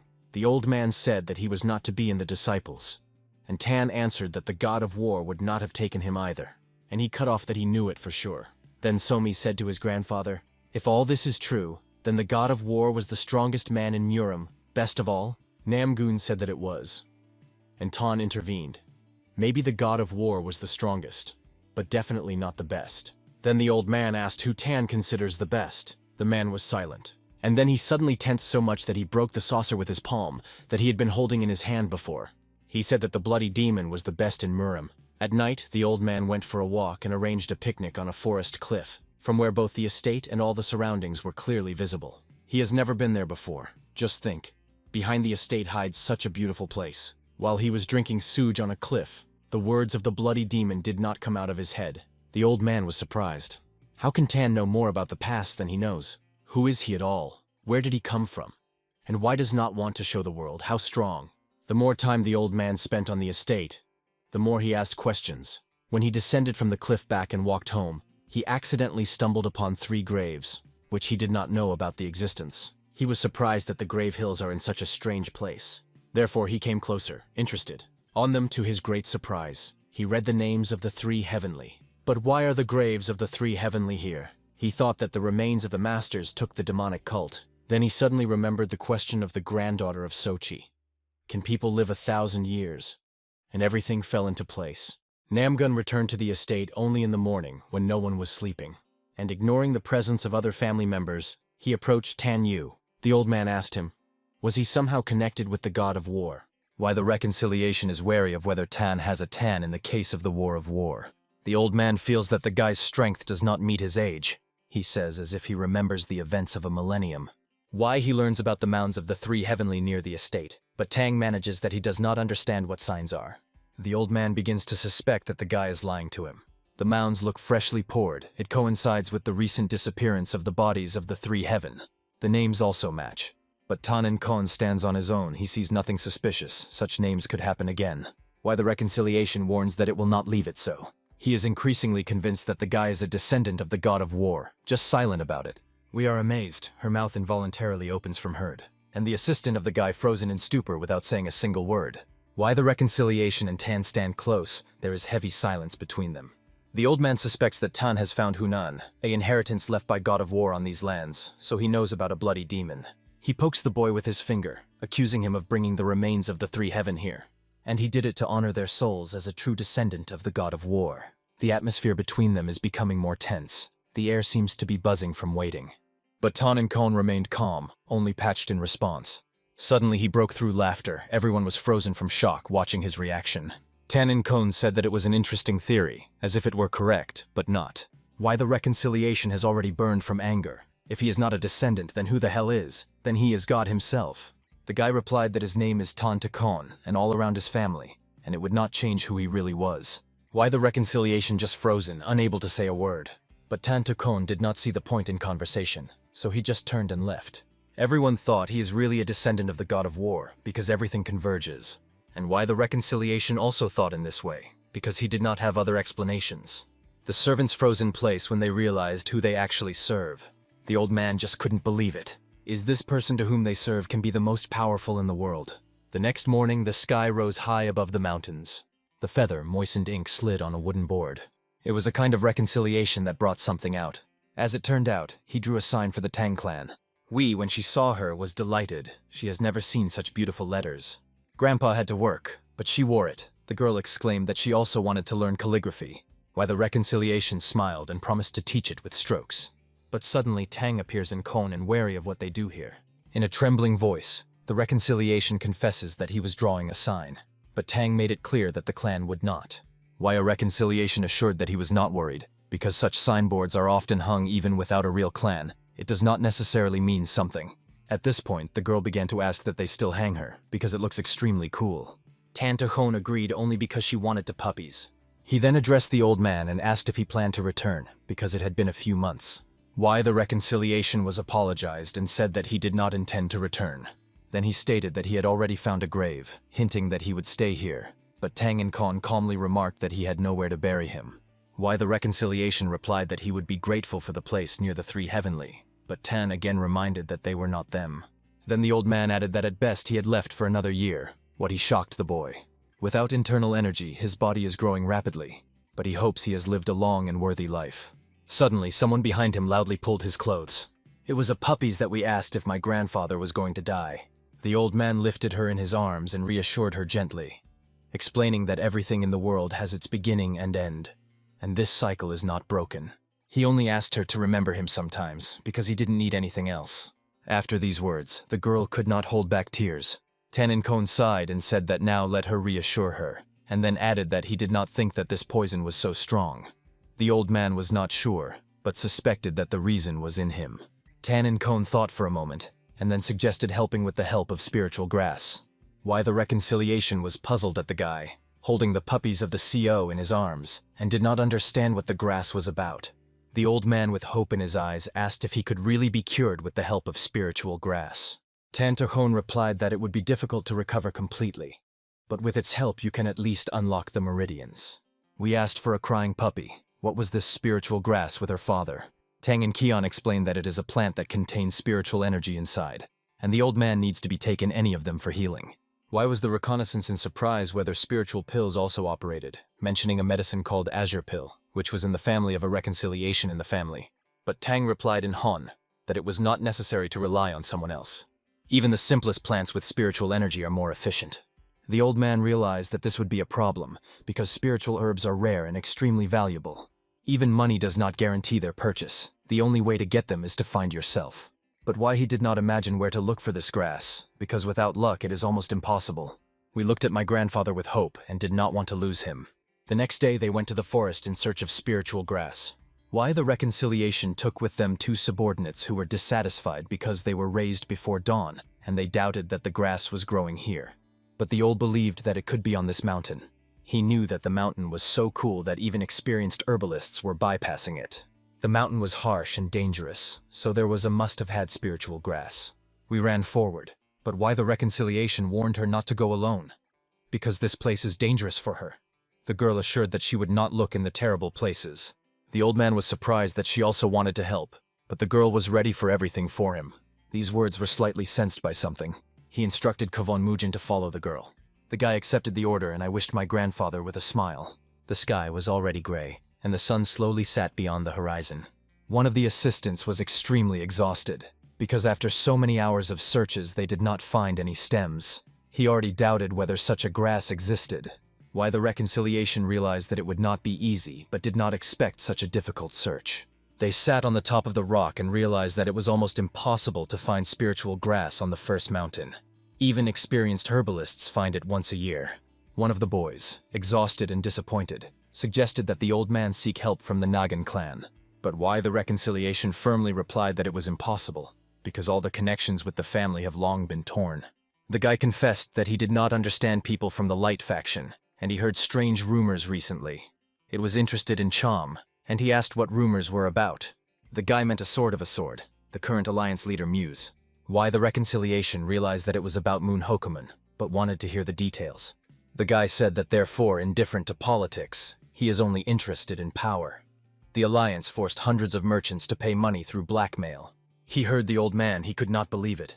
The guy immediately warned that it was only rumors, but they say, Moon's family abuses power and luxuriate the money selected from small businesses. Why the reconciliation realized that in the alliance, the museum of the case was far from best. Dry branches are stretched against the background of pink-gray sky. Kvon Mujin asks for Va so we stay still, and he goes to check the terrain. She agrees. The girl remains herself, sits on a stone and watches the environment.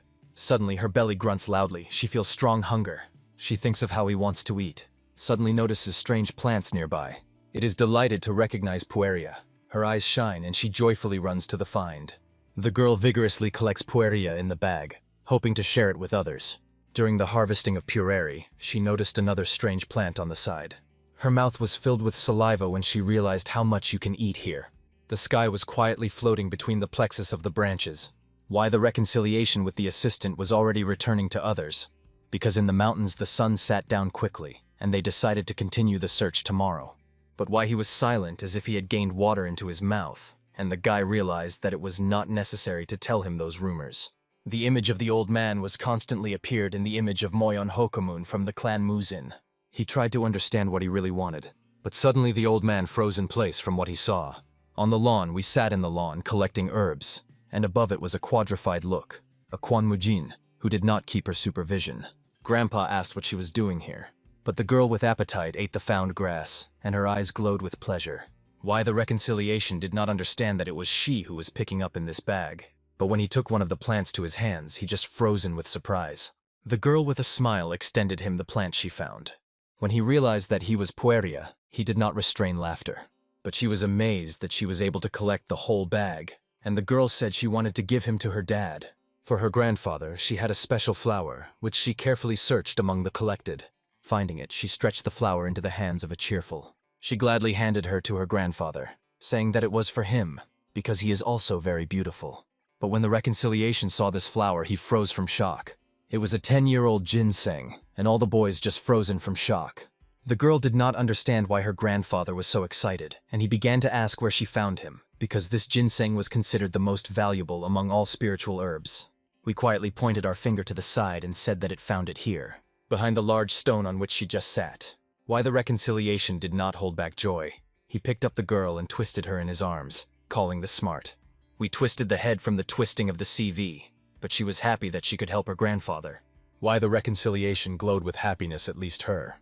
Other boys were enraged because they built on the rocks, looking for a grass that just grew out of a stone. But later they realized that the main thing was the result, and they found what they came for. Happy and satisfied, everyone returned home. A candle was burning on the floor. Tynan Kon quietly said that the old was incredibly lucky. He sat down in the lotus pose and ordered Y the fabric to cross his legs and focus on internal energy. Y was the vegan sat, concentratedly meditative, and Tang to Kon warned that the pain would now be unbearable. The hand of the fracture rises up. It is illuminated by bright light. Transformation begins. Tan to Kon supports the old man who barely holds on his feet. Y activates internal energy. A powerful blue charge flashes around it. His jaw is tensed from pain. He is preparing to withstand the superhuman load.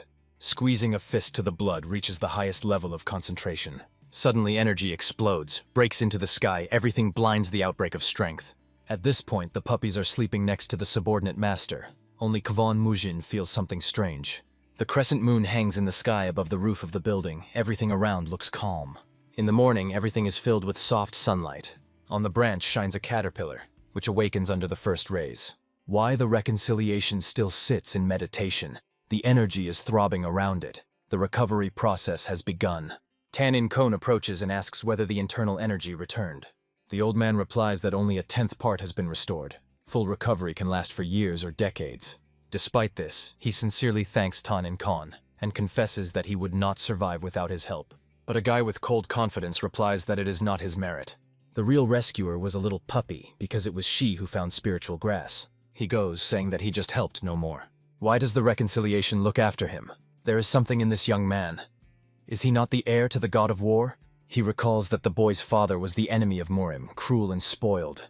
But then where did his son have such pure and light energy? The caterpillar, which crawled through the branch, turns into a beautiful butterfly that flies out of the cocoon, symbolizing a new beginning. Why the reconciliation sits in deep meditation. A powerful blue energy is raging around it. His strength is gradually returning. 2 young students are steady for him because of the trees, not believing in their eyes. One of them whispers nervously, which is only worth noting something, and they can just wipe them from the face of the earth. Suddenly, the old man opens his eyes and immediately notices observers. Students instantly get a blow. A powerful attack collapses on them without any warning. They fall to the ground in a stupor without realizing what happened. Kwon Mujin realizes that before them a real king of the sword. Why the reconciliation is raised and heading forward, the energy around it throbs with new force. His face changes when he looks around in wonder. He seemed to have felt someone. These were their own. He did not want to show his strength, but the boys were already running. One of them was at ease that the old man would not worry. The old man did not like this behavior, as if they were equal. One of the students frightened that all people were the same. Kwon Mujin called him crazy. We asked the CVU as why those who have caused harm are now even afraid to appear at home. But why the Recolon reminds that most of his strength has not yet returned. And it is still unknown who stands for all this. Nothing has changed yet. The girl insists that the guilty should be answered. The old man agrees. This is not revenge. It is a matter of safety of the whole alliance. He does not know who is behind it.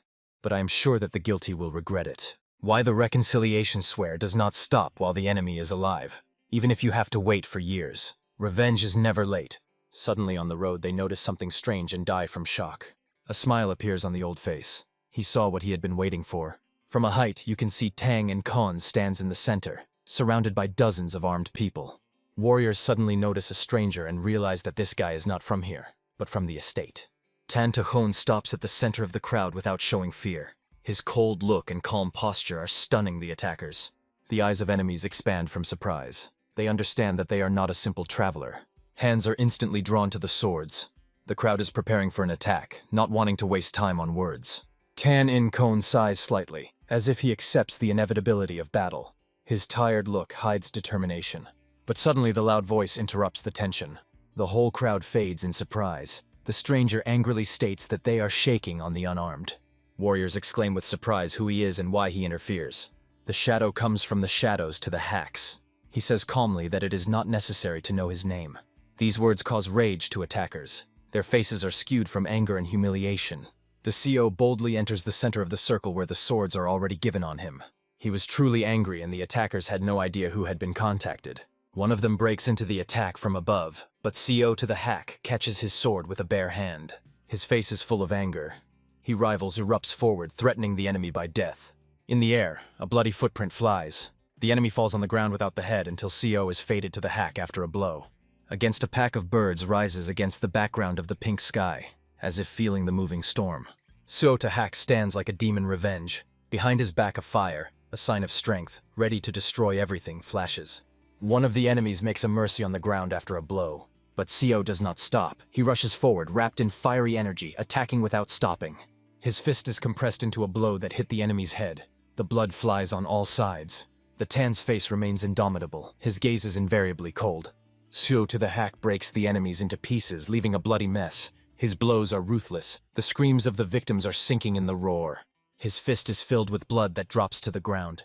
In the middle of Tan and Kon, he calmly watches everything. He is amazed. The warrior looks like an outstanding martial arts master, but why holds the sword if he was about to fight a naked? Bearded Healthy laughs loudly, proclaiming its advantage. He is convinced that he has no equal under heaven. Tan and Kon looks carefully at him without drawing his eyes. But suddenly the guy turns and silently goes away. Herbling orders him to stop, but he does not respond. The angry giant rushes after. With bloody hands, he extends to Tan at Han, trying to hold him. The warrior's hand is about to touch the guy, but Tang and Kon hits sharply in the face, even though the enemy. His fist is blinking an enemy's face like paper. The blood flies around. Herbling and he could not think that he would get such a blow. An alarming silence hangs over the forest. The leaves fades, nature seemed to be breathed. The body of Health lies without a sensation on the ground. A sword is lying next to it. Tan and Kon stands above him and thinks about what to do with him now. The gentle light illuminates the entrance to the residence of the Tang clan. But the idol suddenly breaks the loud cry. Two guys are standing with their eyes, shocked by what they have just seen. More recently angry Healthy now lies on the ground unconscious, broken down by a direct blow. One of the students asks what it was. Tan to Kon orders to move him to the room. One of the guys undertakes to pull the body, but asks at least some explanation. Who is? At this point, there is a kind of reconciliation, in surprise asking for a noise. One of the subordinates explains that the owner has just disappeared, and has already returned with a beaten stranger. The guy pulling the body murmur that this was very difficult. Herbling is powerless, hanging from his shoulder without giving signs of life. Why the reconciliation looks closely at the stranger. His face changes. Indifference is inferior to surprise. The old man asks where they found him, and in appearance he realizes that he has just experienced a serious fight. Tan and Kon replies that he met him during a walk, and this man even saved him. Old shocked. The boy was attacked again. He immediately recalls a recent incident with a Windsword clan. Then he asks how many enemies he has in Marima. Tan and Han calmly replies that there are probably many, and in his memory all familiar faces emerge. But in the end, everyone he has encountered did not hunt him. They were only interested in the estate. Kwon Mujin proposes to check the place where the attack took place, but Tan to Kon says that it makes no sense. The attackers were in a state that it is impossible to recognize them. Kwon Mujin wary of Health. Can he trust? Because it is possible that he was also among the attackers. Tang and Kon calmly replied that it is unlikely that this man could be trusted. Kwon Mujin asked if the owner would just leave everything as it is. But Tan and Kon confessed that he was not sure of herself, whether he was hunting for the estate or for those who are in it. In the end, Tan and Kon said, "Someone has more enemies than he has." The guy's gaze confidently stopped on what a launch. The old man frozen, embarrassed by an unexpected hint. But after all, lowering his head, he acknowledged that the guy was right. Tan and Kon stood in front of him with his hands folded on his chest and looked strictly and confidently. But then he sighed. Couldn't do so with a person. Looking at the upset old man, he reassured, "It is not necessary to worry, even if it is true. He would not expel him." In the eyes of a fracture, a spark of hope and surprise appeared. Tan and Kon continued. When he came to the estate, he said he wanted to become part of their family. And as a master, he is responsible for any problems of each member of this family. Why was the reconciliation amazed? He did not even expect to hear such words. A warm smile appeared on his face. The old man believed that Tan and Kon hated everything that brings him a concern. And partly it was. After the conversation, they went to the estate together. Above the roofs, he walked the evening wind. Inside the building of the KHVA, we looked at the new resident with interest, whom we brought here unconscious. There was a disgust on her face. She felt a bad smell of health. Why the reconciliation was sitting nearby and asked if he really smells so bad. The girl nodded silently. She asked if he was a beggar. The old man was not sure, but the look really hinted at it. The puppies were sharply caught up and ran for food, hoping that after a snack he would get better, because it was the same with her at one time. Suddenly we recall that his uncle himself is not at home. He went on products. Why the reconciliation smiles and says there is no need to ask him for help. Everything that prepares the puppies will be edible, even if it is just a bundle of grass. The girl was glad that her grandfather allowed her to cook on her own. She quickly ran to the kitchen, almost flying off the floor, and promised she would soon return. And the old man stayed near the unconscious to hack. Why the reconciliation is waiting patiently until the girl leaves the room. His face retains calm and indifference, but as soon as the girl comes out, his look becomes rigid and insightful. The old man turns to Health, asking how much he is going to pretend to be asleep, because it is not a long time to make pants. He mocks CO to Kak, reminding him of his punch, and suggests that he is a shame. In such a situation, the old man would also want to collapse through the ground. Suddenly, Herben, he grasps and begins to make a war, shouting that it was a basis. His face is distorted by rage and anger. Why the reconciliation is confused, he did not expect such a reaction. But suddenly both look away as if they were felt. They fade, drops of sweat appear on the lobby to the hack. The room hangs tension, and someone mockingly hinders that Healthy looks extremely pathetic. The story continues. CO sits in Kak, angry at the old man that the attack had gone through his increased protective energy, as if it did not exist.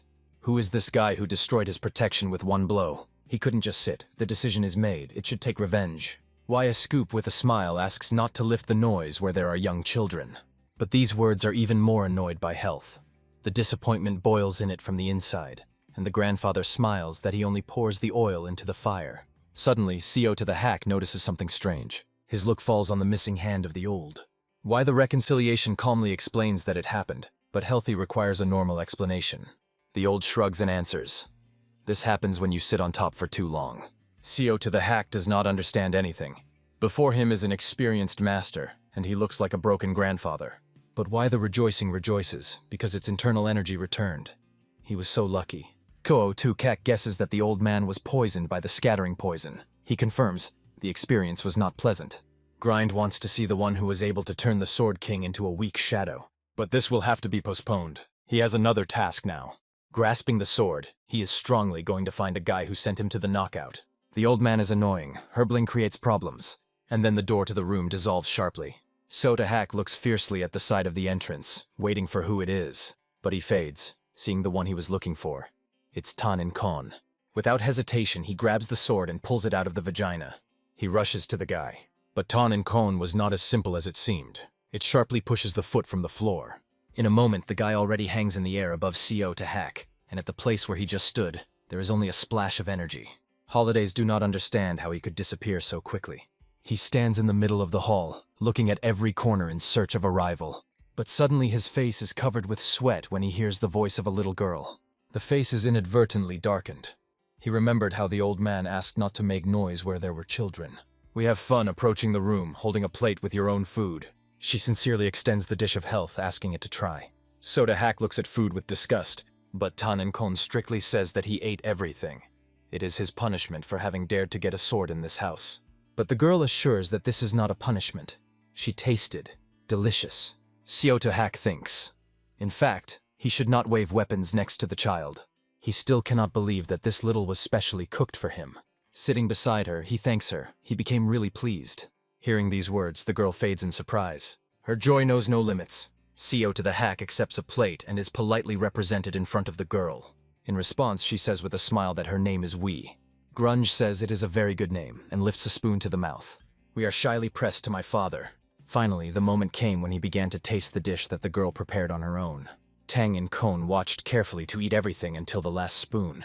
At first glance, he liked the health of all. He even looked satisfied and joyful. But suddenly his gaze was blurred and we watched him focused.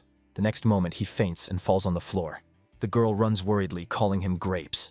A quiet, calm atmosphere prevails above the estate.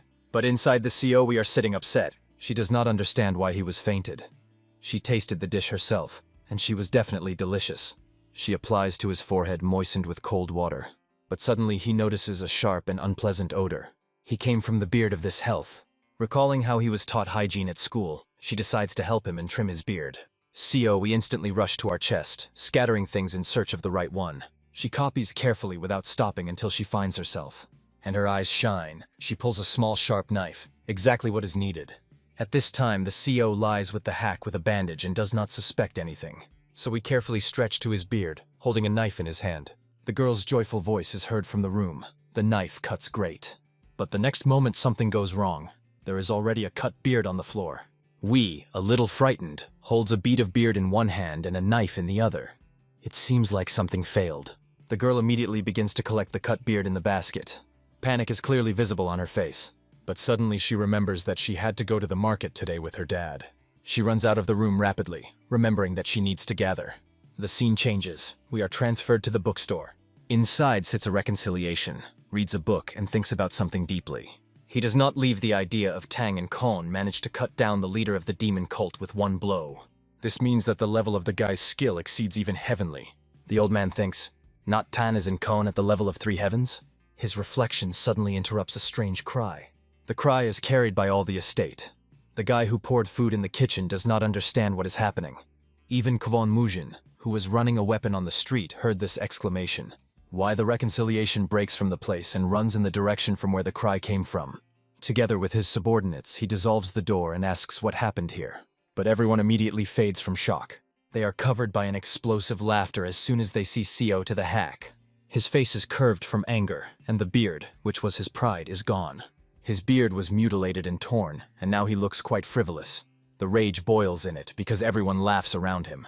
The lively market was dominated by a hum. People fussed, chose goods, and hurried in their business. We went next to my father when I noticed the appetizing candy and asking one for ourselves and one more for Dad.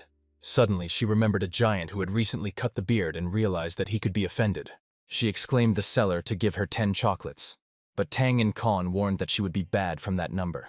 We smiled and explained that the sweets were not for her. She wanted to share with her grandfather.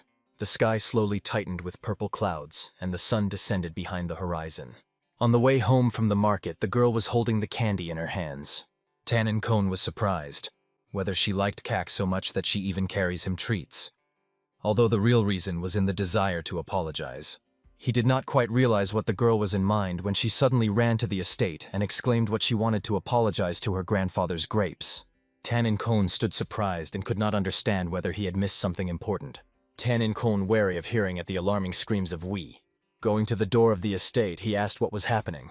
Inside they were waiting for a real horror. The house was completely crushed, from there cries and fuss. So to the hack was challenged because someone touched his face and rushed to everyone in a row. Why did the recipient guess who did it? And we were pulling my father to avoid danger. Why he ordered him to stop, saying his beard and not fit, and now he looks neat. But the CO to the hack was angry even more, shouting that he grew this beard for a long time, and the old man just waved and said that he was just a beard. Suddenly the giant grabbed the sword.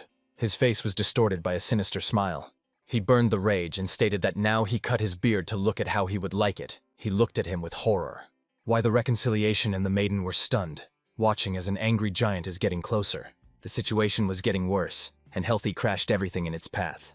Powerful explosions tore the ground. The young man threw out an explosive wave. Everything was destroyed around. Kwon Mujin stood as a mesmerized, expecting what would happen further, unable to believe in what he saw. Among the ruins, he kept the old man for his beard, preparing to cut it when Tang appeared in Kon and asked what he was going to do. All four froze in amazement, seeing the master who had just appeared.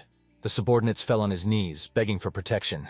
Tan to Kon repeated the question with the threat in his voice, demanding explanations. CO to Kak realized that he was not a simple guy before him, because he could hit him, and warned that this time he would not be suddenly. But Tan and Kon did not pay attention to his words and firmly stated that he would answer the destroyed estate. These words were angry with the giant even more. He could not believe that they were talking to him. But Tan and Kon calmly said that he is indifferent who he is, because the house is more important to him. The guy standing behind exploded with indignation, accusing his eldest of all troubles and waving his fist. Kyo to the hack looked quietly in front of him. His massive figure was like a stone. But suddenly his hand slowly squeezed into his fist, in the air a threat. The next moment, a powerful flow of energy escaped from his hand. The purple force flew straight into the face of the boy. He did not even have time to react. But Tan and Kon instantly broke the attack of the enemy, scattering the flow of energy. The guy fell on the floor, stunned by what happened. Tan and Kon calmly remarked that his opponent is too impulsive and wasted on deadly technique on little things.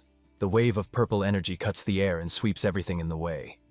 CO to the hack stood at the center of the stream and stated that a real master did not suffer humiliation. Tan and Kon replied that the weak master acts differently and condemned those who abused his power, calling it a shame for the warrior. CO2. Kak smiled boldly and quit the replica that he was not obliged to restrain himself in front of a young man. His face was distorted by a smug smile. Tan and Hon, without fear, accepts the challenge and prepares for battle, promising to show the opponent his real place. At this point, we hold on to Kwon Muzin, and the other young man watches them with surprise. The voltage increases. Why the reconciliation silently monitors everything that is happening. In his eyes reads frustration and seriousness. So to the hack produces another wave of purple force that destroys part of the arena. The explosion is heard with incredible force, and Tan and Kon only looks. He leaks through smoke and debris. His silhouette is calm and confident. His look is cold and focused. It is set to continue the battle without any regret. The enemy mockingly says that the young man himself chose this path and none of his words was a provocation. The deadly technique cuts the space with red arcs, and Tan and Keon stands motionless in the center of the storm. The flow of force picks it up into the air and throws it among the debris. The earth under his feet cracks and everything burns around red. I am confident in the victory of the CO to the hack, smiles satisfied and believes that he proved his advantage. But suddenly he shudder at an unexpected attack. A bright flash punches his protection and hit the body. He rejects him from a powerful blow. From the mouth, blood flies and the body falls to the ground. He breathes hard, kneel and looks at the opponent in confusion. Tan and Kon realizes that he started panic. So, to the hack looks at him and sees how he goes away, without showing any fatigue, as if it were only a warm-up. The warrior trembles with anger, gnashing his teeth and screaming from the insult without standing humiliation. But Tan and Han replies coldly that left his hands and feet so that he can restore the destroyed property. These words sound like a final sentence. The flame explosion falls from above. CO to the hack tightens his teeth and is swollen with all his strength. The explosion of purple energy covers his body. He rushes to the guy's attack. Tan and Kon with a calm, confident expression of the face easily reflects a blow with one hand, as if it is worthless. The enemy's eyes are burning rage and insult. He does not tolerate superiority. But the Tan in Han is cold and with irony. He answers that he does not look from the top, just a too weak opponent in front of him. The next moment, it causes an accurate, powerful blow directly into the chest. In the look of CO, a panic appears to the hack. Fear covers him. He does not have time to do anything. The explosion covers it completely. Flames and energy absorb the body. The blood flies on all sides. Weapons are still in his hands, but CO is barely standing. Blood drips from the mouth and wounds on the body, but it tries to stay. He clenches his teeth, struggling with pain. His steps are heavy, and each of them makes the earth crack.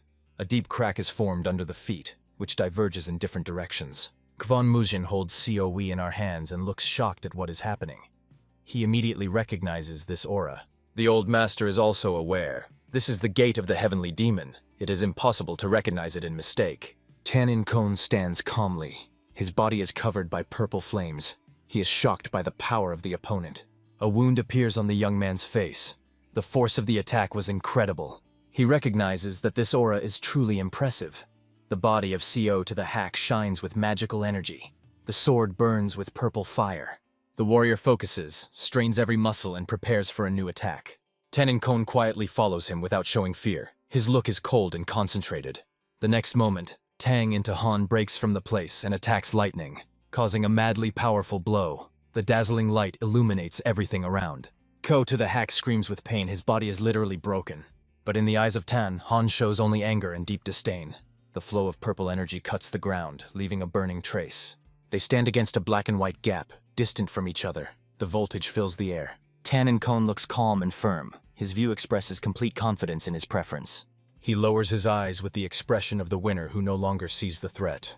A powerful blow punches the enemy's defense. The blood begins to flow from his wounds. He stuck the sword in the ground to keep balance, grabbing the arms. From the mouth beats the fountain of blood. His body is on the verge. So to the hack lowers the head. He barely breathes, shakes, destroyed and exhausted. He recognizes defeat. His figure trembles before the calm figure of the winner. Tan to the hat is slowly departing, and silence and honor are dominated against the background of the destroyed yard. There was a quiet night. The whole estate lies in ruins after a fierce battle. Why the reconciliation turns to Tan at Hon, reproaching that he should restrain the enemy and not be provoked. But Tan and Kon was well aware that he tried to harm his family, and he would never allow it. But suddenly his gaze fades. He notices something strange. Why the reconciliation is puzzled, not understanding what happened. Tan to Kon comes closer and sees unusual traces on Earth. He understands that unknown guests have recently visited. Tan and Kon carefully studies the traces that lead just by those who have just disappeared. The old man advises to follow, but too late. But the guy does not stop it. He squeezes his fists and swears to catch them as soon as they come back. In his eyes a fire is burning, but he understands that it is more important to restore the estate. In the silence of a luxurious pavilion, light and tranquility prevails among the roses.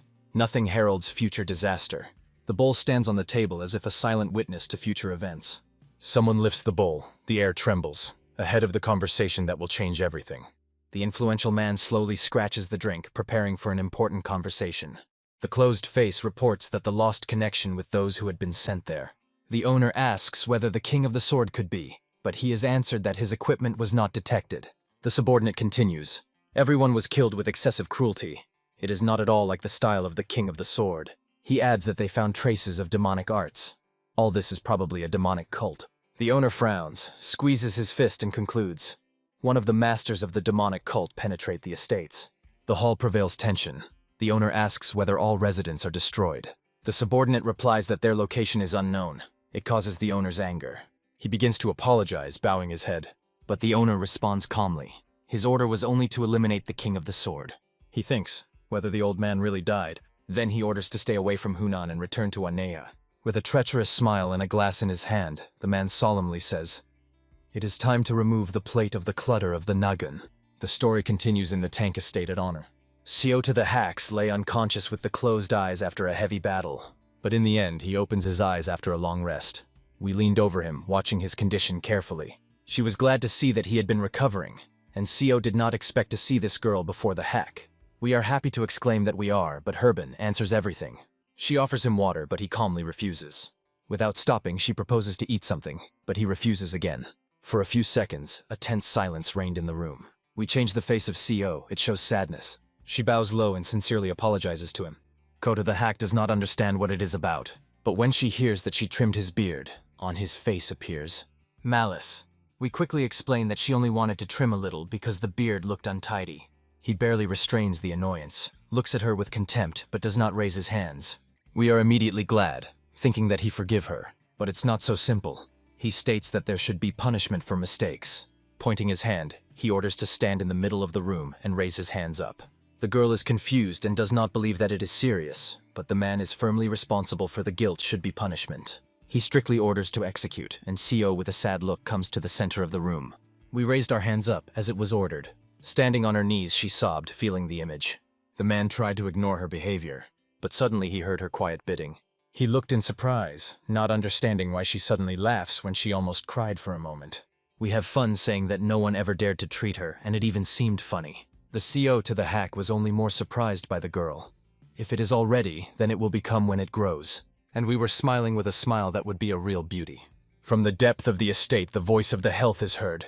Not to lower the hands, but then the girl's kin is heard. The sun sits slowly, covering the estate with gold light. Inside the tan, the Hoon sits opposite the KOK.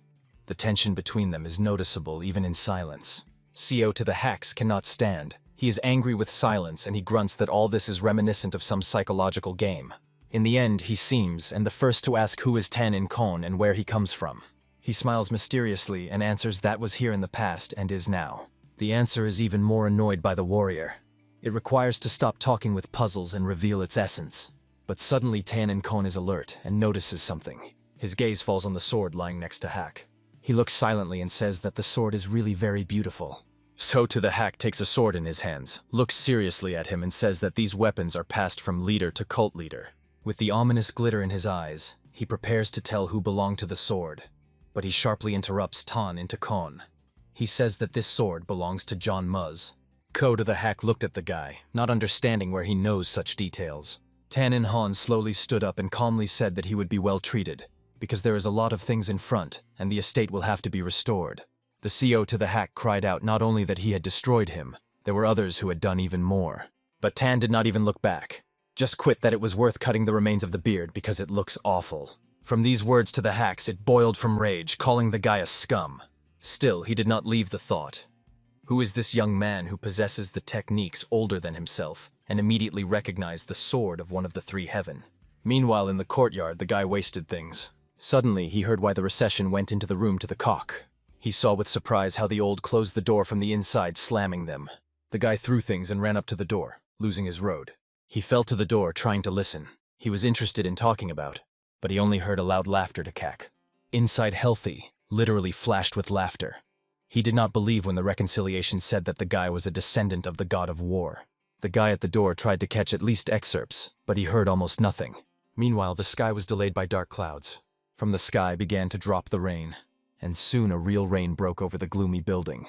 Despite the bad weather, the confident leg was approaching the entrance. It was a reconciliation of CO with its supporter. It reaches out and opens the door of the building. Opening the door, the coup saw a group of men in front of them. They looked untidy and drank loudly. Her supporter tried to stop her, but the girl raised her hand, showing that she could handle herself. A giant sat in front of her, the one she was looking for. His face was distorted and his voice was hoarse. He said that he did not expect to see the most beautiful woman in Manga and pulled his hands. But in a moment, one of his hands flew into the air, cut off by sword. She stood confidently, clearly showing that jokes were inappropriate with her. The blood flowed slowly on the wall.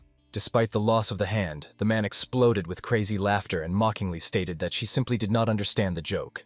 He winked, clasped his sharp teeth, and said that she lacked a sense of humor. The so-called stood in the middle of the room until other men roared. For them, it was only another joke of their boss. Anger was boiling inside. She could not understand what was funny here, because it was because of them that they were thrown into prison for attacking the clan of Nagun. Suddenly someone calls her, Sofa Wolves. She was told that something urgent has happened to the head of the family. Hearing this, she returns instantly. It is concerned about the premises. The Soska asks what happened to his father. She is informed of the terrible news. With a compressed hand and a cold determination in the eyes, Soku learns the final news. The head of the family has been stolen unknown. The situation becomes critical. The reconciliation of the Soviet Union is the news of the abduction of his father. She is excitedly asking whether they have already sent a search group, and she is answered that the elders gathered people and they have already left. The girl bravely grabs the sword. In her head, the idea is ascending. These are so calm that are so calm. One of the men laughs boldly, they say. There were those who managed to steal the head of the reconciliation. He would even shake his hand. But suddenly the lightning sword appears right in front of his face. With a squeezing look, Soku says they will never forgive them. He answers with a smile, whether she really has time for a kind of fool, because now, when everyone went to look, it has become empty. A smile appears on his face. He asks who will now guard this place. But suddenly the explosive wave is lifted behind. Her hair rises into the air. It rotates anxiously, but nothing is visible through thick smoke. Closing her eyes with her hand, she tries to withstand the crazy pressure of the explosion that breaks the space around. A real shock appears in her eyes. The powerful explosion pierces the space, the fragments fly into the air, and the light swallows everything around. It stands at the edge of the epicenter, as if in the center of the storm. Sudden silence changes chaos. One of the men touches the chin, thinking something. At this time, the CO sits in the hack silently, looking at the distance. Having paused, he strongly rises. His gait is heard by a gallery. Everything around subsides. He stops under the roof, immersed in thoughts, looking intently. In front of him is a pavilion covered with azure clouds. The look of a man is full of annoyance and internal condemnation. In memory, the images of the failure and Tan at Hon, who try to prove to everyone, are living that a regular family lives here. But he himself knows that no one will believe it, though he decides that it is not his business. With a decisive step, he leaves a seat. It is time to return to a demonic cult. He goes silent, without farewell. The face of CO to the hack is tense, decisive. His view speaks of the final break with the past.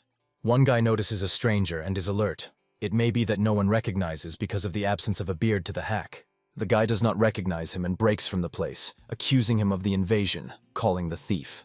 In anger, he yells and swollen with a shovel, demanding explanations.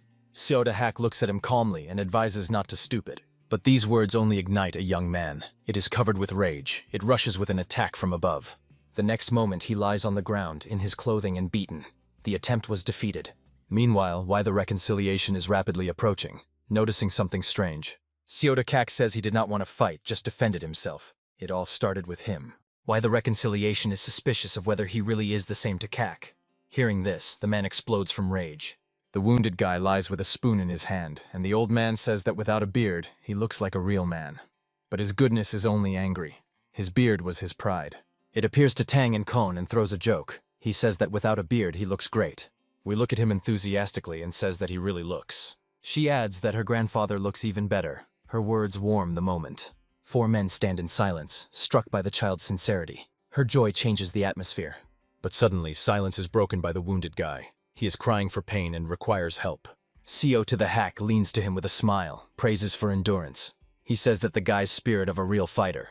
Then he suddenly states that he wants to take him to the students. Everyone looks shocked. Tan and Kon suspiciously asks why. Seo to the hack replies that in the boy's head is a solid mess and he wants to remove there.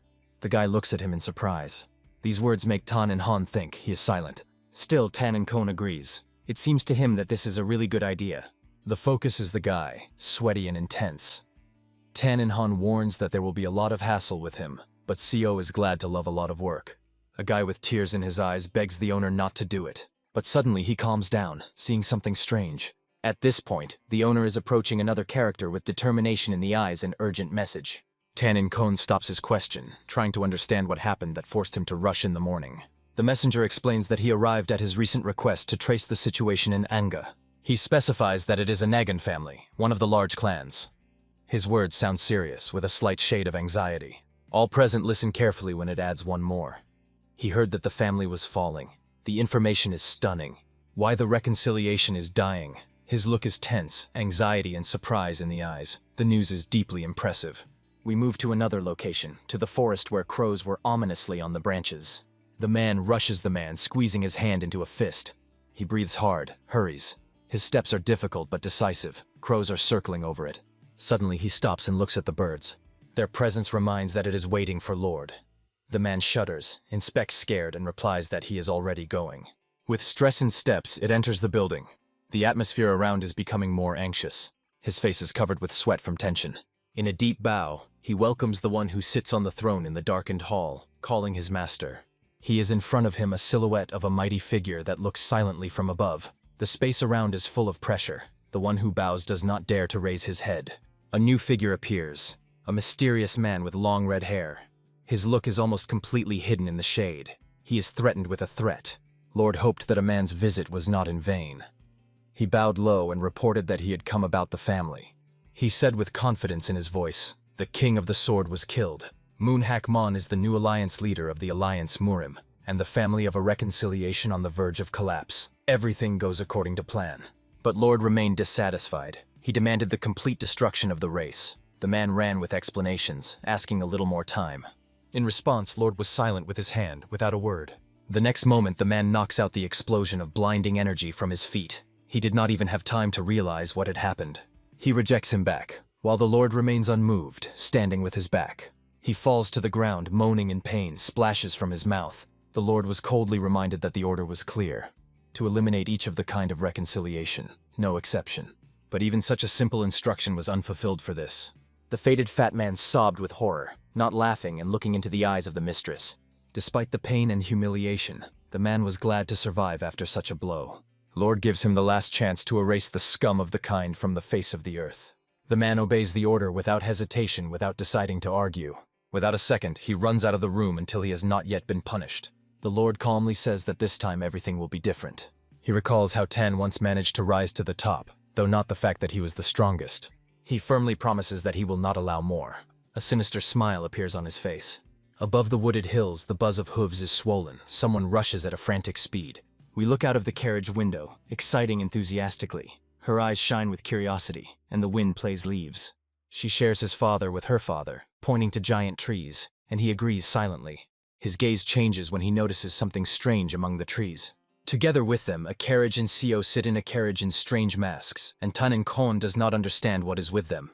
Suta the hack awarely explains that it is too recognizable and forced to hide under the mask. We are happy to recognize the mask of General Demonic Heaven. the legendary warrior, equal to the sword master. Her father is mocking the phrase that these two are like two pairs. Why is the reconciliation that he implies? Suddenly, the old man releases his hand to Seo to the hack and rises from him a mask.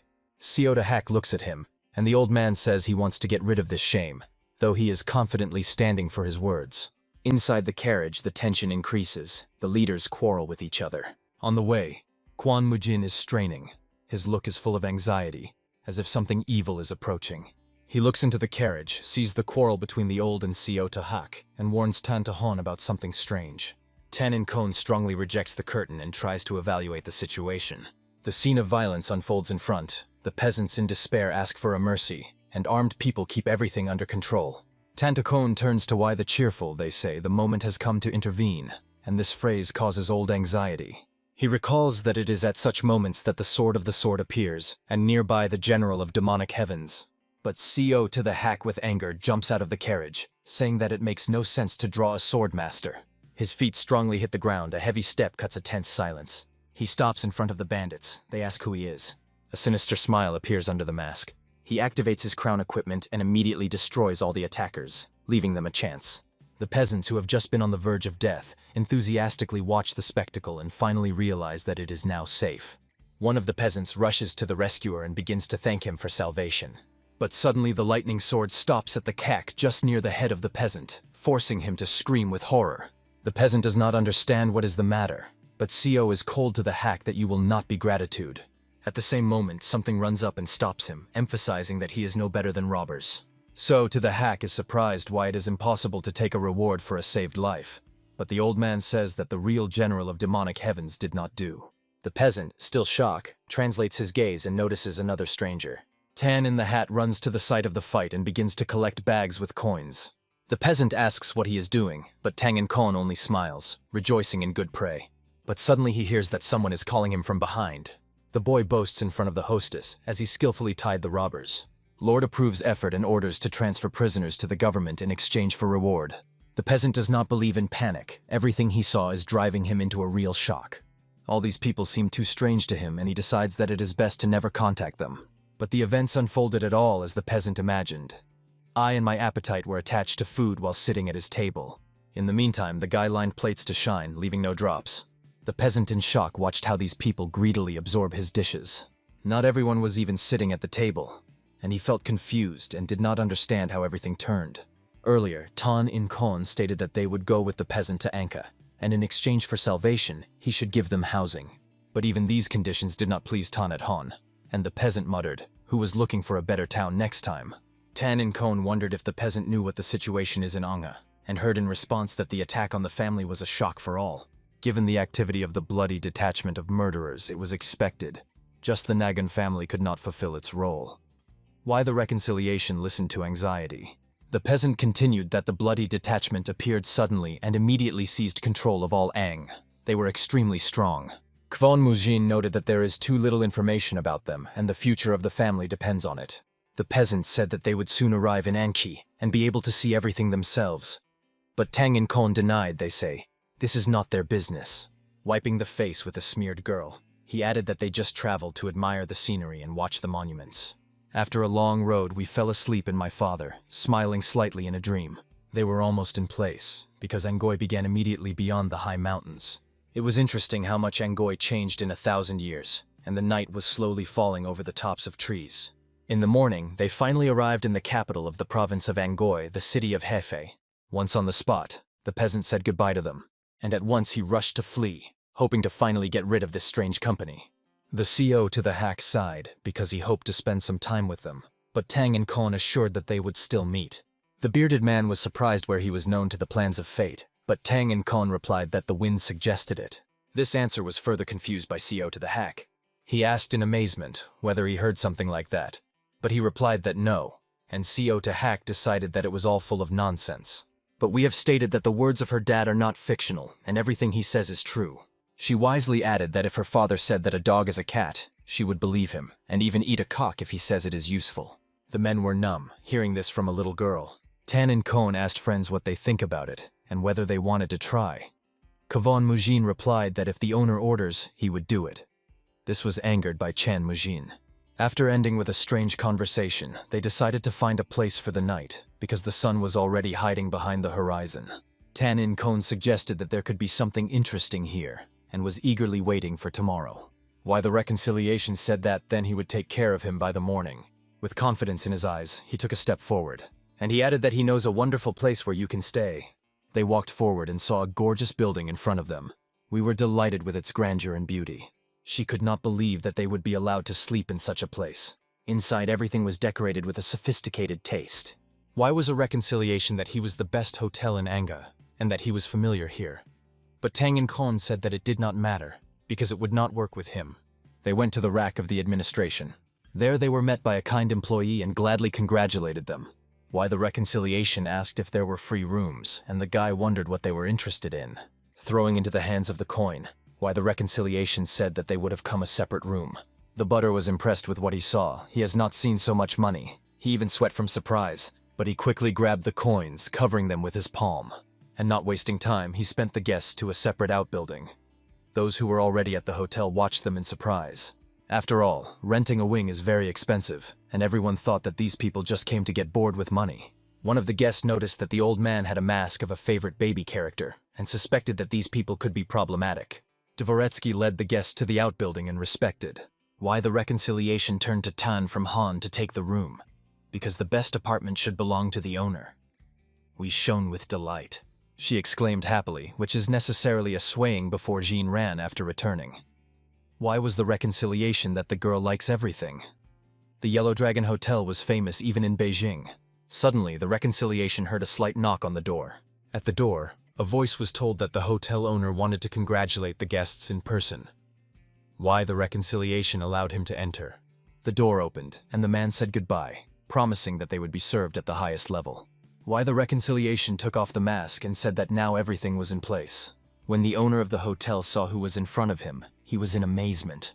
Opening, he exclaimed that he never doubted that the alliance leader was alive. The old man asked not to call him so, because he had long left the case. He ordered to keep everything secret.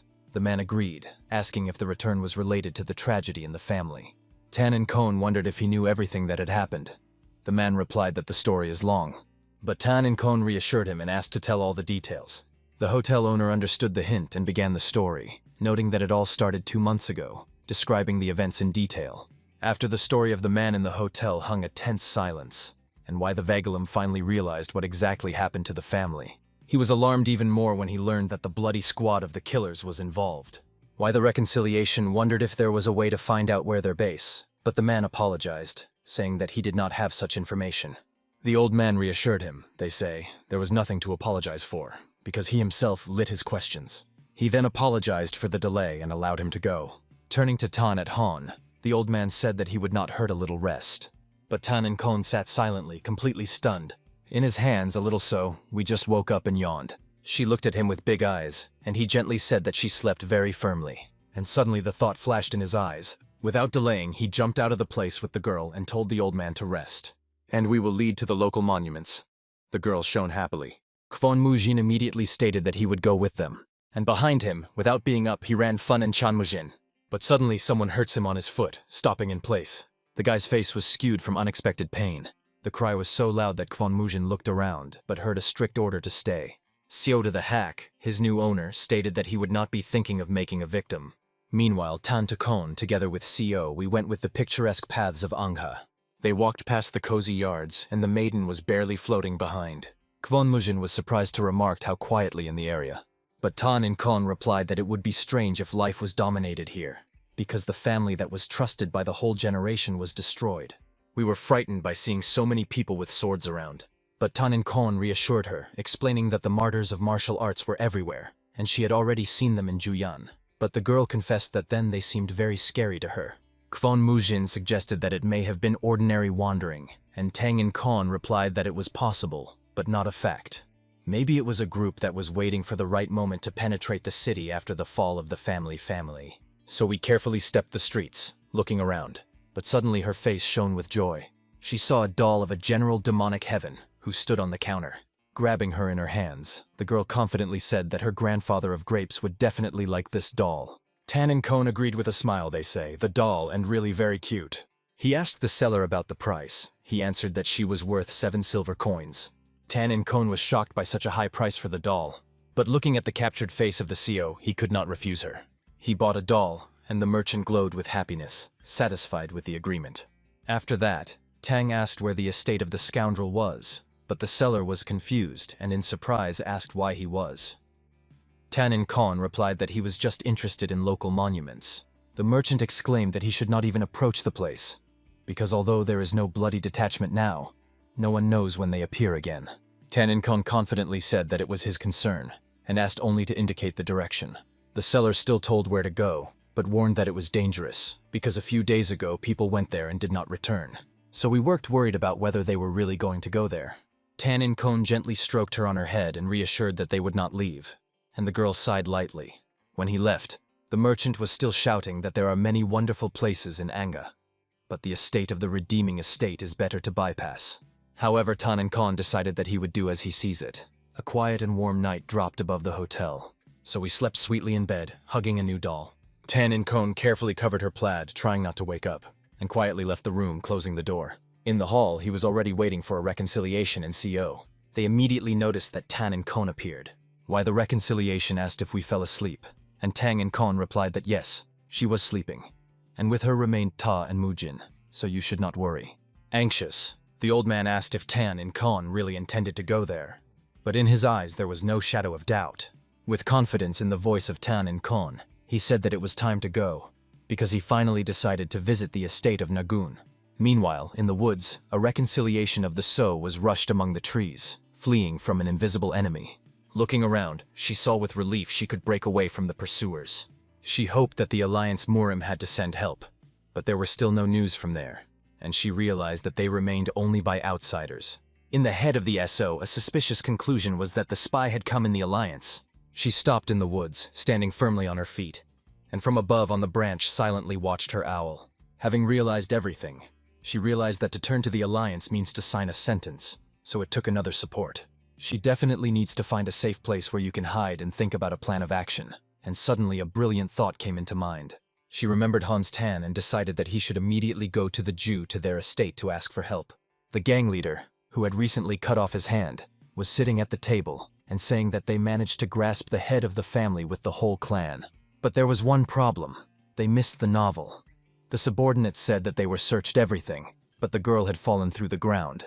The leader frowned, thinking where she could go. The subordinate added that he should be lost between Hubei and Jiang.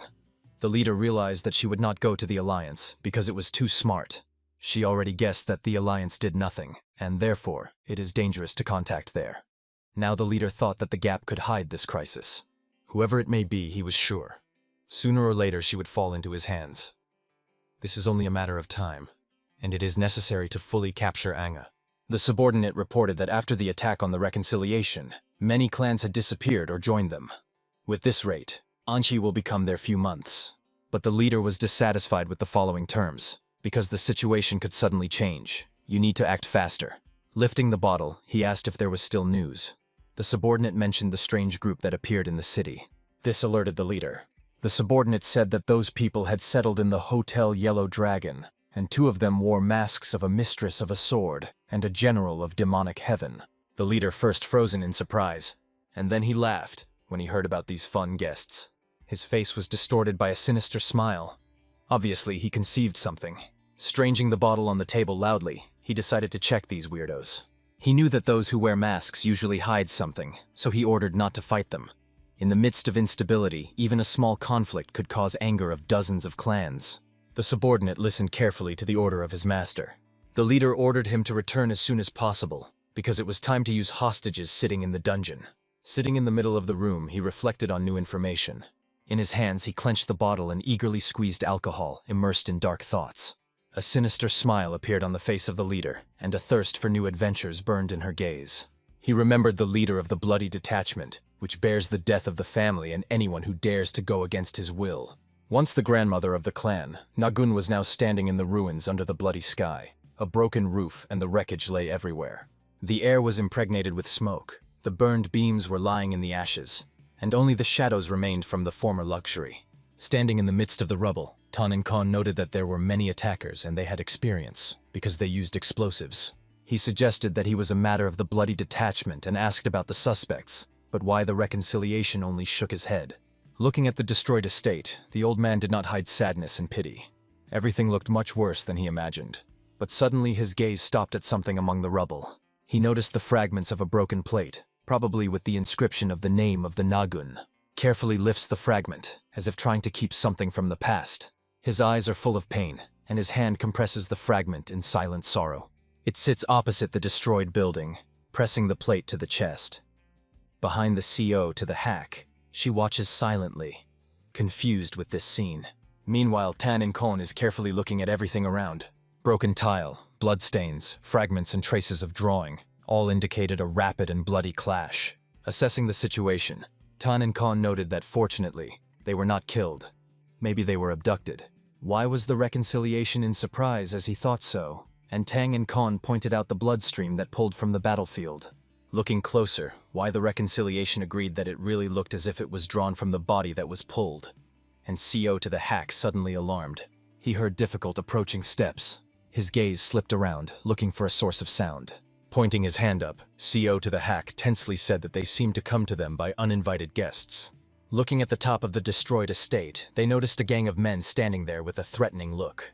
One of them, with a red bandage on the face, comes out of the shadow and arrogantly asks that these strangers have been forgotten here. Seeing the red masks, Tang and Kon immediately recognize the logo of the bloody detachment. Ruthless killers, who are afraid of even the strongest. He watched the enemies closely, calm and focused, assessing the level of threat without making any hasty movement. Why a reconciliation? In a mask with a burning purple glow in his eyes, he wisely said that they better explain what they were doing here. In response, the members of the detachment sharply occupy combat positions, as if they were waiting for this point. They are viewed with each other and make decisions without words.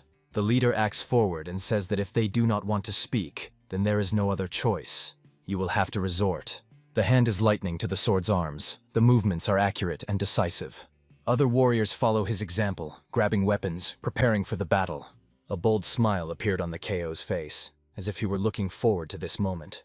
Why a Clogan with cold confidence assesses the situation, calculating all the possible consequences. Tan in Kon stands calmly, with a slight smile. His posture reads a challenge and a complete combat readiness. He calmly orders his order. Behind two fighters emerge from the shadows. Their combat energy burns with a pink-blue glow. Two forces converge on the square in front of the estate. The characters are preparing to defend themselves, and the enemies were already lined up on the roof, with swords in their hands. The attackers first throw forward, cutting the air with rapid synchronous movements. CO to the hacks and why the reconciliation rushes into the counterattack. Their bodies move with incredible speed and confidence. Without any doubt in the eyes why the reconciliation rushes forward, his sword shines in the rays of the sun, and the fight turns into a real storm. The battle goes to a new level. Three enemies suddenly rush forward, attacking from different sides. The attackers are rapidly rushing forward with weapons in their hands. They disappear in the fog, using super speed and shadow technique. The reconciliation and CO to the hacks look hard, not understanding where the attackers went. One of them guesses. It was a shadow technique to knock them down from the panther. Suddenly, the enemy with the burning sword rushes on top of them, mocking the old man because of his loss of hand. His face is fierce. It strikes. The flame cuts air at a frantic speed. One of the enemies laughs, thinking that victory is already in his pocket. But suddenly it is penetrated by an invisible blow. Blood flies around. A powerful explosion raises a cloud of smoke. The attacker throws back, and on the floor there is a trace from the attack. The enemy's head falls to the ground and the blood flies in the air. One of the bandits compresses his teeth from anger. He did not expect such a turn. In the hand, a furnishner flashes a sword with blue fire. He does not need both hands to defeat such enemies. The blue aura covers his whole body. Eyes shine with determination. He is preparing to strike. Cyota Hack beats the enemy fist in the face. The red scarf flies from the impact force, and the enemy rejects up. He looks at Why the Cheerful and understands that even without a hand, he remains extremely strong. Why uses powerful equipment? His blow destroys everything in his way. Khoda the Hack grabs the enemy for a red cloth that hangs from his face. He asks how the attackers are related to the Shadow Gate technique of the missing fraction. The enemy is silent. Soda the Hack looks with the call and threatens to kill if he does not answer. At this point, someone stops him sharply. Tang and the Khan standing behind says they need a living prisoner for interrogation. Why the Reconciliation asks if it is not better to interrupt everyone. Tan and Khan replies that then the search for his family loses meaning. The Reconciliation is thinking about these words. There is no choice in them. The enemies surrounded it on all sides. He makes the decision and throws the sword on the ground. Raising your hand to the breast, asks for permission to say something before the battle continues. He calls himself a village grandfather known as the Sword Owner. The enemies do not believe him with words and believe that he carries nonsense. The reconciliation says that his technique of possessing the sword can really drive crazy. Enemies are viewed and decide to show who is true here. Their bodies begin to change, turning into giants. Their hands become muscular and extremely strong. Tang and Kon, and why the reconciliation looks forward with tension. They do not understand what is happening right now. A giant warrior with a muscular body and burning eyes appear from the flame. It is preparing to attack. Tan and Kon realizes that it is a technique of body strengthening, but the technique looks unfinished. He asks if he can overcome her. He does not know what this technique is, but still goes into battle. The giant with a fiery aura is thrown into the attack. Why the reconciliation retains calm and does not retreat. The massive body strikes on the crown and breaks the earth. The shockwave covers everything around. The massive fist of the enemy is ready to strike a devastating blow. At this point, the reconciliation sharply breaks up and hangs over the enemy covered with a blue aura. It is from there that he causes a devastating blow from above directly through the enemy, leaving no chance of salvation. After the impact, he quietly descends to the ground and the enemy is already defeated. Other giants decide to attack together and surround the old man on all sides. Without waiting for the blow, why the reconciliation sharply breaks out of place. His body of languages swirls through massive opponents. Their attacks are in vain against its lightning speed. The sword in the hand flashes bright light. Why the reconciliation is preparing for the next blow. He inhales deeply, preparing for a new attack. Muscle enemies rush to him, hoping to overcome the quantity. But in response, they are covered by an explosion of incredible force. Blue energy fills the arena and destroys everything around. Stones and debris fly on all sides. The earth trembles from the shockwave. One of the opponents falls unconscious. His body is mutilated. Breathing is beaten. The look is reflected. One question remains in the head. Who is this grandfather and how did he easily defeat their whole group? He holds his breath and lifts his eyes up. In front of him is Tan into a hail with a slight smile. He says he has many questions to him. After that, he advises a little sleep and cuts him down with one blow. The enemy's gaze fades, and everything sinks into pink darkness. Only dents, blood, and enemies are knocked out in the battle. One of the opponents pleadedly asked to be killed. He was exhausted and beaten. Soda the hack had no regrets to the prisoner and mocked him, laughing. Grabbing the enemy for his hair, he stated that he would not get death until he told the location of the base. But he was silent. Tantacone came to KO to Kak and disappointed with disappointment that it was all that General Demonic Sky was capable of. In response, the CO to the hack's angry that if he does not want to help, then he does not interfere. His eyes were burning rage and hatred. Grabbing the captive for the jaw, CO to the hack voiced a new bullying plan. With an Ekadine smile, he said he wanted to see if he could remain silent when he would tear off all his toes and legs. They finally learned the location of the base. Walking in the forest, they noticed traces of the camp. There was the extinct fire nearby. 3 soldiers go out on the trail and look carefully at the surrounding area. One of them asks whether that is the place. Tan Cone stops near a tree with tied red threads. It is alarming atmosphere. A small mountain seems convenient for the ambush, but too meaningless for the base. This is suspicious. Tan Cone looks forward with distrust. Why the reconciliation notes that everything seems unnatural. He suspects a trap. But Tantacone explains that it is not about lies, but in the technique of illusion. They see not what really is. The old man does not understand what is being discussed. Recently, it was about body strengthening, and now, illusions. Tantacone calmly returns to them and says he wants to ask something. He is surprised to ask if they have never encountered illusions or spells. Everyone replies what they hear about it for the first time. So Hack confuses illusions with the expulsion of spirits, not understanding what the difference is. Tantahan explains that illusions can penetrate the mind and distort reality. The spell is another element. They allow you to create illusory creatures, call spirits, and even control the dead as puppets. Once upon a time, these techniques were forbidden, and everyone who used them was destroyed. This information stunned the listeners. Why the reconciliation asks if there is something like that. Tan and Kon replies that there is still a technique called Zigong. This technique allows you to release energy without weapons. Many tried to master it, but no one managed. Siotakak is surprised that Tan and Kon is well aware of such things. He replies that this is only basic knowledge. The old man was angry that Tan and Kon hints at their ignorance. But he in irony says that he once did not surprise anyone. Tan and Kon proposes to stop the empty chats and continue the way. The time goes, and there are no benefits. They follow the forest, carefully evaluating every step and the surrounding area. Suddenly, Tan stops and says something is quite close. His hand reaches the sword. The blade instantly flashes flames. It is a signal to the attack. He lightly snatches the sword and is preparing for a blow. A wave of fire explodes. Tan cuts enemies through, around everything covered by a red flash. The fragments fly in the air. The shocked faces of the fracture and CO to the hack are reflected in the cracks of reality. A group of fighters in red bandages appears on the lawn. They attack. Seeing the guy's technique, Why the Reconciliation confesses that a real monster is in front of him. Kodokak thinks that with such skills, one can truly believe that this guy is the god of war. At the top of the mountain, the guy is confidently moving forward. Tan says that the people seem to be the clutter of the scounder. Why the Reconciliation looks anxious. At his head is sweat. Seota Hacks, on the contrary, looks interested. His face illuminates a smile. Grasping the sword, he says something to go on. He can handle the gang himself. Around everything shudders from a sudden sound. 2 guards are strained. They are alerted by this sound.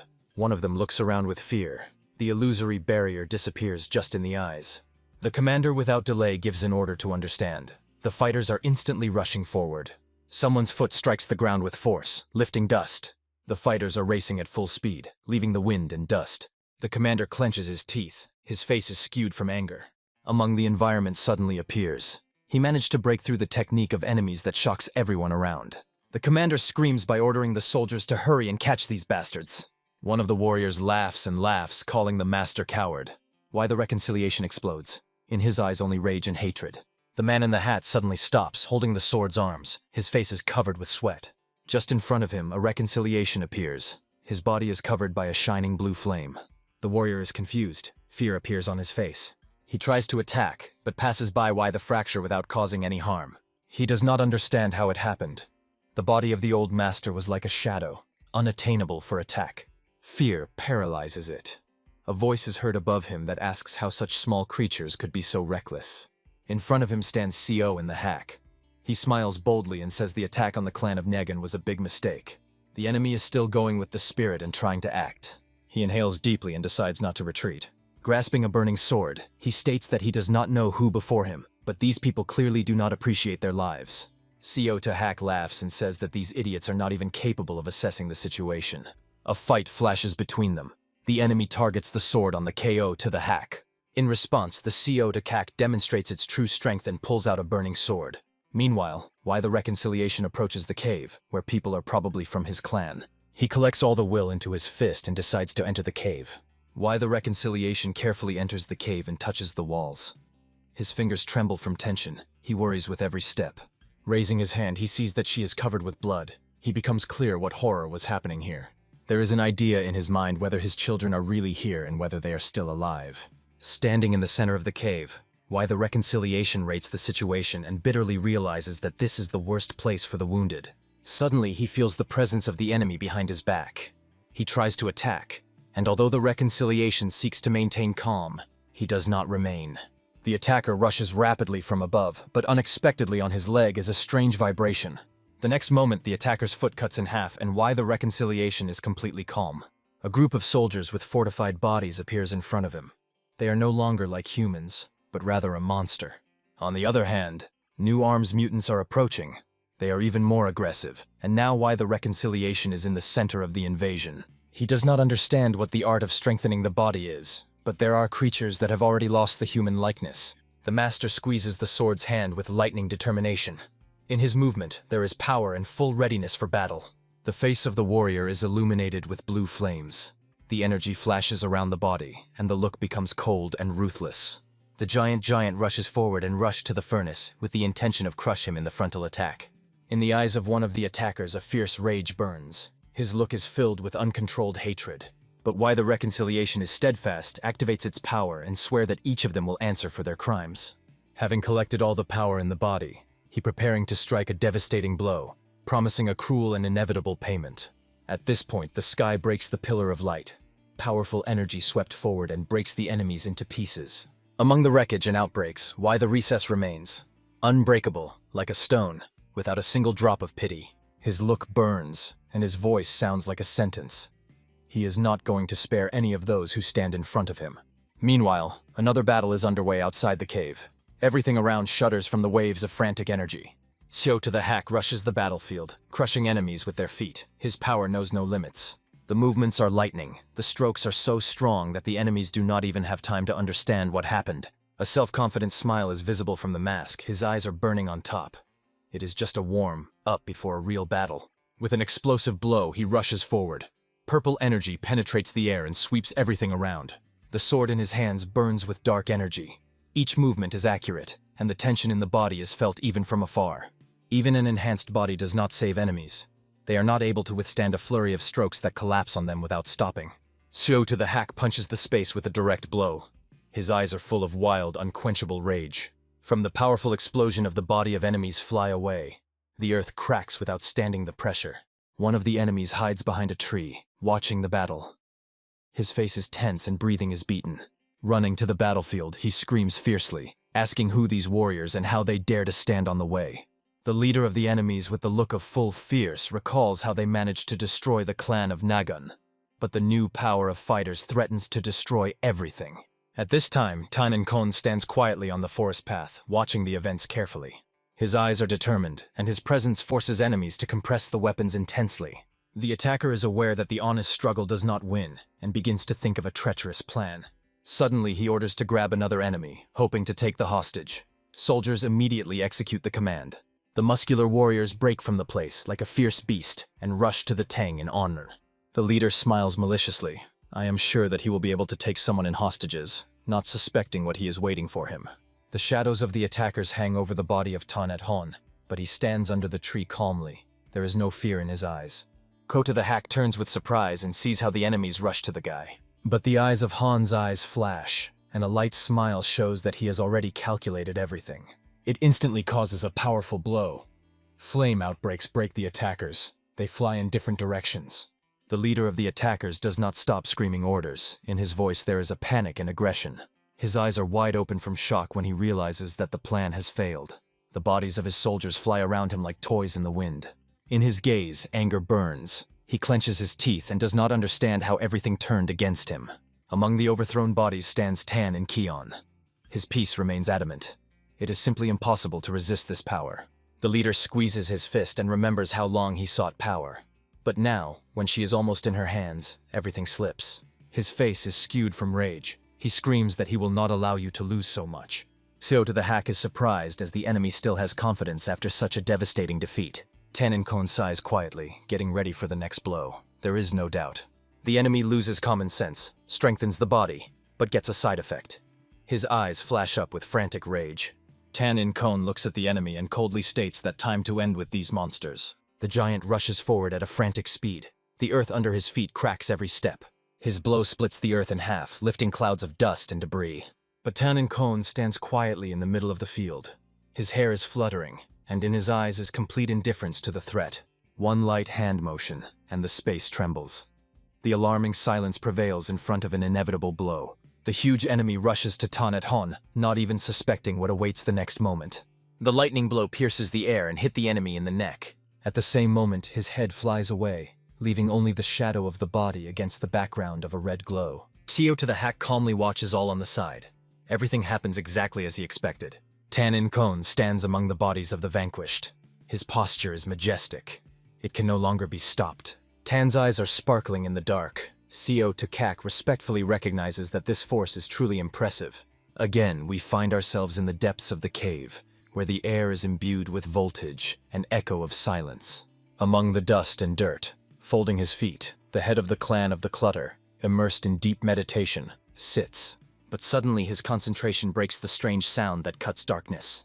He leans up to the guy who sleeps nearby and touches him easily. The boy shudders with surprise, frightened. The guards who are on duty over the daddy with anxiety catching incomprehensible noises without understanding what is happening.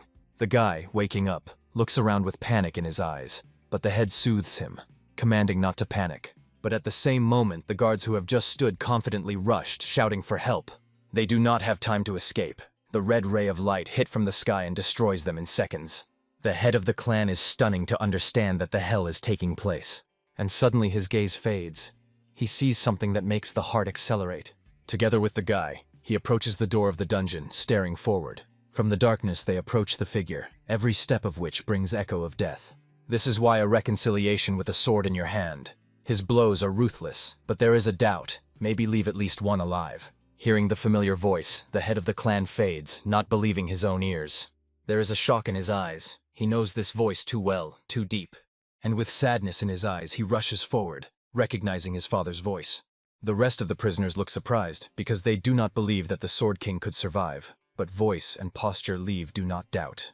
At this point, the old master swings to the sword and orders everyone to retreat from the door.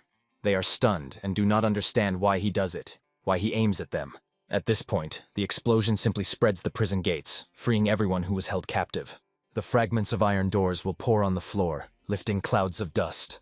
Why the reconciliation stands in the smoke after the explosion, covered with its own energy, as if from another world. The head of the clan, just released from the shackles, rushes to his father. He hugs him, putting his hand on his shoulder with his relief. In his eyes, joy shines because they sought their father for so long and finally found. But suddenly his gaze falls on the hand of a man. He notices that there is no one's hand, and anger boils in it. Who are these scums who dared to do it with his father? But suddenly why the reconciliation begins to repel the guy's hand from his shoulder. Pushing him to the distance of his outstretched hand, he says that he is not his father. He is only an old man who bears the name of Senior Master Sword. The son is stunned. He does not understand what his father is and why he renounces them. The elderly Kenshu's elder runs to them, hoping that at least he recognizes him. But the old man stands on his own. The head and the elder are viewed in shock, not understanding why the father behaves so cold. He once dedicated the life of the clutter to the clutch, as it can now be said that he does not know his people. The chapter thinks whether his doubts are terminated after the clan collapse. With despair in his heart, he cannot believe that his father is really going to leave Mur. But why the reconciliation does not even turn into their words, he just turns and goes. Son shocked, is he really just going to leave everyone?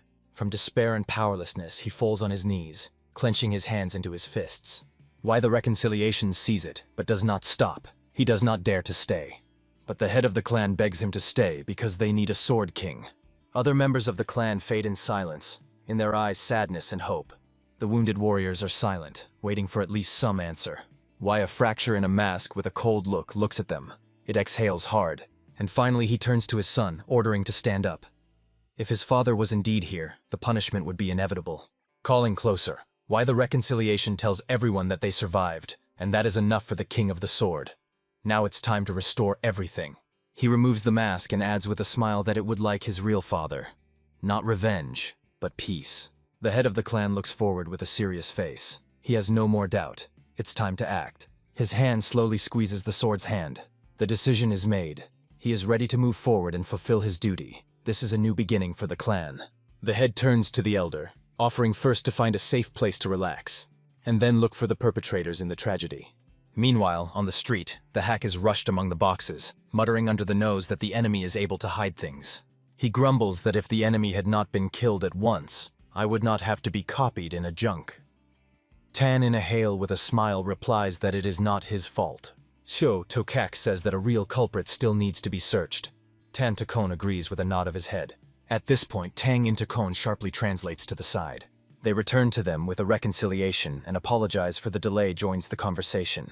So to the hacks ironically asks how the reunion has gone, why the reconciliation replies that they started as it is suitable. But looking at the old man, it is clear that a mountain seemed to fall from his shoulders, but he still did not go. Their conversation interrupts Tan into Han, stating that the mission was fulfilled and it's time to return. But why the reconciliation asks for permission to visit another place. Tan and Kon is wondering where exactly. The voltage hangs in the air before the reconciliation replies that he wants to visit Hyonan. He does not give him the thought of Moon Hawkmoon. He wants to meet him. After all the captives were released, the cave remained destroyed and empty. But then someone appears at the battle, evaluating the consequences. It is the leader of the bloody army. He understands that 3 uninvited guests easily destroy their people using the technique of strengthening the body. By force, these strangers could be at the level of 10 Supreme, or with them was a Sword King himself. Panic covers him when he imagines that the Sword King is alive and has allies. Blossoming the rage, he squeezes the stone in his hand so much that he crumbles into gunpowder. Without spending time, the leader goes to the depth of the cave. Light to a red glow, he clicks his fingers as if he calls someone. Suddenly, giant figures begin to appear above him. These giants sat in the recesses of the walls behind his back. He orders them to find those who attacked their base. In the light of the fiery glow, the leader says that they will bring these people to him, and then their last day will come. The hotel canal is dominated by the scent. The smell of fresh food fills the air. One of the guests is vigorously lifting his hand, asking for 2 more portions of mantle. The excitement increases. Voices are heard from each table. People raise their hands, order 3, 4 servings. The door appears in the door, which is amazed at how many people are ordered by Mantu. He looks at the crowd and is amazed at the appetite of visitors, who is just crazy today. Meanwhile, the small cam is strongly squeezing the bun without releasing it for a moment. So we focus on Mantu, and there are already empty plates around it. One of the men watches the girl and suddenly realizes that she has eaten almost all the dishes in the hall. She looks at him in surprise without stopping the meals. The waiter fits with a smile, recognizes it and asks favorably whether she tastes. Once a sad sea, we now look calm and satisfied. Mantu seemed to bring her joy back. Sitting on a chair, the girl quietly confesses that Dad and Grandpa left her. In her eyes, sadness appears. The man gently reassures her, says she just fell asleep, and her grandfather's dad will soon come back. But we do not leave the alarming thoughts. She is afraid that she has become for her native burden, but it is only necessary to mention the favorite dish, as her face was shown. The girl joyfully bites in Mantu, and a man with warmth is watching her sincere happiness. We are delighted. It seems to her that the local Mantu is much delicious than in her hometown. The owner smiles. The calm atmosphere suddenly breaks the unexpected arrival of the stranger. The man screams by accusing the employee of inaction. It seems to him that the child has a privilege and other guests remain unattended. Along with it, there are several more rough men, demanding to stop the child's service and pay attention to them. One of the guests is suddenly recognized by the robber by the nickname King of Brodiang Majangan. Visitors are strained.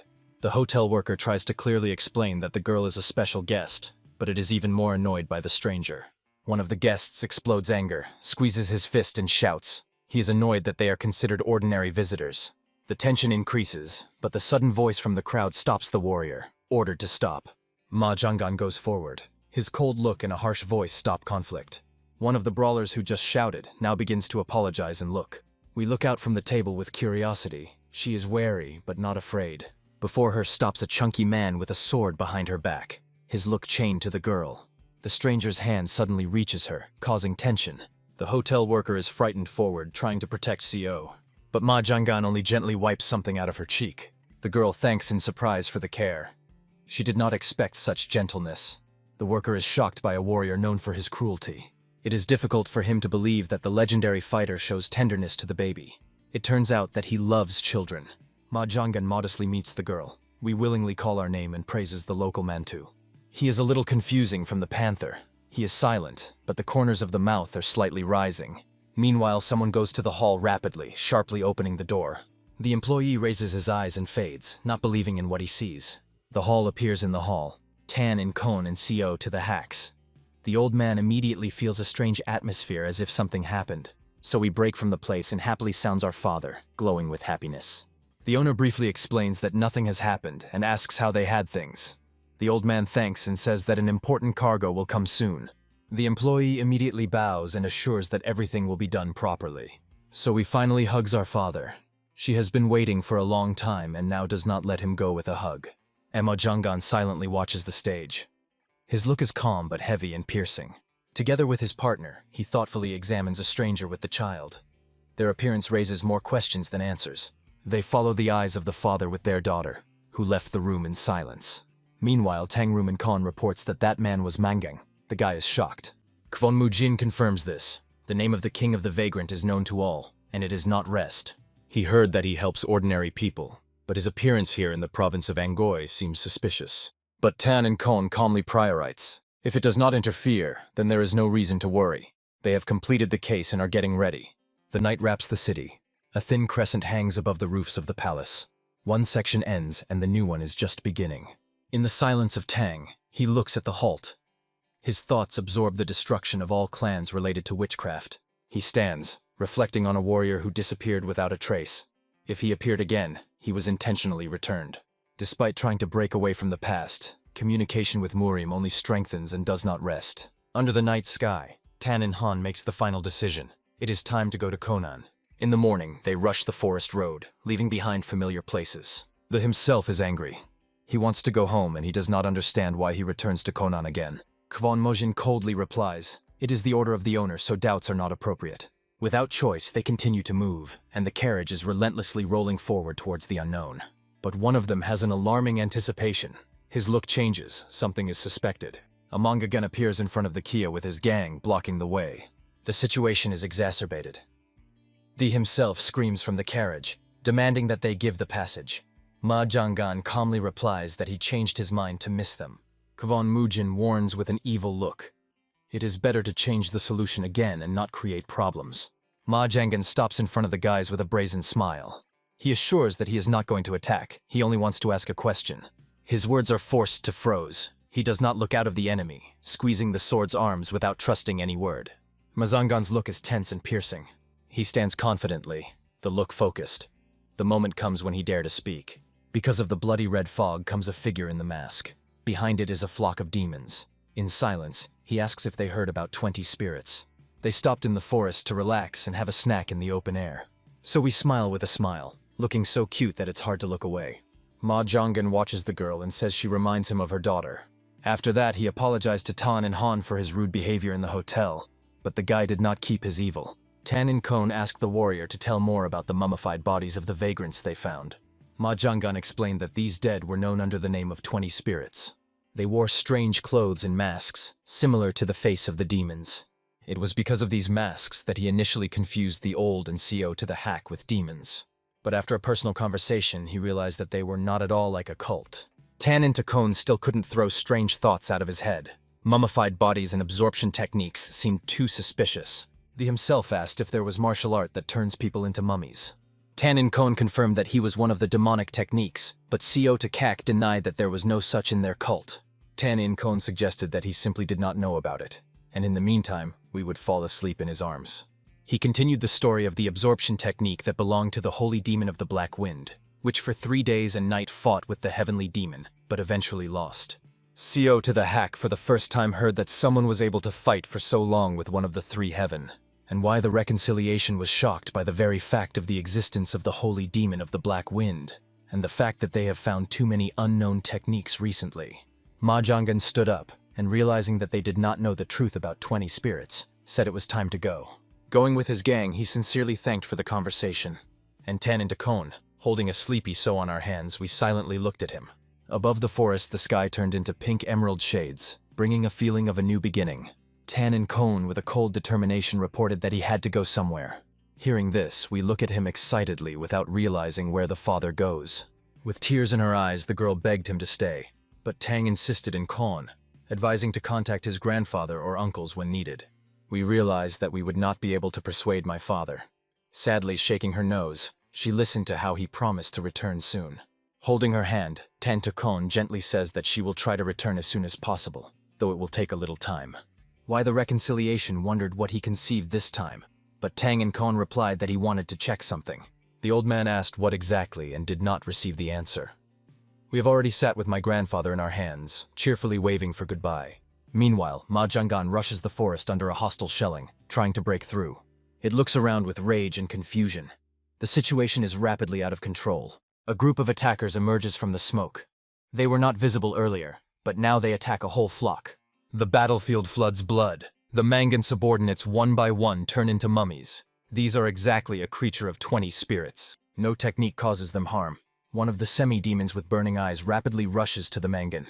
His body pierces a crazy blow. A wave of demonic energy explodes around. The cry of pain and despair breaks out of the mouth of Mangana. A powerful wave is thrown back. It falls, wounded and exhausted.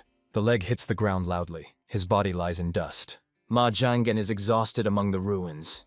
Beaten and shabby, he tries to understand who these creatures are. But suddenly, the sword blade cuts through the throat of one of the demons. He does not even have time to react. The demonic head flies into the air, and the headless body falls with a roar. Ma Jangan sits on the ground, exhausted.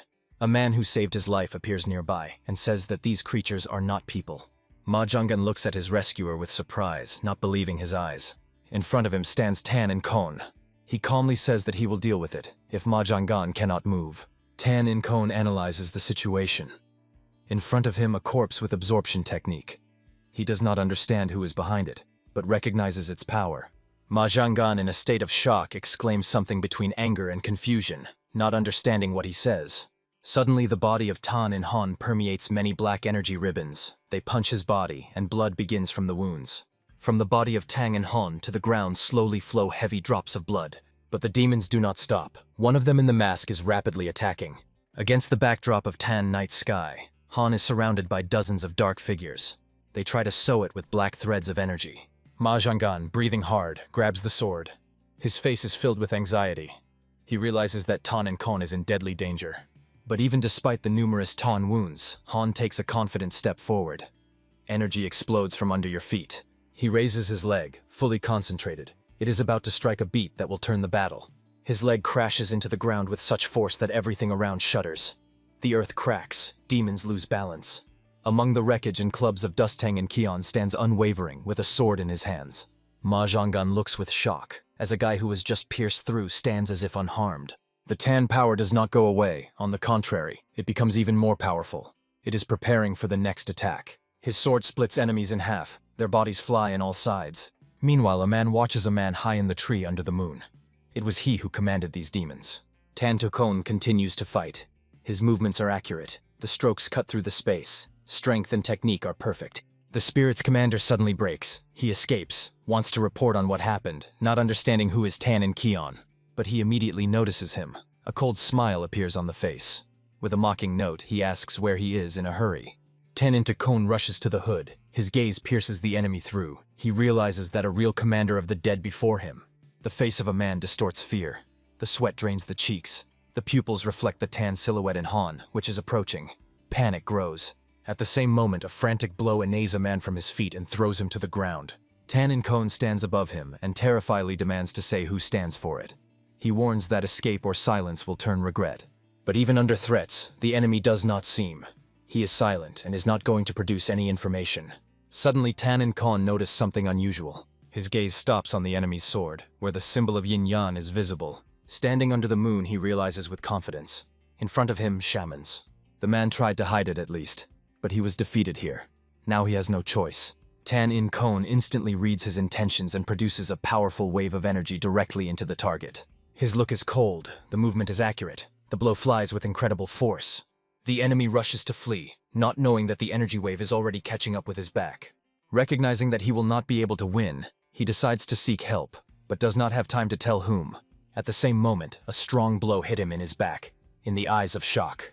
The wave catches up with him, carries out from his feet, and with an explosion threw it to the ground. The enemy lies still. The body is curved in pain. It is not even able to move.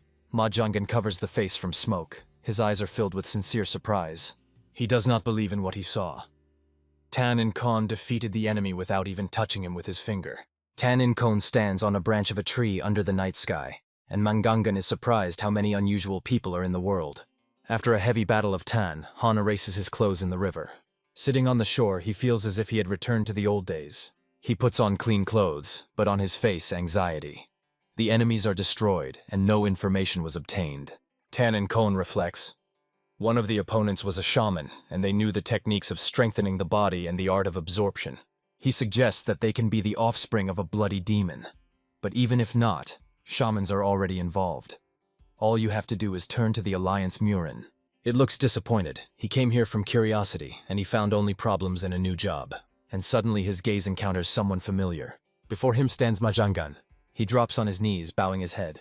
He pleasedly asks for permission to follow Tan and Han, but he does not take it seriously. Ma Zhanggan sincerely says that he has long been looking for a master who could serve all his life, and he believes that meeting with Tan and Han was the gift of heaven.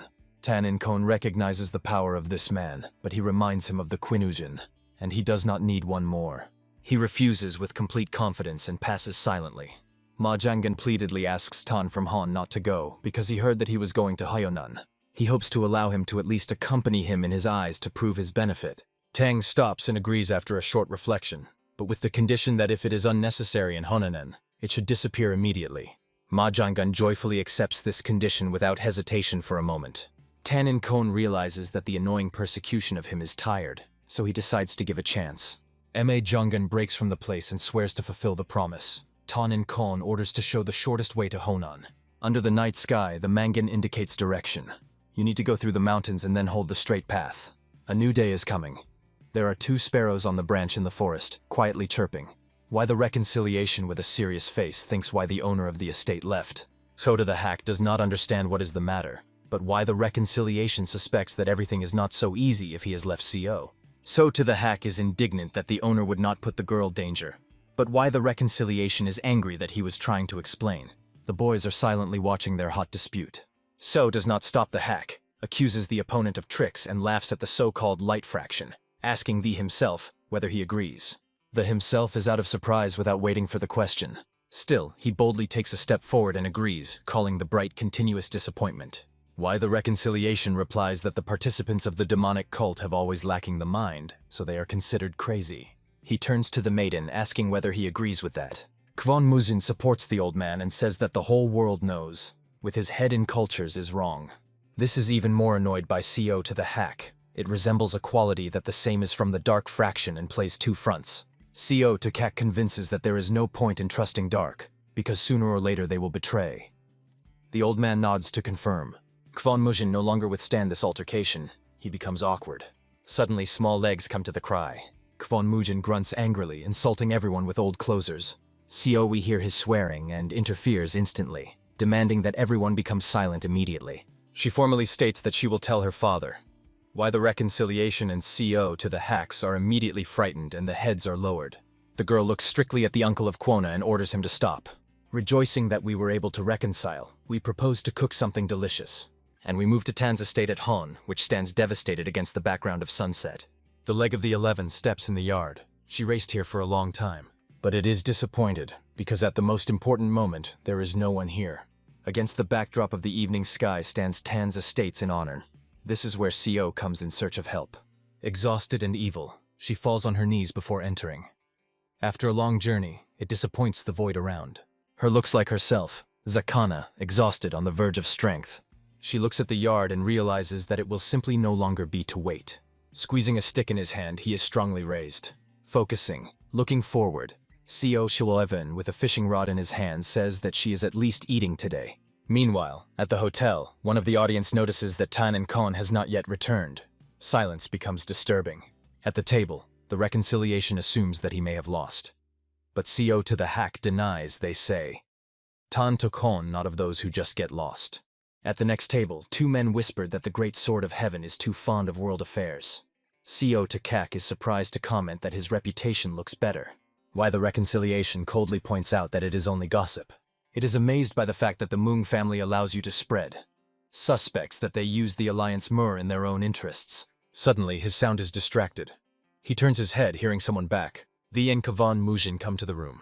Their mood is cheerful, but we shine joyfully. She has fun in the arms of her grandfather, happy to see him. Holding it in your hands, why the reconciliation asks the situation outside. Kavan Mujin reports that everything looks calm. But none of them know that the danger is already on the approach.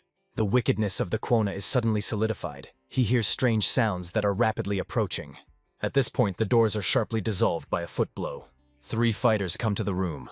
One pokes on the quad with a finger and says it is a real luck to meet him here. CO to the hack. As Surprise asks who they are. Kwon Mujin replies that these are the next ones to deal with him. The atmosphere is exacerbated. We cried anxiously, seeing the Kwon Mujin heading to enemies. She couldn't contain anxiety. Why the reconciliation holds her in her arms and takes away, assuring that everything will be fine. But the girl could not calmly watch the danger. He tries to take it outside, but suddenly we break from his hands and runs back. One of the enemies ominously turns to Kwona, stating that he will answer today. But suddenly we appear between them and firmly orders not to touch the uncle of Kwona. The enemy tries to convince her that he is a bad person, but the girl does not listen. She shouts that she is indifferent because she sincerely loves her uncle Kwona with all her heart. The enemy looks at her annoyedly, calling a small abomination.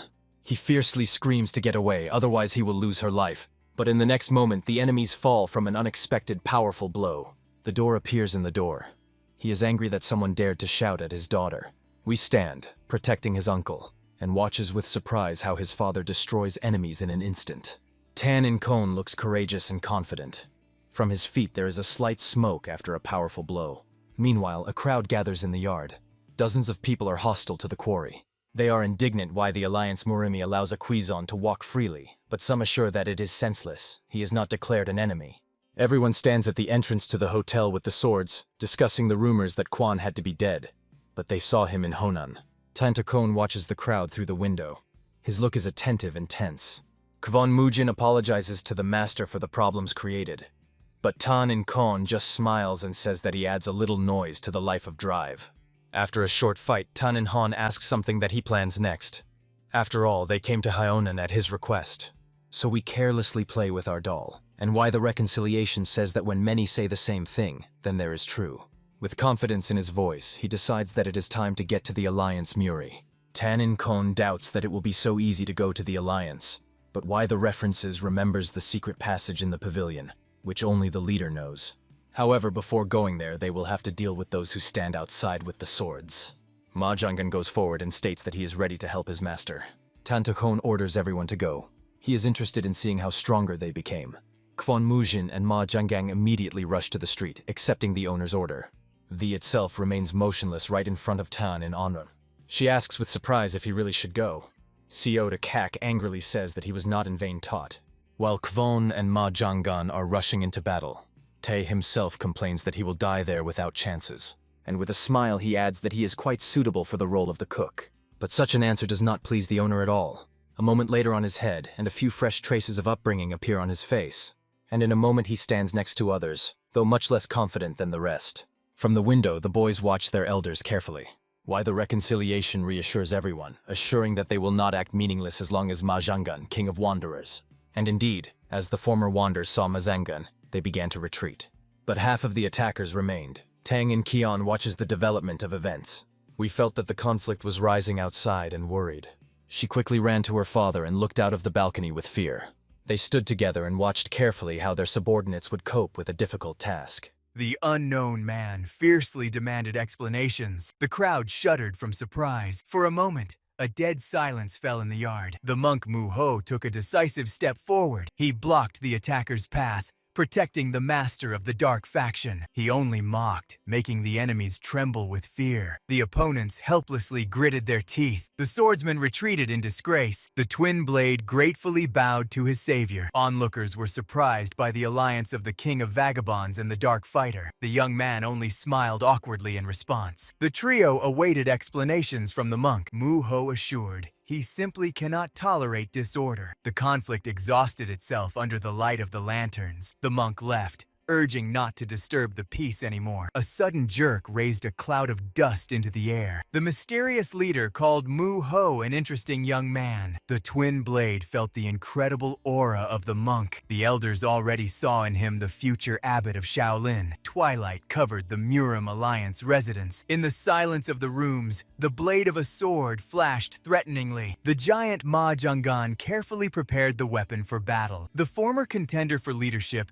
now became an ordinary companion. The purple-haired youth ironically warned the giant against unnecessary questions. The giant swore to serve Lord Tan until death. A dispute over the master's favor flared up among the guards. The air between them literally sparkled with rage. The young man confidently declared his uniqueness. A sharp knock on the door interrupted their quarrel. A chaotic rumble was heard behind the door. Lord Tan held a sleeping girl in his arms. The elders felt an ominous silence around. The leader decided to personally visit the Alliance Center. He coldly forbade his comrades to follow him. The painted elder burst out in indignation. The comrade reminded him of the duty to protect the child. But he only dreamed of the greatness of the Alliance. Tan allowed him to see everything with his own eyes. The happy old man almost knocked his partner off his feet. Little So Mi did not even move from the screams. Tan put her to sleep by pressing a special point. The silence was broken by the clatter of drawn weapons. Danger approached closely. A powerful explosion shook the walls of the residence. The elders were stunned by the scale of the destruction. It became clear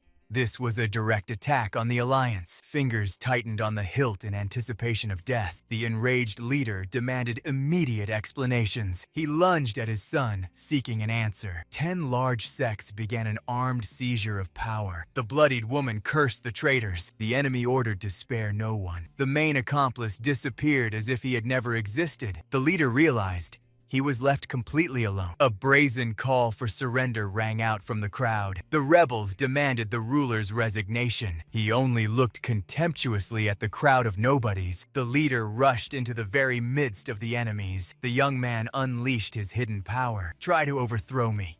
The death sentence sounded. The earth was washed with the blood of the first victims. With one blow, he shattered the enemy's weapons and will. The elder watched the beginning of the bloody era. The man in brown disdainfully surveyed the ruins of the alliance. The white-haired elder could not believe his own eyes. The woman in despair begged her dying father to come to his senses. The bearded executioner swung to end her life as well. A dazzling flash forced the killer to retreat. The unknown masked man blocked the strike while the blue-haired one watched from the side. A lightning-fast lunge, and the enemy warrior was on the ground. The enraged leader demanded the name of the audacious one. He only coldly introduced himself as the Sword Master. The leader flinched, recognizing that voice. The sword in the mask flared with bright blue flames. There was no doubt left.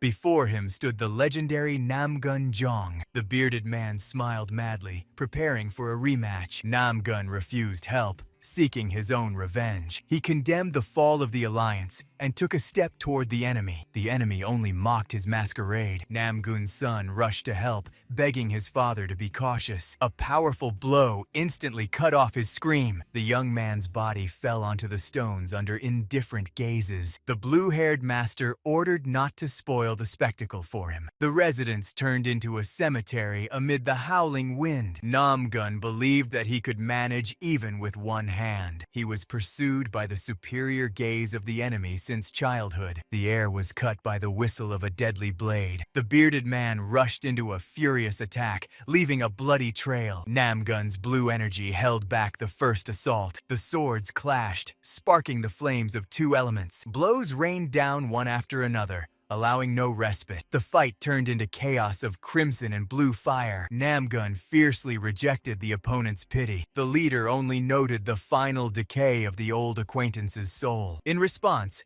Namgun delivered a powerful counterattack. A wave of pink aura shattered the stones beneath his feet. Crimson lightning bolts of the enemy filled the entire space. He accused the Swordmaster of his own sins. A colossal explosion engulfed the battlefield. Borodon accumulated energy for a devastating leap. Namgun rushed towards him in a desperate impulse. After exchanging blows, the old man barely stood on his feet. Fatal cracks appeared on the blade of the sword. The weapon shattered into thousands of fragments. Borodon's energy became truly demonic. Horror froze Namgun's body before such power. Fingers convulsively clenched the empty hilt. The enemy instantly appeared nearby, spilling the old warrior's blood. The bloody blade cut through the air. A devastating strike from above tore Namgun's flesh. Shock and unbearable pain clouded his vision. The broken weapon slipped from his fingers. The leader celebrated victory, burning with the desire to kill. He raised his hand to put an end to this story. Suddenly,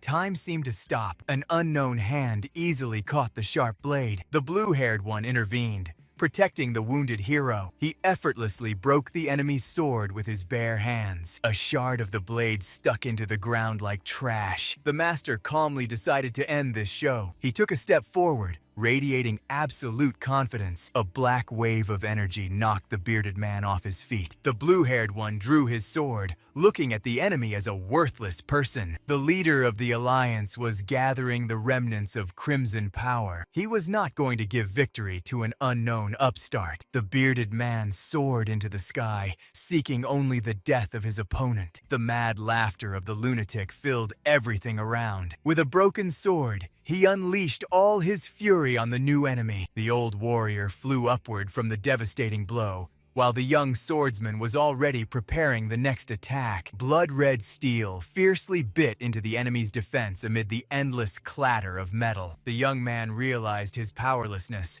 None of his secret techniques could even touch this monster. The old master calmly parried the strike with his palm and advised the boy to stop futile thoughts. He arrogantly maneuvered amid a barrage of attacks, openly bored by the predictability of the opponent. The master gracefully landed on the cobblestones, leaving witnesses in silent shock at his technique. A sudden attack of bloody cough brought the old man to his knees, right before his frightened son. The boy in white rushed to his father, trying to grasp his fading consciousness. The old man's eye flashed with demonic red light, and black poisonous energy crawled through his veins. He rose as a different being, a possessed monster radiating only pure death. The dark-haired warrior instantly recognized the source of the dark power, but the possessed responded only with a wild scream. Consumed by madness, the father launched an attack, turning into an uncontrollable stream of destructive rage. The old man's consciousness was finally engulfed by a single terrible mantra, the order to kill everyone in his path. A colossal wave of dark energy swirled around him, preparing the final deadly strike. The son begged his father to come to his senses, but he only bared his teeth, losing the last remnants of his human form. A disgusting sound of flesh announced the tragedy. A black spike of energy pierced through the chest of his own son. A powerful explosion of two opposing forces tore the space, covering the battlefield with a curtain of dust. When the rumble subsided, the mutilated fighters weakly slid over the bloodied cobblestones of the courtyard. Together with the scattered aura, the mind returned to the father, but a terrible scene appeared before his eyes. His only son was dying in convulsions, bleeding in the center of the ruined yard. The young man's body finally froze, and the old man was stunned by the realization of what he had done. Under the yellow-orange sky, the voice of Namgun-chan sounded, who had just arrived at the site of the massacre. The father, in despair, embraced the lifeless body, begging his son to open his eyes at least once. His inhuman scream pierced the void, demanding an answer from fate itself for this horror. The dark-haired swordsman coldly cut off. The father himself became the executioner of his own child. The bloody memory of the fatal blow flared up in the old man's head, burning the remnants of his soul. The father's face was distorted by destructive despair, which could not be expressed in words. He uttered only a dull groan of pain, unable to bear the weight of the committed sin. Under the blood-red sky, a man's scream tore apart, who had just destroyed his world with his own hands. The first drops of rain fell on the stone courtyard, trying to wash away the traces of recent madness. The defeated warrior helplessly died in a puddle of water and his own blood under the cold downpour. The victor slowly approached the dying enemy, whose gaze was already directed into oblivion. His fist trembled with rage, preparing the final blow that was meant to end the old man's suffering. Namgun-chan quietly asked his comrade to stop, feeling that death was no longer needed here. The warrior turned around, still gripping the enemy's collar, but was forced to listen to his ally. Namgun confidently stated that the old man had already lost everything, so his death would only be an unnecessary burden. The dark-haired warrior released the victim, but warned that they would regret this mercy. They left the father alone with his grief and the cold rain that drenched his tear-streaked face. The figures of the two masters towered over the fallen enemy, making the difficult decision about forgiveness. The warrior's path led away from the blood-soaked pavilion, where no life remained. The rain continued mercilessly beating on the bodies of the son and his father, who was frozen in silent despair. He knelt down, overwhelmed by unbearable guilt, which was worse than any sword. The father stood up and trudged heavily through the downpour, carrying in his arms the last thing he had left. The noise of the rain streams was enough to hide the quiet sobs of a man who had lost everything. In the dark forest, the old man laid his son's body on the ground,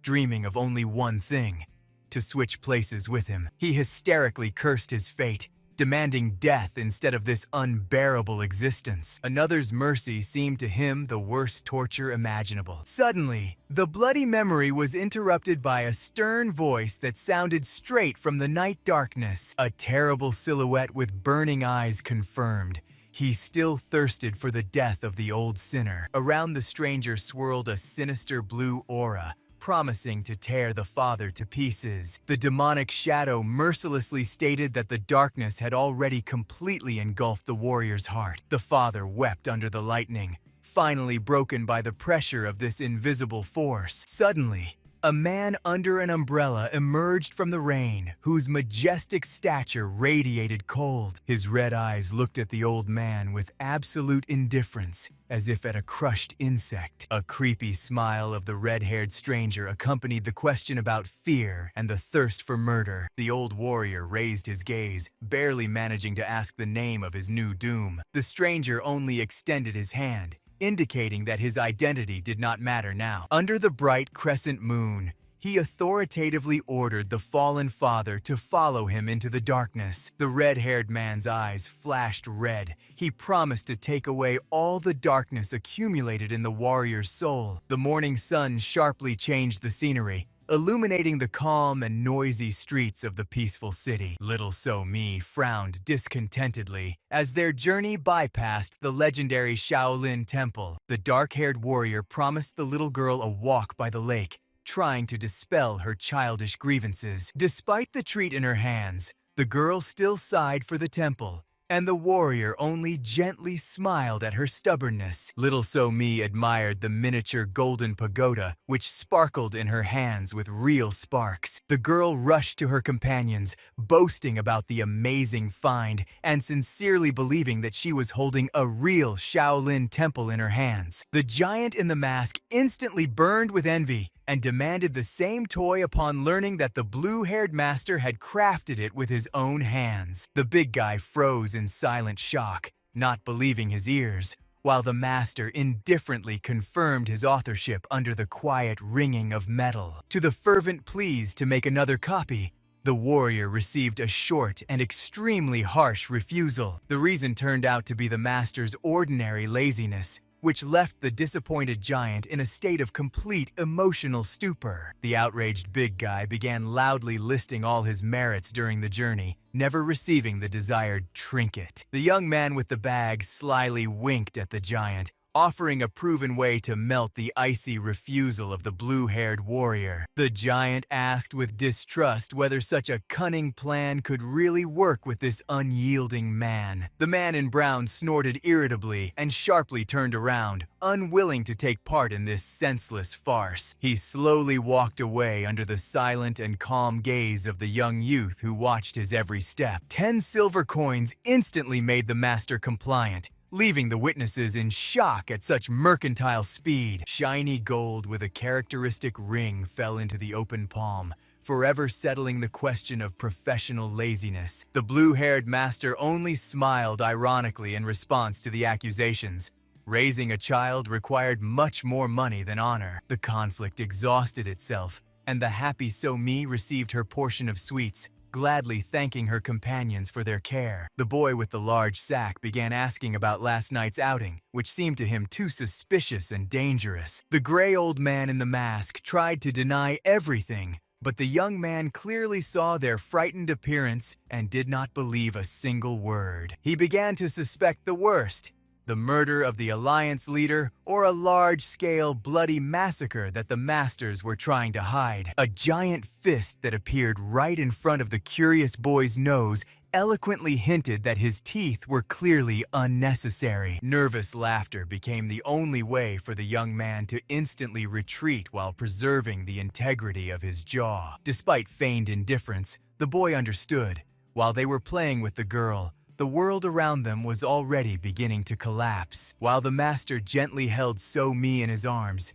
Chan-sam wondered how they were going to deal with the bloody consequences of their visit. The young man once again convinced himself that without his wise guidance and intervention, this group would have long perished in the chaos of events. The dark-haired warrior recalled the ruins of the Murim Alliance, clearly realizing that great and cruel changes were approaching in the Celestial Empire. A heavy downpour flooded the luxurious residence where behind closed doors the future fate of all martial arts was being decided. The cozy inner courtyard was immersed in gloomy gray shades of anticipation, adorned only by the cold light of lanterns. A strong hand with a thud placed a glass on the table, emphasizing the finality of the decision made by the clan leaders. The representative of the Tan clan bitterly noted the collapse of the great Moyen family, which had previously seemed an unshakable rock. Without the strongest swordsman, the security of the alliance was under threat,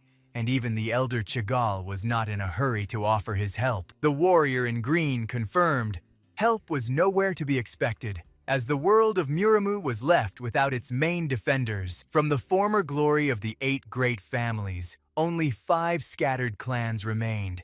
Caught in the midst of complete chaos, the sects had looked down on the clans for too long, and now, after the attempt to overthrow the Holy Sword, the hostility became open. The clan leaders unanimously decided that further cooperation with the traitors within the ranks of the alliance had become absolutely impossible. The confident gaze of the Tan clan leader confirmed they had no objections to the radical plan of action. He officially announced the withdrawal from the alliance and the creation of the Order of the Heavenly Sword, which was to become a new power in the Celestial Empire. The news of the birth of the Order spread along forest roads together with carriages carrying alarming scrolls across the country. The gray-haired elder read the news with horror, trying to understand what the clan leaders were thinking at such a dangerous time. Muram officially split in half, dividing the warriors into 2 warring camps preparing for the inevitable clash. Those who remained loyal to the sects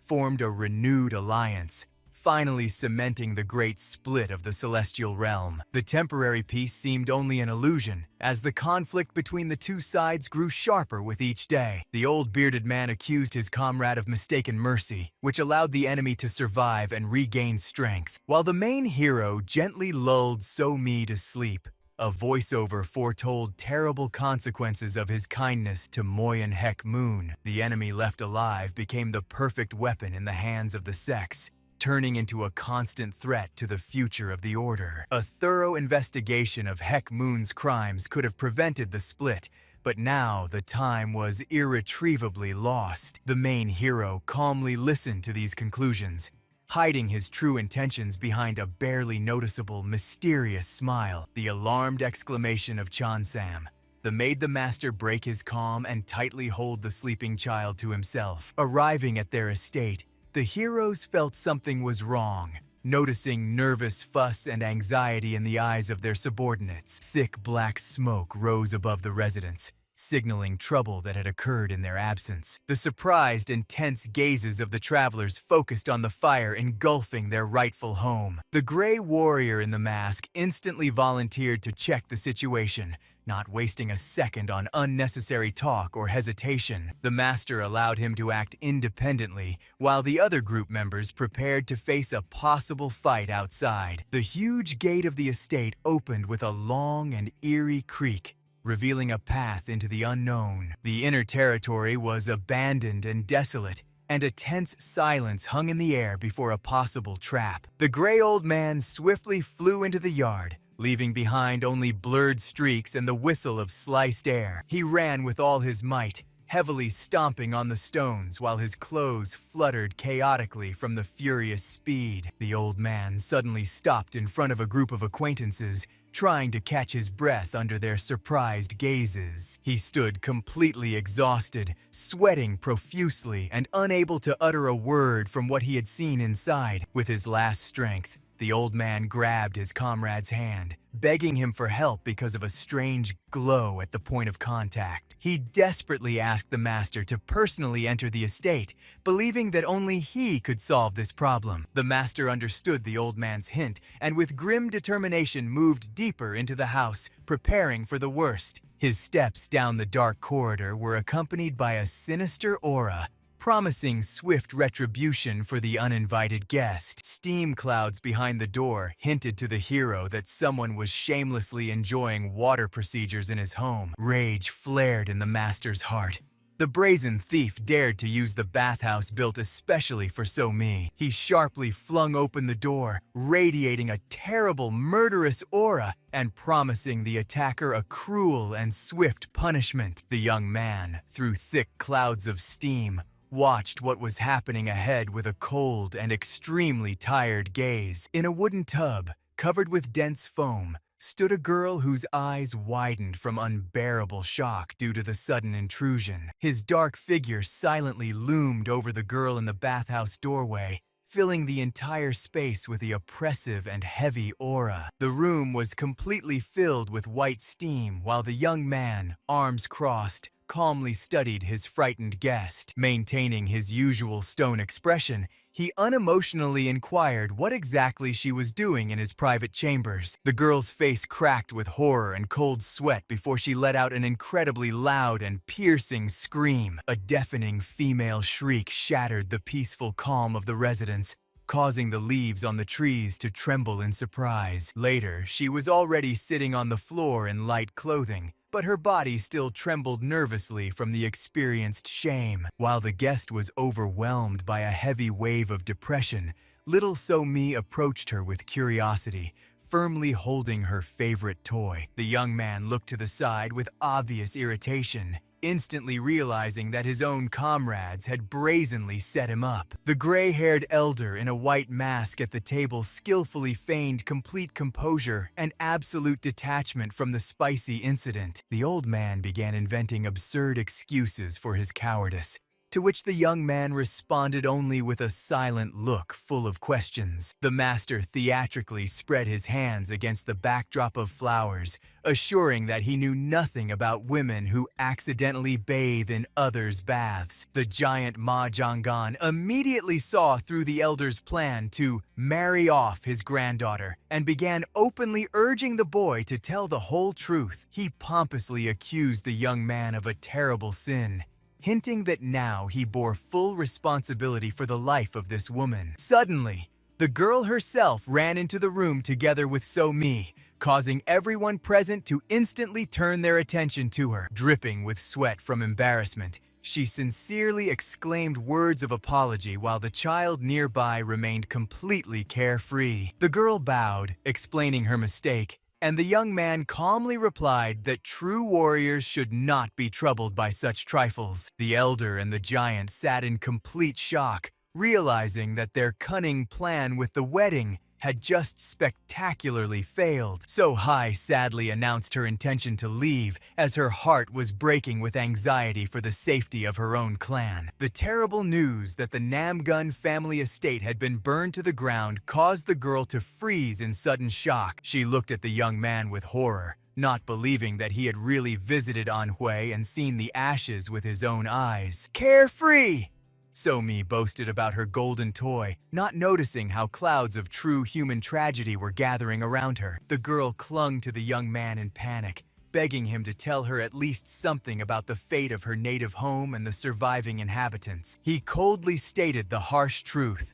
All buildings were destroyed, and it would take many years to restore the former glory. In tears, she demanded news about her family, declaring that the lost walls of the estate meant nothing to her. The young man told about the disappearance of the clan warriors after the killers were destroyed, trying to add at least a drop of hope to the conversation. Boundless pain and shock clouded the girl's vision, burning away the remnants of any illusions of a happy return in her soul. Her legs stopped holding her, and with a dull thud, she helplessly sank to the floor under the weight of what she had heard. Sitting on her knees among the ruins of her life, she suddenly felt unexpected relief that her relatives might have survived. Big tears rolled down her cheeks as she tried to convince herself that disappearance was not yet the final death. Suddenly, her gaze changed. She heard something in the conversation at the table that made her heart beat in a crazy rhythm. The girl sharply turned to the old man in the mask, whose voice seemed painfully familiar and dear to her even after so many years. The shocked exclamation, "Grandpa!" finally tore apart the veil of mystery over the identity of the old master sitting at this table. The woman recognized her grandfather in the gray-haired man. She desperately clung to his clothes. The old man in the mask was nervous and tried to wriggle out. A familiar voice betrayed him completely. She demanded explanations for the years of hiding. The man only helplessly coughed. The woman abruptly threw herself around his neck. The mask could no longer hide her tears. The old man's warm gaze confirmed he was alive. He gave in and gently threatened that she would crush him. The black and white mask was finally removed. Under it hid a familiar smile and a gray beard. The happy cry of the girl broke the silence of the room. Behind the stage, the hero was watching with his little daughter. So-mi would have called her father bad for such a secret. In the sunny yard, They continued their argument. The girl reproached her father for the friend's tears. The man explained, "Some truths must remain in the shadows." The little one thoughtfully admitted his correctness. The question about returning home changed to a new idea. The hero jokingly suggested to his daughter to become part of the clan through marriage. Jealous Somi was offended, but immediately recognized her father as the best. He only grumbled about the complex order of the world. Father indulgently laughed at the child's stubbornness. The young man with a plaster watched this idyll. In the dark forest, memorial wine flowed onto the ground. The man sat before the grave, shrouded in fog. The wind scattered leaves around the solitary figure. In his eyes, sorrow for past eras was frozen. A voice from memory begged for mercy. He remembered the wounded woman with violet hair. Nam Churyan admitted her defeat, but clung to life. She was a master who refused to die disgracefully. The proud warrior woman trembled before the inevitable. Her desperate desire to live captured his attention. This senseless impulse seemed special to him. Later, she became the legendary Sword of the Heavens. At farewell, he gave her a new name, Namgun. A simple nickname in honor of the meeting place became the beginning of the story. The woman left, taking this name with her. Thus was born a mighty clan, known throughout the world. 1,000 years later, their fates crossed again. He recalled other masters whose roots had grown through the centuries. Ancient techniques lived in every modern sect, but the memory of the demonic army made him tense. Black magic manifested again in this era. Only one demon could spread such darkness. His descendants went hunting again. The attempt to lie low ended in failure. The view of the night sky put an end to the reflections. He decided to return to the central plains. The morning at the residence began with training. The boy with the plaster did not understand his purpose. An atmosphere of misunderstanding prevailed on the playground. The mentor announced the start of a sudden sparring. Sohee was outraged by the necessity to fight a weakling. The man reminded her of the danger of pride. His gaze became sharp and dangerous. The fight began without any warnings. An hour earlier, the girl herself asked to join the lesson. She waited for the answer of the great master. The man coldly stated that there was nothing to teach her. All her provocations shattered against his indifference. She decided that the teacher was simply afraid of defeat. In response to the audacity, he only smiled confidently. So he looked at her opponent with contempt, not believing she would have to fight such a weakling. Thex himself, on the contrary, shone with excitement, tightly gripping his training sword before the duel began. The girl was choking with rage because she was paired with a novice who had barely held a weapon for a year. Her gaze became icy, and a short promise sounded like a true death sentence. The mentor coldly cut off, saying she had no chance of victory, which caused genuine shock in Sohee. The boy, engulfed in a fiery aura, boldly invited her to fight and promised to give a good lesson. The girl's explosion of anger materialized into fiery energy that instantly filled the entire arena. She promised to show no mercy, and the mentor only indifferently confirmed it was not needed. Sohee swiftly soared into the sky and unleashed a devastating strike on the young man, causing the air to whistle. Meanwhile, nearby, the old legend and little Somi calmly pulled a giant fish out of the water. The golden western sun bathed the estate, immersing the ancient architecture in evening tranquility. On the training field, Samthi was gasping from exhaustion, barely holding the sword with trembling hands. Sohee fell to one knee, not understanding why her first attack did not end the duel instantly. She looked at the green student with fear, as she still could not reach him with any strike. With a desperate scream, the girl vanished into the air again, turning into a blurred shadow. The boy miraculously blocked this furious onslaught, feeling the weight of her heavy blade in every muscle. A dazzling flash from the clash of energies made the mentors focus even more intently on the spectacle. The masters watched the fierce battle, noting that Sohee had completely lost her composure. A series of lightning-fast strikes rained down on the boy while the old patriarch only smiled mysteriously. But suddenly, the elder's face darkened.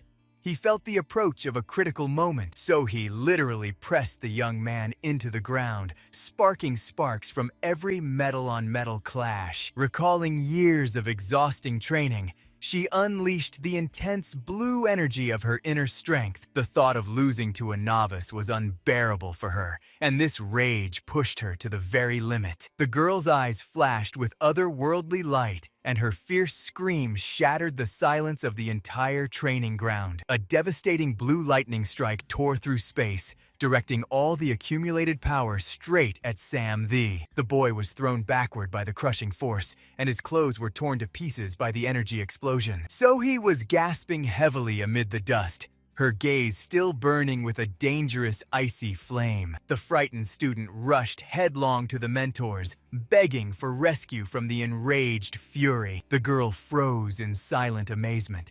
Despite all the power of the strike, she still could not reach him. Sam hid behind the master's back, outraged by such cruelty, but the master called the rescue a success. The girl's fingers clenched the sword hilt until white as she realized she had given her all. The mentor authoritatively declared the end of training, leaving the student completely confused about the finale. Sohee collapsed powerlessly to the ground, having exhausted all her internal energy in the last throw. The men silently watched the broken girl, who barely tried to catch air with her mouth. The master's stern voice called the ward a third-rate scoundrel, causing him to flinch. He confronted Sohee with the fact that it was still too early for her to fight him, and sent the boy to prepare breakfast. The young man obediently ran to carry out the order, while the girl remained alone with her defeat. Trembling with despair, she clenched her teeth and looked sullenly at the ground she had just tried to split. Thex himself looked back at her,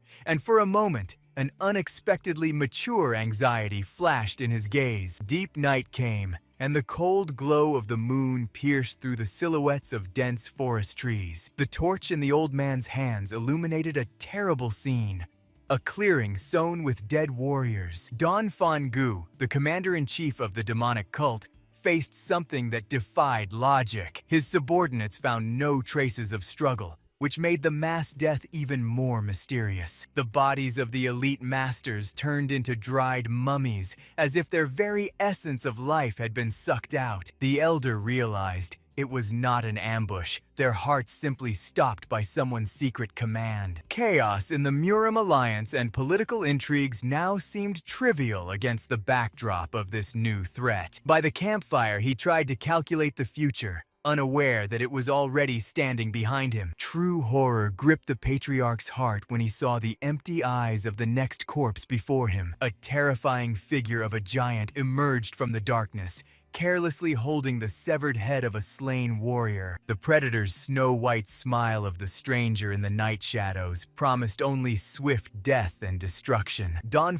Gu retreated, trying to find out who this monster was that so easily dealt with the elite. The stranger's energy was so devastating that even the cult leader seemed like a shadow in comparison. The bloody order, "On your knees," forced the elder's body to obey instantly. Against his own will, an invisible force drove him into the ground, knocking out the torch and the last remnants of his fighting dignity. The red eye of the monster flashed in the darkness as it unequivocally proclaimed itself the new master. It was the holy demon of the Black Wind, an ancient legend returned to bring terror. Meanwhile, in the world of martial arts, the Order of the Holy Sword united 8 of the strongest clans. A great schism divided the Light faction into 2 warring camps, weakening their combined influence. The new leader of the alliance, Holy Fist's son Jin, desperately tried to save the situation from collapse. Messengers with peace proposals received only categorical refusals from the proud heads of the great clans. Masters were mass deserting the alliance, seeking protection under the banners of the Order of the Holy Sword. Once a mighty organization,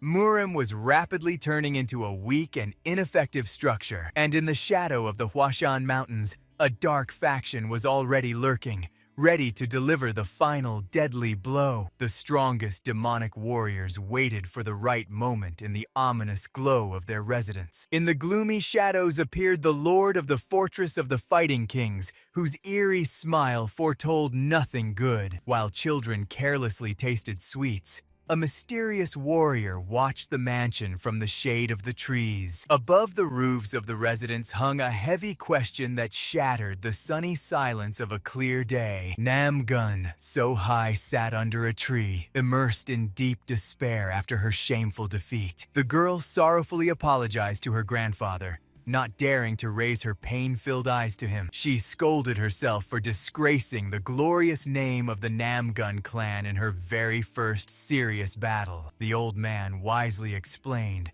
her refined sword technique simply was not designed for the Samte fighting style. So-Hai hid her face in her sleeves, listening to the harsh truth about the flaws of her lightning-fast but light attack. The girl's fingers clenched the sword hilt white as the grandfather called her movements merely a weak copy of his own. The elder admitted his own failure as a teacher, since his granddaughter's speed proved powerless against the enemy's natural talent. Bitter tears stained the girl's clothing.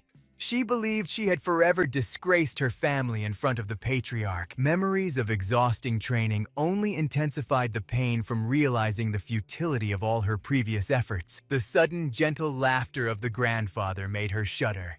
He called this defeat only a valuable life lesson. The warm hand of the patriarch gently rested on her head, calming the whirlwind of emotions in the young warrior's soul. Under the petals of flowers flying in the wind, the old man looked at his granddaughter with boundless paternal tenderness. Words of consolation finally broke through the wall of her pride, bringing long-awaited relief and peace. Overcome with love, So-Hai, sobbing, threw herself into her grandfather's arms, knocking him onto the grass. Meanwhile, Samthi was blissfully admiring his own reflection, blinded by his unexpected victory. He staged a real victory show in front of the mirror, celebrating the triumph over the legendary Namgun clan. A sudden whistle cut through the air as the boy decided to secure his success with a new series of strikes. His fists and feet left bloody red streaks in the air, demonstrating incredible reaction speed. The youth's movements became so rapid that the human eye could only see emptiness where his attacks landed. A powerful sweep of his leg cut through the room's space,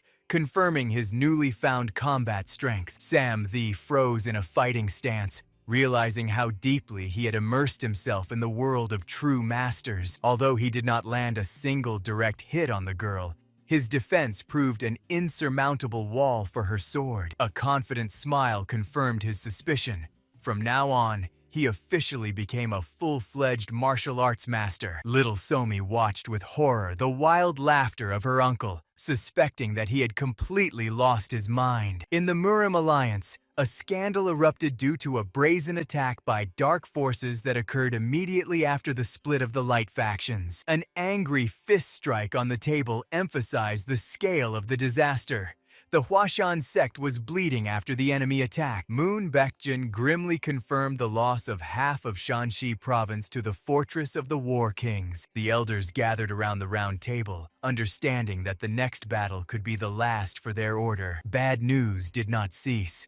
Unorthodox unions formed an alliance with the Northern Sea, tightening the ring around the alliance. The Wudong sect refused help, citing their own war with bandits and the threat from the demonic cult. Panic spread among the leaders as the alliance's numbers were dwindling before their eyes under the pressure of the Green Forest bandits. Only the Shaolin abbot remained calm, noting that his temple was still holding the defense without significant losses. The stern gaze of one of the masters was directed at the Order of the Holy Sword, which had yet to make a single move. The absence of a single leader paralyzed the will of the great clans, rendering them helpless in the face of the threat. Sun Jin thoughtfully searched for a way out, inquiring about the whereabouts of the legendary strategist, the head of the Chagall clan. Messengers reported that Chagall is conducting secret searches in Hunan province, away from the political games of the alliance. The monk insisted on the immediate involvement of a strategist,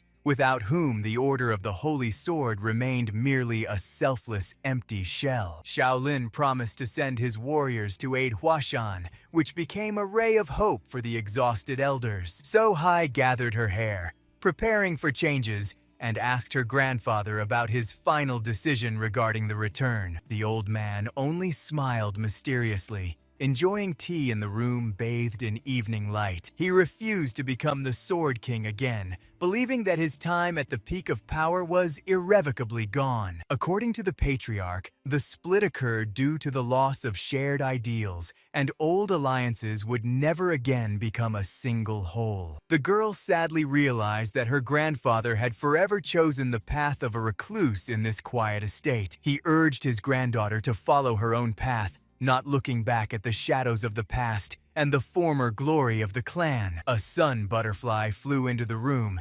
emphasizing the peaceful atmosphere of their last serious conversation. Childhood memories of swings and grandfather's tales briefly returned, so high to times of carefree happiness. Meanwhile, in the shadows, three unknown masked figures played an intense game of Go, planning their next moves. Sam, the continued smashing the training pillars, honing his devastating power with each strike. The old patriarch's face radiated the wisdom of a man who had understood the true essence of existence. So Hai stubbornly puffed her cheeks, clearly refusing to obey Grandpa's order about her departure. She jokingly pitied the Alliance leader, who, because of Grandpa's stubbornness, lost such a valuable assistant like her. The old man raised his eyebrows in surprise when he realized that his granddaughter had decided to stay with him until the very end. The girl stomped her foot indignantly, insisting that she simply had nowhere to go,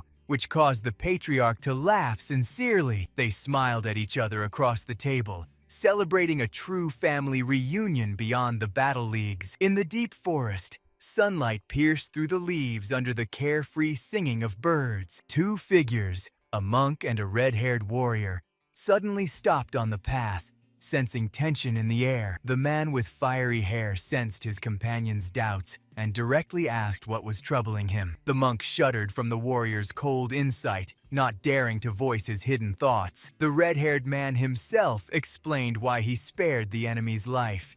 He needed a tool capable of growth. He stated with cold confidence that Moyon Hyuk Moon would still be useful when he became truly strong. The confused monk tried to find the source of power in talents and weapons, but the warrior only snorted disdainfully. With a predatory smile on his face, he revealed the true path to might: anger, envy, and an insatiable thirst to kill. The bald fat man in the forest was dripping with sweat, not understanding why destroy Murim if the goal was only to rule it. The bloody demon looked majestically at his subordinate. For him, possession and total destruction were always synonyms. The fat man was horrified. The new leader of the Murim Alliance, Moyon Hyuk Moon, clearly lacked the authority of the deceased Sword King. After the disappearance of the old leader, Orthodox factions naturally began to break apart. The shattered space revealed a terrifying smile. The fortress of the Fighting Kings decided to strike at this very moment of weakness. The losses of the Orthodox promised to be catastrophic, and everything indicated that the demon had planned this in advance. The bald man smiled slyly, understanding the brilliant plan. This was exactly why the holy demon of the Black Wind was introduced into the game. The red-haired man laughed loudly, acknowledging the guess. The ascension magic helped find the perfect body for his pawn. The rebirth of the ancient demon went flawlessly. A gigantic, naked figure with a bloody aura was not a copy of the past, but the power within it was colossal. The demon hoped that this new weapon could pull someone else into the world, someone much more powerful. The fat man asked confusedly who was meant, receiving only a mysterious smile in response. Meanwhile, against the backdrop of a gloomy sky, an unknown warrior with blue hair also realized that the hook was cast. The bloody demon waited contentedly for the enemy's first move. Under the bright sky in a bamboo grove, someone complained that their target was not in Hunan province at all. A man in green chewing dango by the river believed if they found this person, they could revive Murim. The woman nearby irritably waved off these words, which she had heard thousands of times already. The father only sighed heavily under the cover of a sprawling willow. The daughter, with an impassive face, finished eating sweets while the father scolded himself for looking like a failure in her eyes. He understood. Instead of managing the clan, he was wasting time on phantom searches. His gaze became sharp. Both the Alliance and the Order were looking for them, so spending resources on an unknown was the height of foolishness. But time was running out, and if they did not find the mysterious master, the consequences would become irreversible. The father looked guiltily at his daughter, trying to come up with a worthy excuse. He decided to convince her that it was just a pleasant family trip in the fresh air. But the piercing look of the daughter and the stern word "father" made him shudder and break out in a cold sweat. She squinted and hit the mark.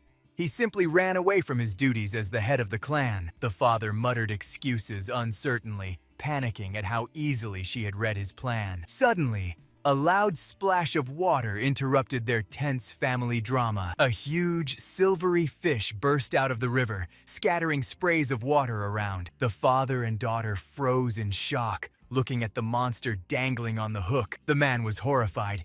He had not felt the presence of a stranger next to him at all. The experienced master was bypassed so easily. At the other end of the fishing rod was a little girl in a red skirt. Rejoicing at her catch, she desperately pulled the fishing rod, trying to hold on to the wild fish. A watery explosion broke the silence as the fish broke free, and two adults jumped to their feet with a scream. The man in green rushed straight into the water, worried about the child. He waded knee-deep in the river, while the little one happily splashed around without a trace of sadness. The girl, with an innocent smile, assured the wet man that she was absolutely fine. She carefreely scratched the back of her head. Well, the fish broke free. It happens. The camera caught the shallow water, where a whole school of giant fish already swam, caught by this little one. The man looked into the bucket and couldn't believe his eyes. How could such a small child be such a talented fisherman? The little girl puffed out her cheeks. Her relatives always praised her, but never took her on a real fishing trip. The man mentally agreed. Any adult would have burned with shame, losing to a child in skill. Suddenly, the girl joyfully asked if they had come to visit her. The travelers exchanged confused glances. What guests in the middle of the dense forest? The woman inquired about the house, and the child joyfully confirmed that she lives right here. The man knew for sure. There were no settlements or estates around Lake Donchano. A terrible picture formed in his mind.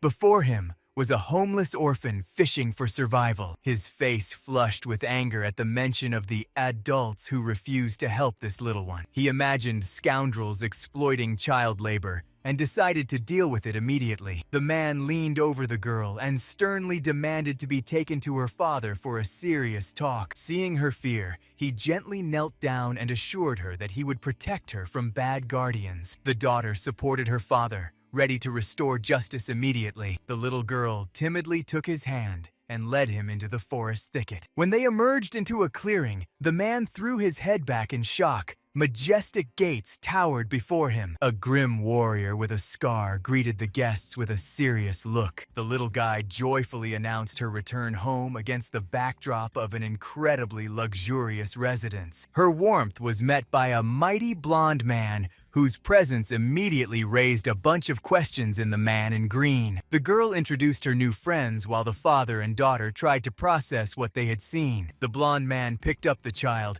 and with a smile invited the confused guests to enter. The travelers slowly followed the host across the spacious yard. The blonde man's face radiated calm and unwavering confidence. The man in green was sweating.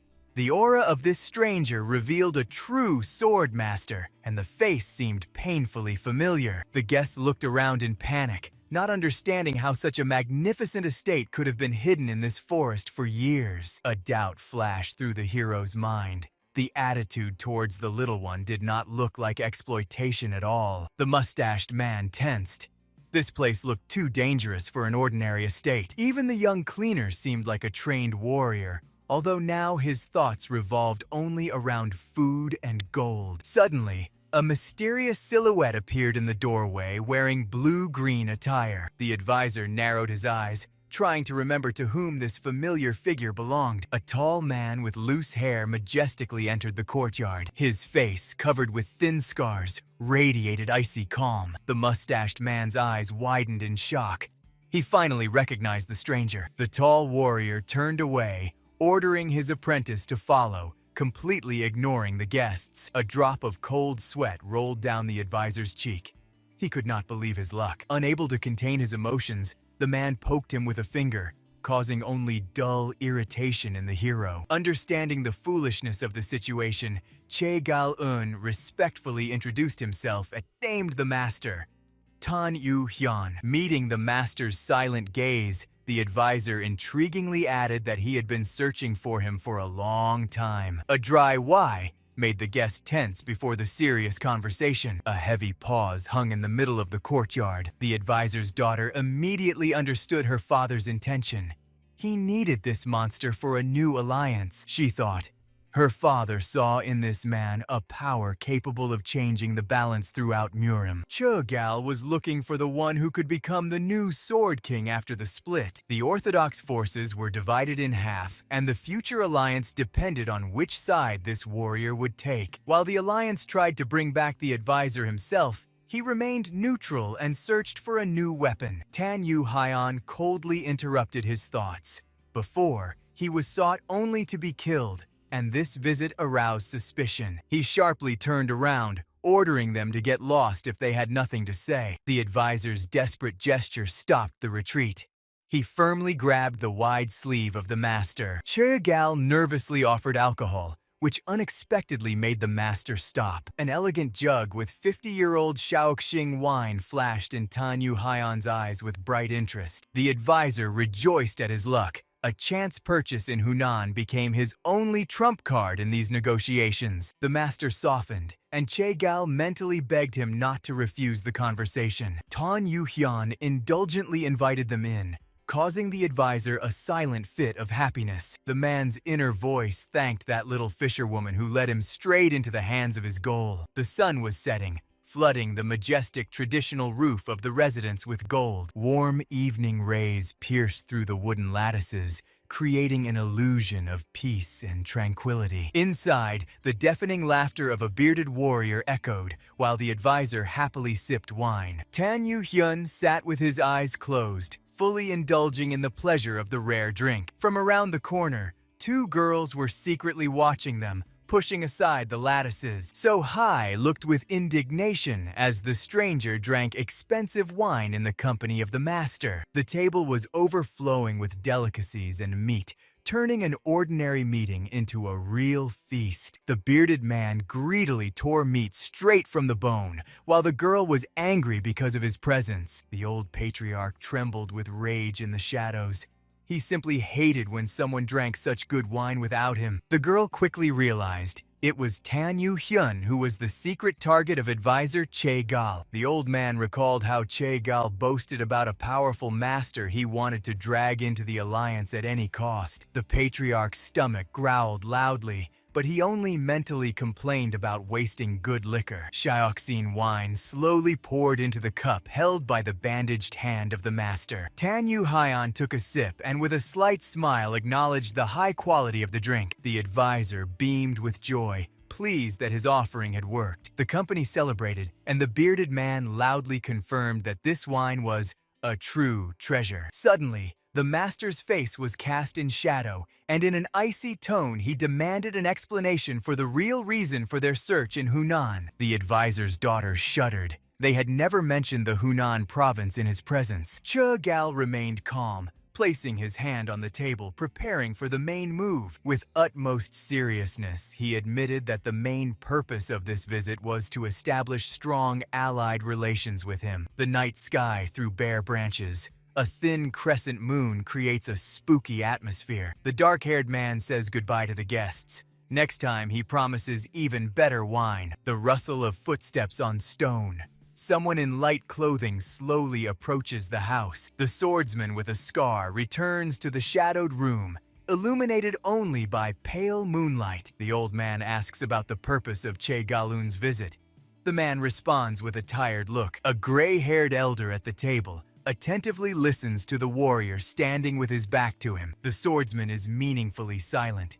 Deep thoughts and slight sadness are on his face. A bandaged hand pours wine. The liquid quietly trickles, gradually filling the cup. The elder sips the drink contentedly, closing his eyes in genuine pleasure. The master praises the excellent wine, while the maimed swordsman silently sits nearby at the table. The swordsman seriously asks the elder about the meaning of his conversation with the unexpected night guest. The man with the vertical scar irritably says that he does not care at all. The puzzled mustached man asks again if the warrior does not seek justice and peace. A voice from the darkness. Will Murim's protection truly ensure peace for the whole world? To the offer of glory, the swordsman cuts off, saying it is the most futile reward of all possible. A close-up of an eye. In the pupil, tense silence and hidden threat are reflected. The eye ominously flashes pink against the backdrop of thorny branches. The air chills with danger. Don't follow me! The man strides decisively down the corridor, his hair fluttering in the wind. He dryly adds that the interlocutor should not leave the estate grounds if possible. The night forest in a mystical glow near the burial mounds. Leaves rustle quietly. The swordsman intently gazes into the thicket. His look reveals extreme vigilance, eyes narrow with suspicion.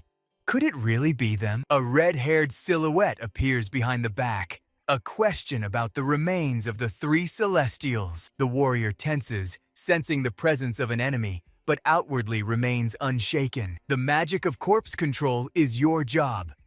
The swordsman did not expect the arrival of this guest. From the shadow emerges the blood demon. He is surprised that the enemy survived after decapitation. The demon seeks amusement. For 1,000 years he has waited for the one whose skull he once split. An ominous laugh echoes through the forest. The demon hints at his own secret tricks up his sleeve. Liquid pours from the jug onto the ground. The swordsman suspects the great heavenly art. A stream of wine strikes the roots of the tree. The quiet babbling breaks the night silence. A dreadful spell. For the soul's transmigration, the blood of innocent children under 10 years old is required. The swordsman shudders with rage.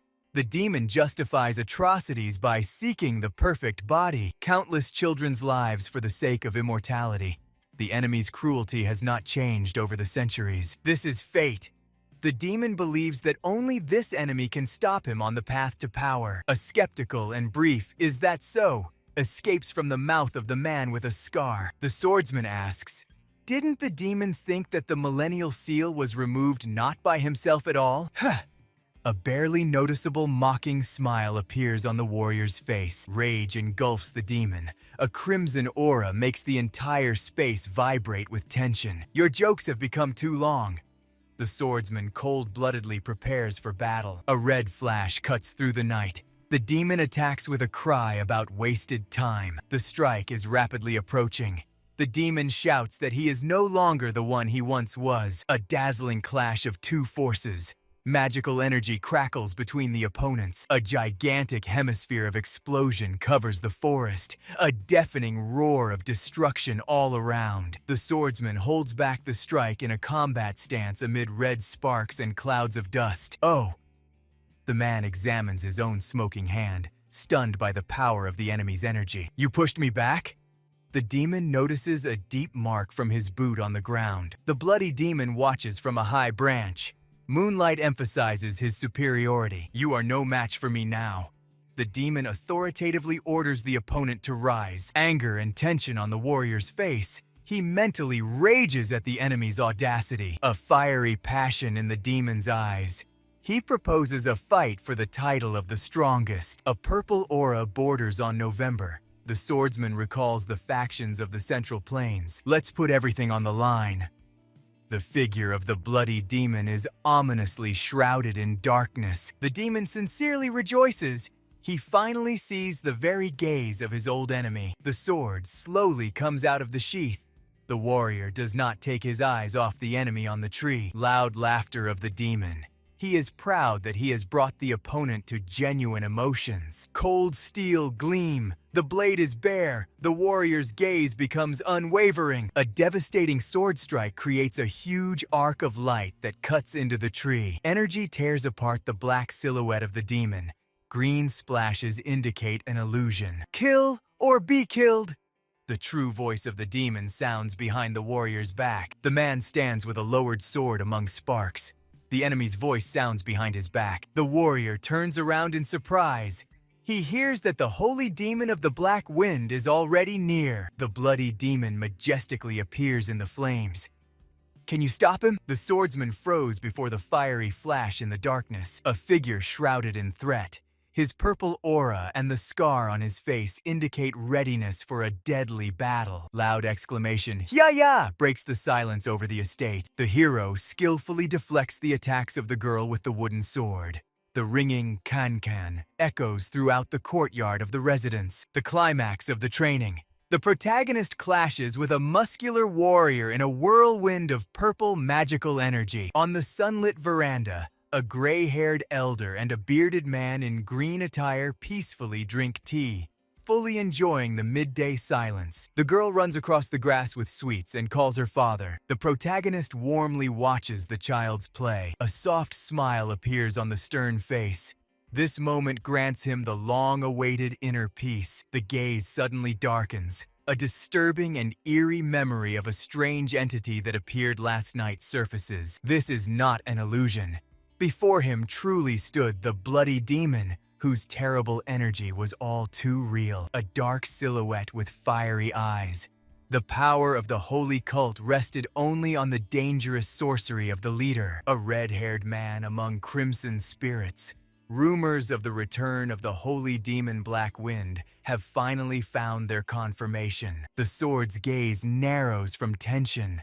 The threat is inevitable, and the scale of the upcoming slaughter boggles the imagination. Promise in the lotus position, to find the demon at any cost. A deep thought is interrupted by an old man. He casually says, "Hey," without taking his eyes off his tea bowl. The hero returns to reality and asks who is currently the richest on the Central Plains. The old man thoughtfully repeats the question about gold. A bald predator, Manhwa, appears in the story. The head of the Golden Merchants Guild holds all the money in the world in his hands. Although the path to Murim is closed to him, he secretly finances many organizations, buying himself power and influence. The true strength of Manhwa is in his wealth. The old man does not know the exact amounts, and the bearded man adds, "To manage trade, one must see the world through." The hero silently listens to the advice, preparing for action. Comic skepticism. Friends claim that he is completely unsuitable for the role of a polite and cunning merchant. The warrior sharply turns around and walks away. The bearded man panics and begs him not to create his own trading empire. Question about the demonic cult. Does the hero intend to ever return to his former comrades? Borodan wants to gain an advantage from the boy. The boy recalls the carrier pigeon's letters, but there has been no news or orders from Don Fongu for a month. The protagonist suspects hidden motives in the conversation. The sudden interest in the cult seems extremely strange to him. The boy directly asks about the presence of problems. Borodan's confident laughter. The cult is a fortress before which even the mightiest kings bow. The challenge to a duel is ignored. The hero advises the old man to play with little me, as fighting is boring for him. Idle. The elder and Borodan spin the girl around. The protagonist walks away, casting one last thoughtful glance at this warm picture of family happiness. The majestic buildings of the residence shine in the blue of the day. Suddenly, a boy with bandages on his face appears. He clearly did not expect to see the master here. The hero's piercing gaze assesses the young man's abilities. The frightened servant is nervous. The hero asks why he came here without any invitation or need. The young man is ready to die for his master, for he has learned to understand every look of his without unnecessary words. Enthusiasm fades. The order to set off to the cult causes a real shock and a thunderclap of lightning in his soul. 4 months on the road to Sichuan. The young man, horrified, imagines this endlessly long and dangerous path. The task is simpler, just to gather rumors. A relieved sigh almost ended in an embarrassing accident in his pants. Information gathering from the Hao clan begins. Ma Zhanggan will help extract the truth from enemies by force. The bandaged hand throws a pouch of gold. The coins dynamically sparkle in the bright sunlight. A heavy wallet and new sweat on the forehead. The young man asks where the invincible master himself will go now. None of your business. The hero confidently walks away. The story recalls the holy demon of the Black Wind. His cruelty made even loyal disciples rebel. After the battle with Cheon Mu Guan, the old leader was forgotten. Now everyone praises the new heavenly demon. The swordsman walks through the green forest. There is only one place where the resurrected enemy can hide. A dark aura and a hand on the sword. A promise to kill. Before the eyes unfolds a lively eastern city, bathed in the first rays of the bright morning sun. Welcome to the Golden Merchants! A greeting sounds in a cozy shop with red lanterns. Tears of joy from the merchant over the first customer. Panic and cold sweat. The shop owner suddenly recognizes in the traveler his worst nightmare. You hid in a real wilderness. The swordsman calmly surveys the neglected trading shop room. The merchant trembles with horror. In his head, there is only one desperate screaming question. Him again? The owner's face is twisted into a comical grimace of panic. His eyes radiate only pure terror. Stammering, the owner bows. The hero jokes that in such an empty place, ghosts will soon appear. A superior smile. The protagonist reproaches that the only customer has to wait at the doorstep. The owner invites the guest to come inside. A cup of fragrant tea and a plate of cookies on the table create the appearance of a business conversation. Your business does not bring any money at all. The mighty guild holds the entire Hunan province in its hands, having long monopolized every local shop under its control. A bitter confirmation. All who did not become part of the monopoly eventually disappeared under the oppression of the sinister leader, who wove the region with his web. The man with the scar pondered opening his own trading shop. The merchant explained, "For success in Yuan, large sums of money and a reliable partner are needed." To unnecessary inquiries, the stranger responded with a short and cold order. Answer. He called the best strategy the sale of elite wine. The shore of Dongting Lake was always teeming with wealthy clients ready to pay. The Hoan clan once owned the market but went bankrupt after a resounding defeat. Local magnates still dreamed of the legendary taste of their drink. The main condition for success was the unchanging quality of the product. The market was suffocating from an excess of salt and silk. So the merchant offered something different. Rare Western spices cost a fortune due to the monopoly of the golden guilds. A heavy sack of gold coins fell onto the table with a crash. The merchant froze, blinded by the shine of an unprecedented advance payment. The order was unequivocal. Liquidate the business within 10 days and arrive in Yuan. The goal was striking in its audacity. To crush the influential golden merchants. The poor man shuddered with horror, realizing the power of the future enemy. The stranger left, leaving a choice. Either risk everything or hand over the gold to the authorities. He knew the strongest teeth belong to those who have nothing left to lose. This was a chance to stop being a nobody and change fate forever. The man disappeared into the darkness, leaving no second for hesitation. Excessive pondering only killed the courage necessary for great achievements. The silence in the empty room emphasized the value of every minute. The invitation to meet in Yuan still echoed in the air. The merchant stood bewildered, clenching his hands from incredible tension. The realization of sudden changes lay heavily on his shoulders like a heavy burden. The gold on the table was too real for a simple joke. Fear and uncontrollable greed waged a fierce battle in his soul. Meanwhile, in the residence, a woman was conjuring over a hellish fire in the kitchen. From the frying pan came a true aura of death that frightened even warriors. What was supposed to be dinner resembled a black, poisonous substance. The woman proudly called this horror ordinary fried vegetables. The man with a scar dared to taste her culinary creation. The wooden chopsticks instantly crumbled to dust upon contact with the dish. A wave of pure, hopeless despair overwhelmed everyone present. On the mountain road under the scorching sun, a completely different atmosphere prevailed. Overturned cart and a column of smoke testified to a recent disaster. The young man exploded with anger, blaming his gray-haired companion for everything. The poor coachman simply ran away, unable to endure the mockery and excessive work. The big guy just calmly picked his nose, ignoring the boy's hysteria. The advice was simple. If you don't like it, get lost in all four directions. The argument almost turned into a fight due to mutual insults and contempt. Boasting about former victories continued until the partners' first loud shout. In the manor, a bearded man was looking for his missing assistants. They went on errands, leaving the master only fresh steamed buns. The old master felt the approach of a great storm in the air. The thunderstorm was already near, and it promised to be too bloody. The young man in the yard exhausted himself with endless, fierce training. The true plan of the master remained a gloomy mystery to those around. In the gloomy hall, a heavy fist completely smashed the stone wall. The subordinate trembled before the massive figure that radiated rage. The news that the sworn enemy had survived seemed madness to him. The one-eyed leader felt the old scar on his face begin to burn again. A blood-red aura of hatred filled the entire surrounding space. The order was brief.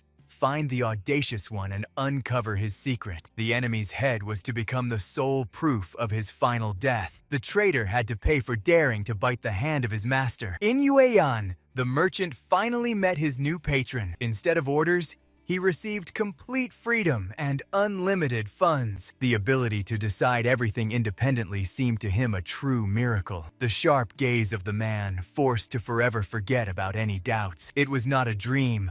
Although reality impressed with its unexpectedness, the time of delusions had passed. The moment for harsh and decisive actions had come. Only one question still tormented the former good-for-nothing. The shadow of a powerful competitor seemed to him an insurmountable wall. The path to the top lay through the complete collapse of the Golden Merchants Guild. The Lord explained, "Large guilds control the market, taking a share from others. The strong always devoured the weak, with money or steel. The roles of hunter and victim changed only with the passage of time. Hard times awaited ahead, and the servant had to be ready for the ascent." In the subordinate's eyes, a hope for the fulfillment of dreams alongside the master flared up. It was not just gratitude, but unwavering faith in the power of this person. The master instructed to search for Hong Wan Chan and open a new shop. The servant swore allegiance, receiving full freedom in actions. The master's quiet steps echoed on the empty cobblestones. He walked through the crowd, not planning any meetings in advance. Suddenly, his gaze caught on something suspicious. Among the people stood a one-eyed giant with a hideous scar and huge weapon. The warrior's gaze breathed severity and hidden fury. Memory finally suggested, this man had once crossed his path. The master turned away indifferently, unwilling to waste time on a nobody. But behind his back rang out a cry full of hatred. The bearded giant, sweeping away passers-by, rushed into attack. The strike was lightning fast and full of devastating power. The attacker's face twisted into a demonic grimace. The crash of the collision raised a cloud of dust and shattered stones. The bandaged hand calmly stopped the blade of the huge sword. The crowd froze. The stranger held the giant cleaver with only one palm. The giant choked with rage, not believing he had been forgotten so easily. The Lord only tilted his head in confusion, examining the madman. Finally, he recognized in the attacker his old adversary. It was the same idiot whose strength was not worth a broken penny. A lightning-fast move, and the Lord's hand gripped the bearded man's throat with a death grip. With a powerful throw, he drove the enemy into the stone pavement. The attacker's body convulsed with unbearable pain and shock. The giant lay helplessly in the crater, shattered by his own body. One-eyed warrior only weakly hissed curses through his teeth. The master pressed his head with his boot, cynically praising his gaze. Even before death, the eyes of the martial arts master had to remain alive. Mockery about weak revenge made Ma Dok-jin fight in agony. The icy aura around the master made the enemy freeze in horror. Cold sweat froze the warrior's eye before the face of inevitable death. Great Ma Dok-jin could not come to terms with such a pitiful defeat. Despair seized his mind in a moment of complete helplessness. Suddenly, the foot withdrew,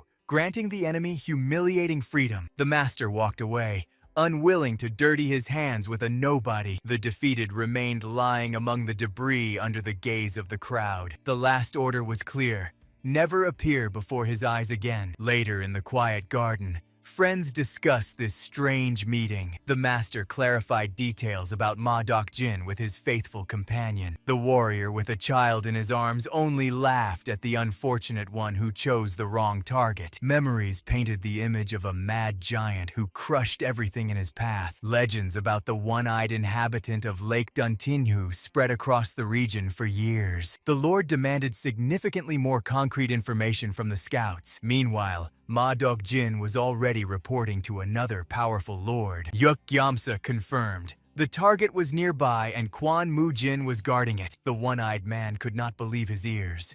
The enemies were very close. The description matched completely, leaving no room for any doubts. The grim order demanded to immediately lead the squad to the enemy's lair. The giant dreamed of a bloody revenge on the child and her surroundings. In the garden, the master asked his disciple if he could defeat this monster. The young man understood. Behind every action of the master stood deep logic. The question was asked again, demanding an honest answer about his own strength. A moment of silence was filled with heavy and serious reflections. A year ago, the gap in strength was an abyss, but now everything had changed. A confident smile became a promise of a swift and inevitable victory. The master trusted the disciple and continued his path along the sunlit trail. The boy longed to test his new skills in a real fight. The golden glow of the sword confirmed his unbreakable determination. Although outwardly the master was calm, the power of Ma Dok-jin still caused fear. Ahead awaited loyal friends and a peaceful evening. The young man felt they were being watched.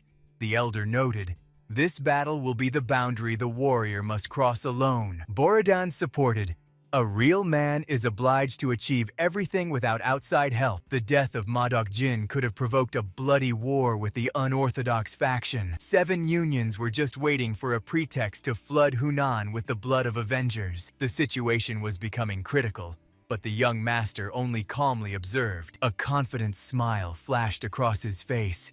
It was time to announce himself to the world. The elder was stunned by the audacity of his protege. He did not expect the hero to decide so quickly to reveal himself to Murim. Evil still found its way to him, so there was no point in hiding any longer. A stern look revealed the decision. Time to step out of the shadows forever. Memories of past retreats only fueled his current determination. A dark aura and rage mixed with a strange feeling of excitement in his eyes. The interlocutor shuddered, feeling the primal power emanating from the youth. He longed for his name to once again make the world tremble with fear. Borodan tried to bring him back to reality with mundane work, but the elder understood. They had just unleashed a tiger on a defenseless pack. Fear of the coming chaos was read in every wrinkle of his face. The hero's figure dissolved into the light, leaving behind only a heavy premonition. The evening Yueyan was drowning in the anxious glow of red lanterns. The one-eyed giant drank alone, plunging the inn into a state of numbness. The owners trembled on the balcony, watching the cruel guest. His presence drove away all customers, promising only losses and death. The outskirts emptied, and the streets filled with ominous silence. The magistrate was powerless against the masters of the fortress of the fighting kings. The split of the Murim alliance turned warriors into ordinary bandits with swords. A sudden beastly roar tore through the night silence of the inn courtyard. The one-eyed giant clenched his fist, from which fresh blood began to drip. The helpless victim was lifted into the air by the collar, ignoring the pleas. The master's anger knew no bounds. He promised death to every passerby. The verdict was final and not subject to any appeal. Bloody splashes on the paper doors marked the end of the unfortunate one. News of the massacre quickly reached the magistrate's residence. Hong became furious upon hearing about the latest antics of the unorthodox masters. Fatigue from endless problems with Murim was becoming unbearable. The merchants were silent with horror, and the streets filled with new bodies. Arrest was impossible. The fortress of the fighting kings was too powerful. At that moment, Hong desperately hoped for help from the scarred youth. A sudden realization struck him.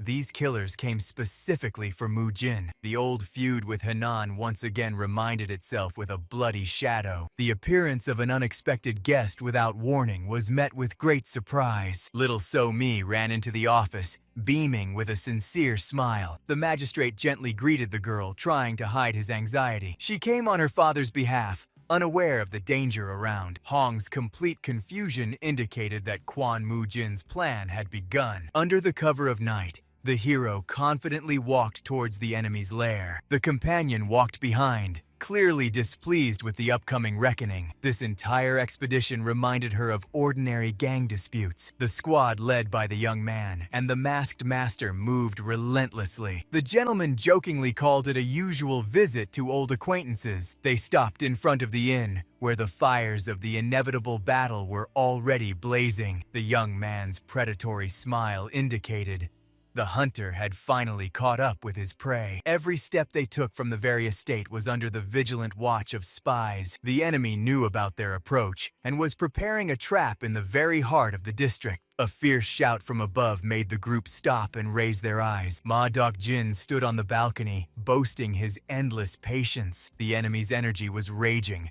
promising a much more difficult fight. The one-eyed man mocked the hero's confidence, sipping wine before the execution. He proposed to put life on the line in this bloody game. The entire Yuean was already surrounded by the subordinates of the fortress of the Fighting Kings. The giant carelessly threw something from the balcony, hinting at the fate of the prisoners. The malicious laughter of the masked master emphasized the worthlessness of all the enemy's threats. Ma Dok-jin burst out laughing, threatening to slaughter everyone, including the girl in the government office. His face twisted into a malicious smile at the anticipation of the upcoming massacre. Quan Mu Jin met the threats with icy calm, offering the enemies to surrender or drown the city in blood. He mockingly ridiculed the silence of the opponents, which revealed their hidden fear. The master instantly assessed the positions: snipers in ambush above and defenseless people below. The hand firmly gripped the bandaged sword hilt. A powerful wave of energy,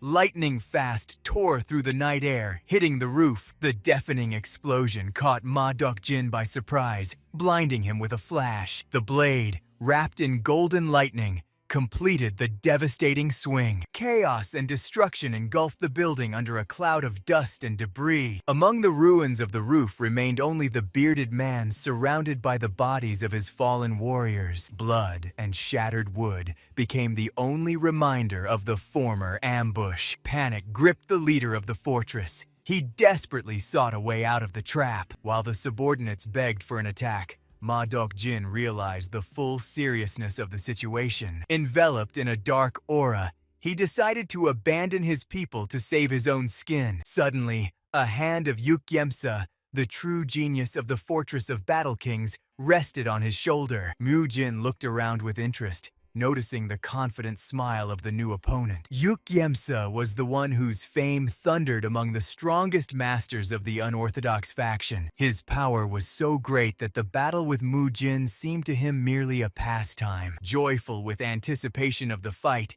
the genius decided to warm up on the audacious swordsman. Below, the masked masters calmly observed the appearance of the enemy's elite fighter. The elders only laughed, recalling how they once thoroughly beat this genius. Yuk Gyemsa felt no energy from them, disdainfully calling them ordinary parasites. He already anticipated their tragic end, ignoring the empty chatter of the elders. Borodanyu was ordered to flee while Yuk Hyemsa took the fight upon himself. Quan Mu Jin merely dryly threw to the enemy behind. Run! For Yuk Hyemsa, this young swordsman was no more than a temporary amusement. He stepped forward, preparing to unleash all his fury on the opponent. A signal flare hissed as it cut through the darkness, signaling the start. A bright firework illuminated the night Yueyang, marking the beginning of the Great Hunt. Ma Dok-jin raced across the rooftops, planning to separate the enemies and kill them one by one. A treacherous smile never left his face. He craved slow and painful revenge. His silhouette dissolved into the darkness, leaving behind only a trace of dark energy. The man in the mask sighed irritably, not understanding why they let the fugitive go. Mu Jin calmly listened to the complaints of his ally. The young man swiftly took off, hurrying to complete his task. The swordsman confidently confirmed that the fugitive would not go far, accepting the compliment about his madness. The moment came for the next step in their joint game. The order was short and clear: The group needed to split up. Each of the masters prepared to head to their own sector. The elder and the master with red patterns instantly disappeared into the night darkness. Mu Jin was left alone with the girl, giving her the right to choose the target. She quickly calculated the enemy's positions, recalling So Mi's defense. Her path lay in the Red Lantern district, the lair of Yuk Gemsa. Mu Jin noticed her hesitation, casting a scrutinizing glance. A direct question about fear of the enemy made the girl shudder. She desperately denied her weakness, reminding the master of a certain familiar woman. The comparison to a simpleton caused a real outburst of indignation in the girl. Mu Jin told about the legendary craftswoman who conquered the plains with her work. In memories appeared a blue-haired woman who had no innate talent. Each of her triumphs was paid for by years of exhausting training and sweat. The interlocutors silently parted, preparing for their own missions. A night scream tore through the silence of the city, calling the scoundrels to answer. General of the demonic skies stood to defend the people, declaring war on the invaders. He hoped for glory for his clan, while enemies surrounded him from all sides. Carelessly whistling, the hero met the first wave of killers on the rooftops. The atmosphere heated to the limit before the inevitable clash. The shadows of the enemies froze, waiting only for the right moment for a deadly throw. A flash of the sword and crackle of electricity instantly cut through the night space. The general rushed into attack, turning into a stream of destructive energy. His scope threw back the enemies, and the thrill of battle only confirmed his loyalty to his master. Over the battlefield, the quiet night sky reigned again, hiding the traces of the bloody massacre. The squad of killers in red surrounded the square. The leader dismissed questions about the fate of civilians with a brief and cold denial. The order sounded like a sentence: kill everyone who is met on the way. A man in a mask came out to meet them. He looked tired from the endless number of enemies. The lone warrior in light clothing tightly gripped the bloodied sword. A purple aura began to envelop his figure. The mercenaries froze, struck by this icy composure. The master in the white mask dryly asked the enemies about their intentions to break inside. His gaze promised death to anyone who dared to take a step. Purple energy flared around the warrior. He became an insurmountable barrier on the way to the estate. The leader of the killers drew his sword, ordering to immediately deal with the guard. A lightning-fast swing and a purple wave scattered the enemies in different directions. Meanwhile, the bloodied young man was preparing for the final battle against two mighty enemies. The one-eyed giant only mocked his attempts to resist alone. The boy spat out blood and boldly replied, "His master should not dirty his hands with such scoundrels." The bearded man with the necklace felt that this boy had completely gone mad. He was irritated that the wounded warrior was looking somewhere past him, ignoring the threat. A superior smile twisted the enemy's face.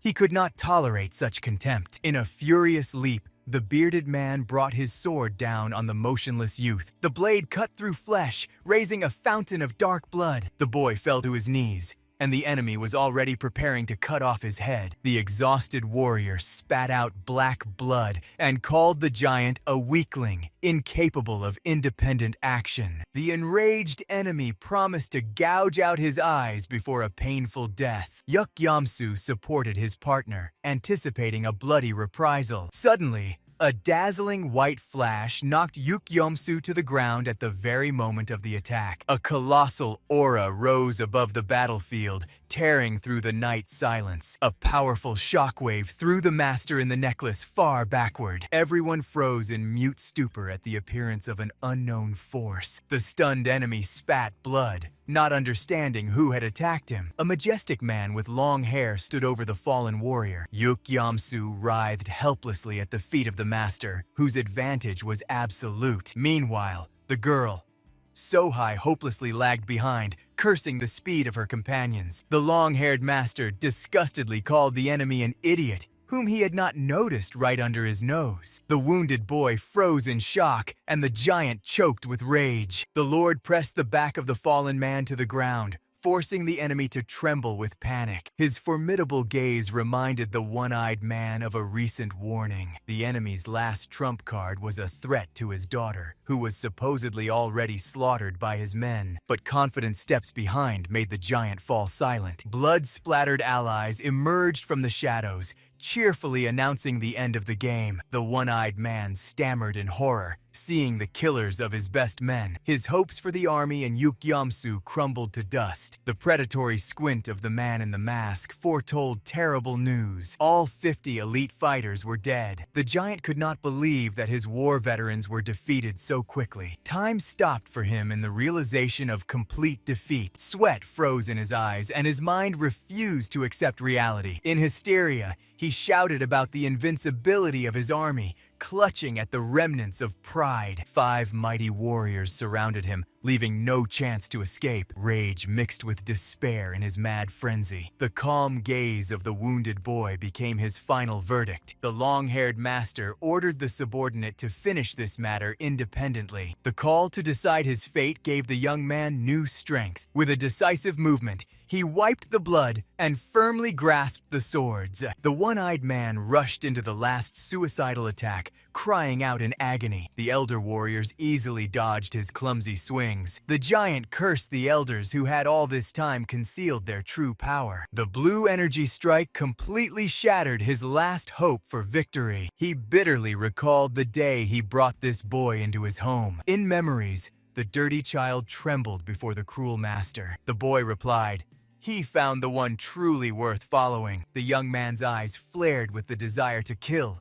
He needed the enemy's head. The one-eyed giant growled, preparing the final devastating blow. A golden sphere of energy swelled around him, promising death. The dark silhouette of the apprentice stood firm before the wall of enemy aura. A huge wave of golden fury crashed down on the boy. A blue energy trail cut through the enemy attack. The youth's blade pierced the absolute defense, stopping only in the enemy's heart. The shining blue blade whistled through the air, striking the burly enemy. The one-eyed giant clenched his teeth with a muffled roar, holding back the furious onslaught. The swordsman with a scar shuddered in surprise at the sudden change in the rhythm of the fight. A brief, "as you say," and a devastating kick threw the opponent into the darkness. The defeated man fell with a crash under the cold gazes of the witnesses of the execution. An attempt to rise ended in a pool of blood and powerless trembling of the hands. A sinister voice above him expressed regret that he had not finished off this scoundrel last time. The white mask only confirmed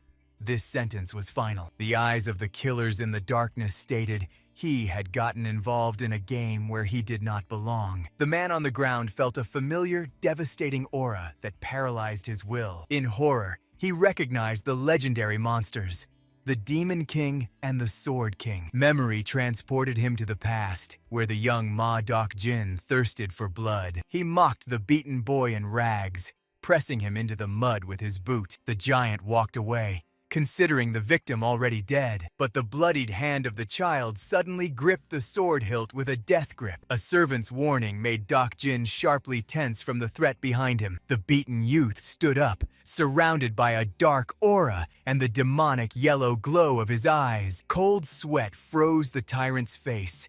He felt true primal fear for the first time. A lightning-fast lunge ended with the steel ringing of enraged blades. Ma Dok Jin forever hated that piercing, shining gaze. In the present, Yukyamsa desperately held back the enemies, feeling a deadly threat. He attacked recklessly, at the limit of his strength, swinging his sword in a wild dance. The one-eyed giant tensed all his muscles to withstand this insane onslaught. Blades crossed with incredible speed, sparking sparks of hatred. Enemies froze in a steel grip, burning each other with their gazes. A gigantic purple blade crashed down from above under the furious curses of the bearded man. The bloodied gaze of the youth made the enemy understand. The jokes were over. Blocking another strike, the giant marveled at the boy's incredible growth in strength. A strike to the ground raised a wave of purple energy, forcing the enemy to recoil. Heavy breathing was interrupted by an irritated shout from the depths of the battlefield. On the other flank, A purple flash tossed another victim into the air. The helpless body fell right under the sword of the calm master in the mask. A terrible strike with the scabbard on the back made the fighter flinch in pain. He flew to the side like a broken toy, under the indifferent gazes of the kings. The purple silhouette instantly drove him into the ground, shattering the stone. The next blow threw the mutilated body even further. The blonde master methodically knocked the life out of the enemy with every swing of the hilt. The elders were simply having fun, tossing the victim between themselves in a bloody game. In agony, the unfortunate one begged only for a quick death. Ma Dokjin suddenly burst out laughing, which provoked the rage of Yuk Gyamsi. The giant declared that there was no chance against the kings, even for an entire fortress. The boy unleashed the last giant burst of energy. Ignoring the threats, he put all his anger and thirst for revenge into this desperate swing. In the energy arc, the blade reflected the enemy's face, distorted by horror. Observers noted, the giant finally took up the weapon with both hands. The situation on the battlefield began to change rapidly to the young man's disadvantage. Ma Dokjin was preparing to unleash the hidden 30% of his power. The enemy's mighty muscles inflated, preparing a devastating counterattack. Yuk Yamsa noticed a gap in the defense and rushed into a decisive attack. The sound of torn flesh and splashes of blood filled the space. The blade pierced the giant's collar, but he only wheezed and laughed hoarsely. The trap closed. The blade got stuck in the enemy's body, tightly clamped by muscles. The boy desperately tried to pull out the sword, calling the opponent a monster. The horror of realizing his own defeat paralyzed Yuk Gyomsi's mind. Ma Dokjin jumped forward, ignoring the steel in his own back. A terrible torn wound split the young man's chest, releasing a fountain of blood. Life began to rapidly leave the boy's body, but determination did not fade. He fell, listening to the enemy's insults, calling him a crazy freak. Despite the bloody cough, the warrior refused to surrender without a fight. The giant continued the assault, raging over the boy's fanatical devotion to his lord. A blow of incredible force raised waves of energy, destroying everything around. The fatal inscription, "Today," emphasized the end of this bloody drama. Yuk Gyamsa fell to one knee, repelling the last attack with the remnants of his spirit. The vow to finish off the enemy hung in the air as the scene changed to the peaceful calm of a government office, where So Mi calmly enjoyed sweets.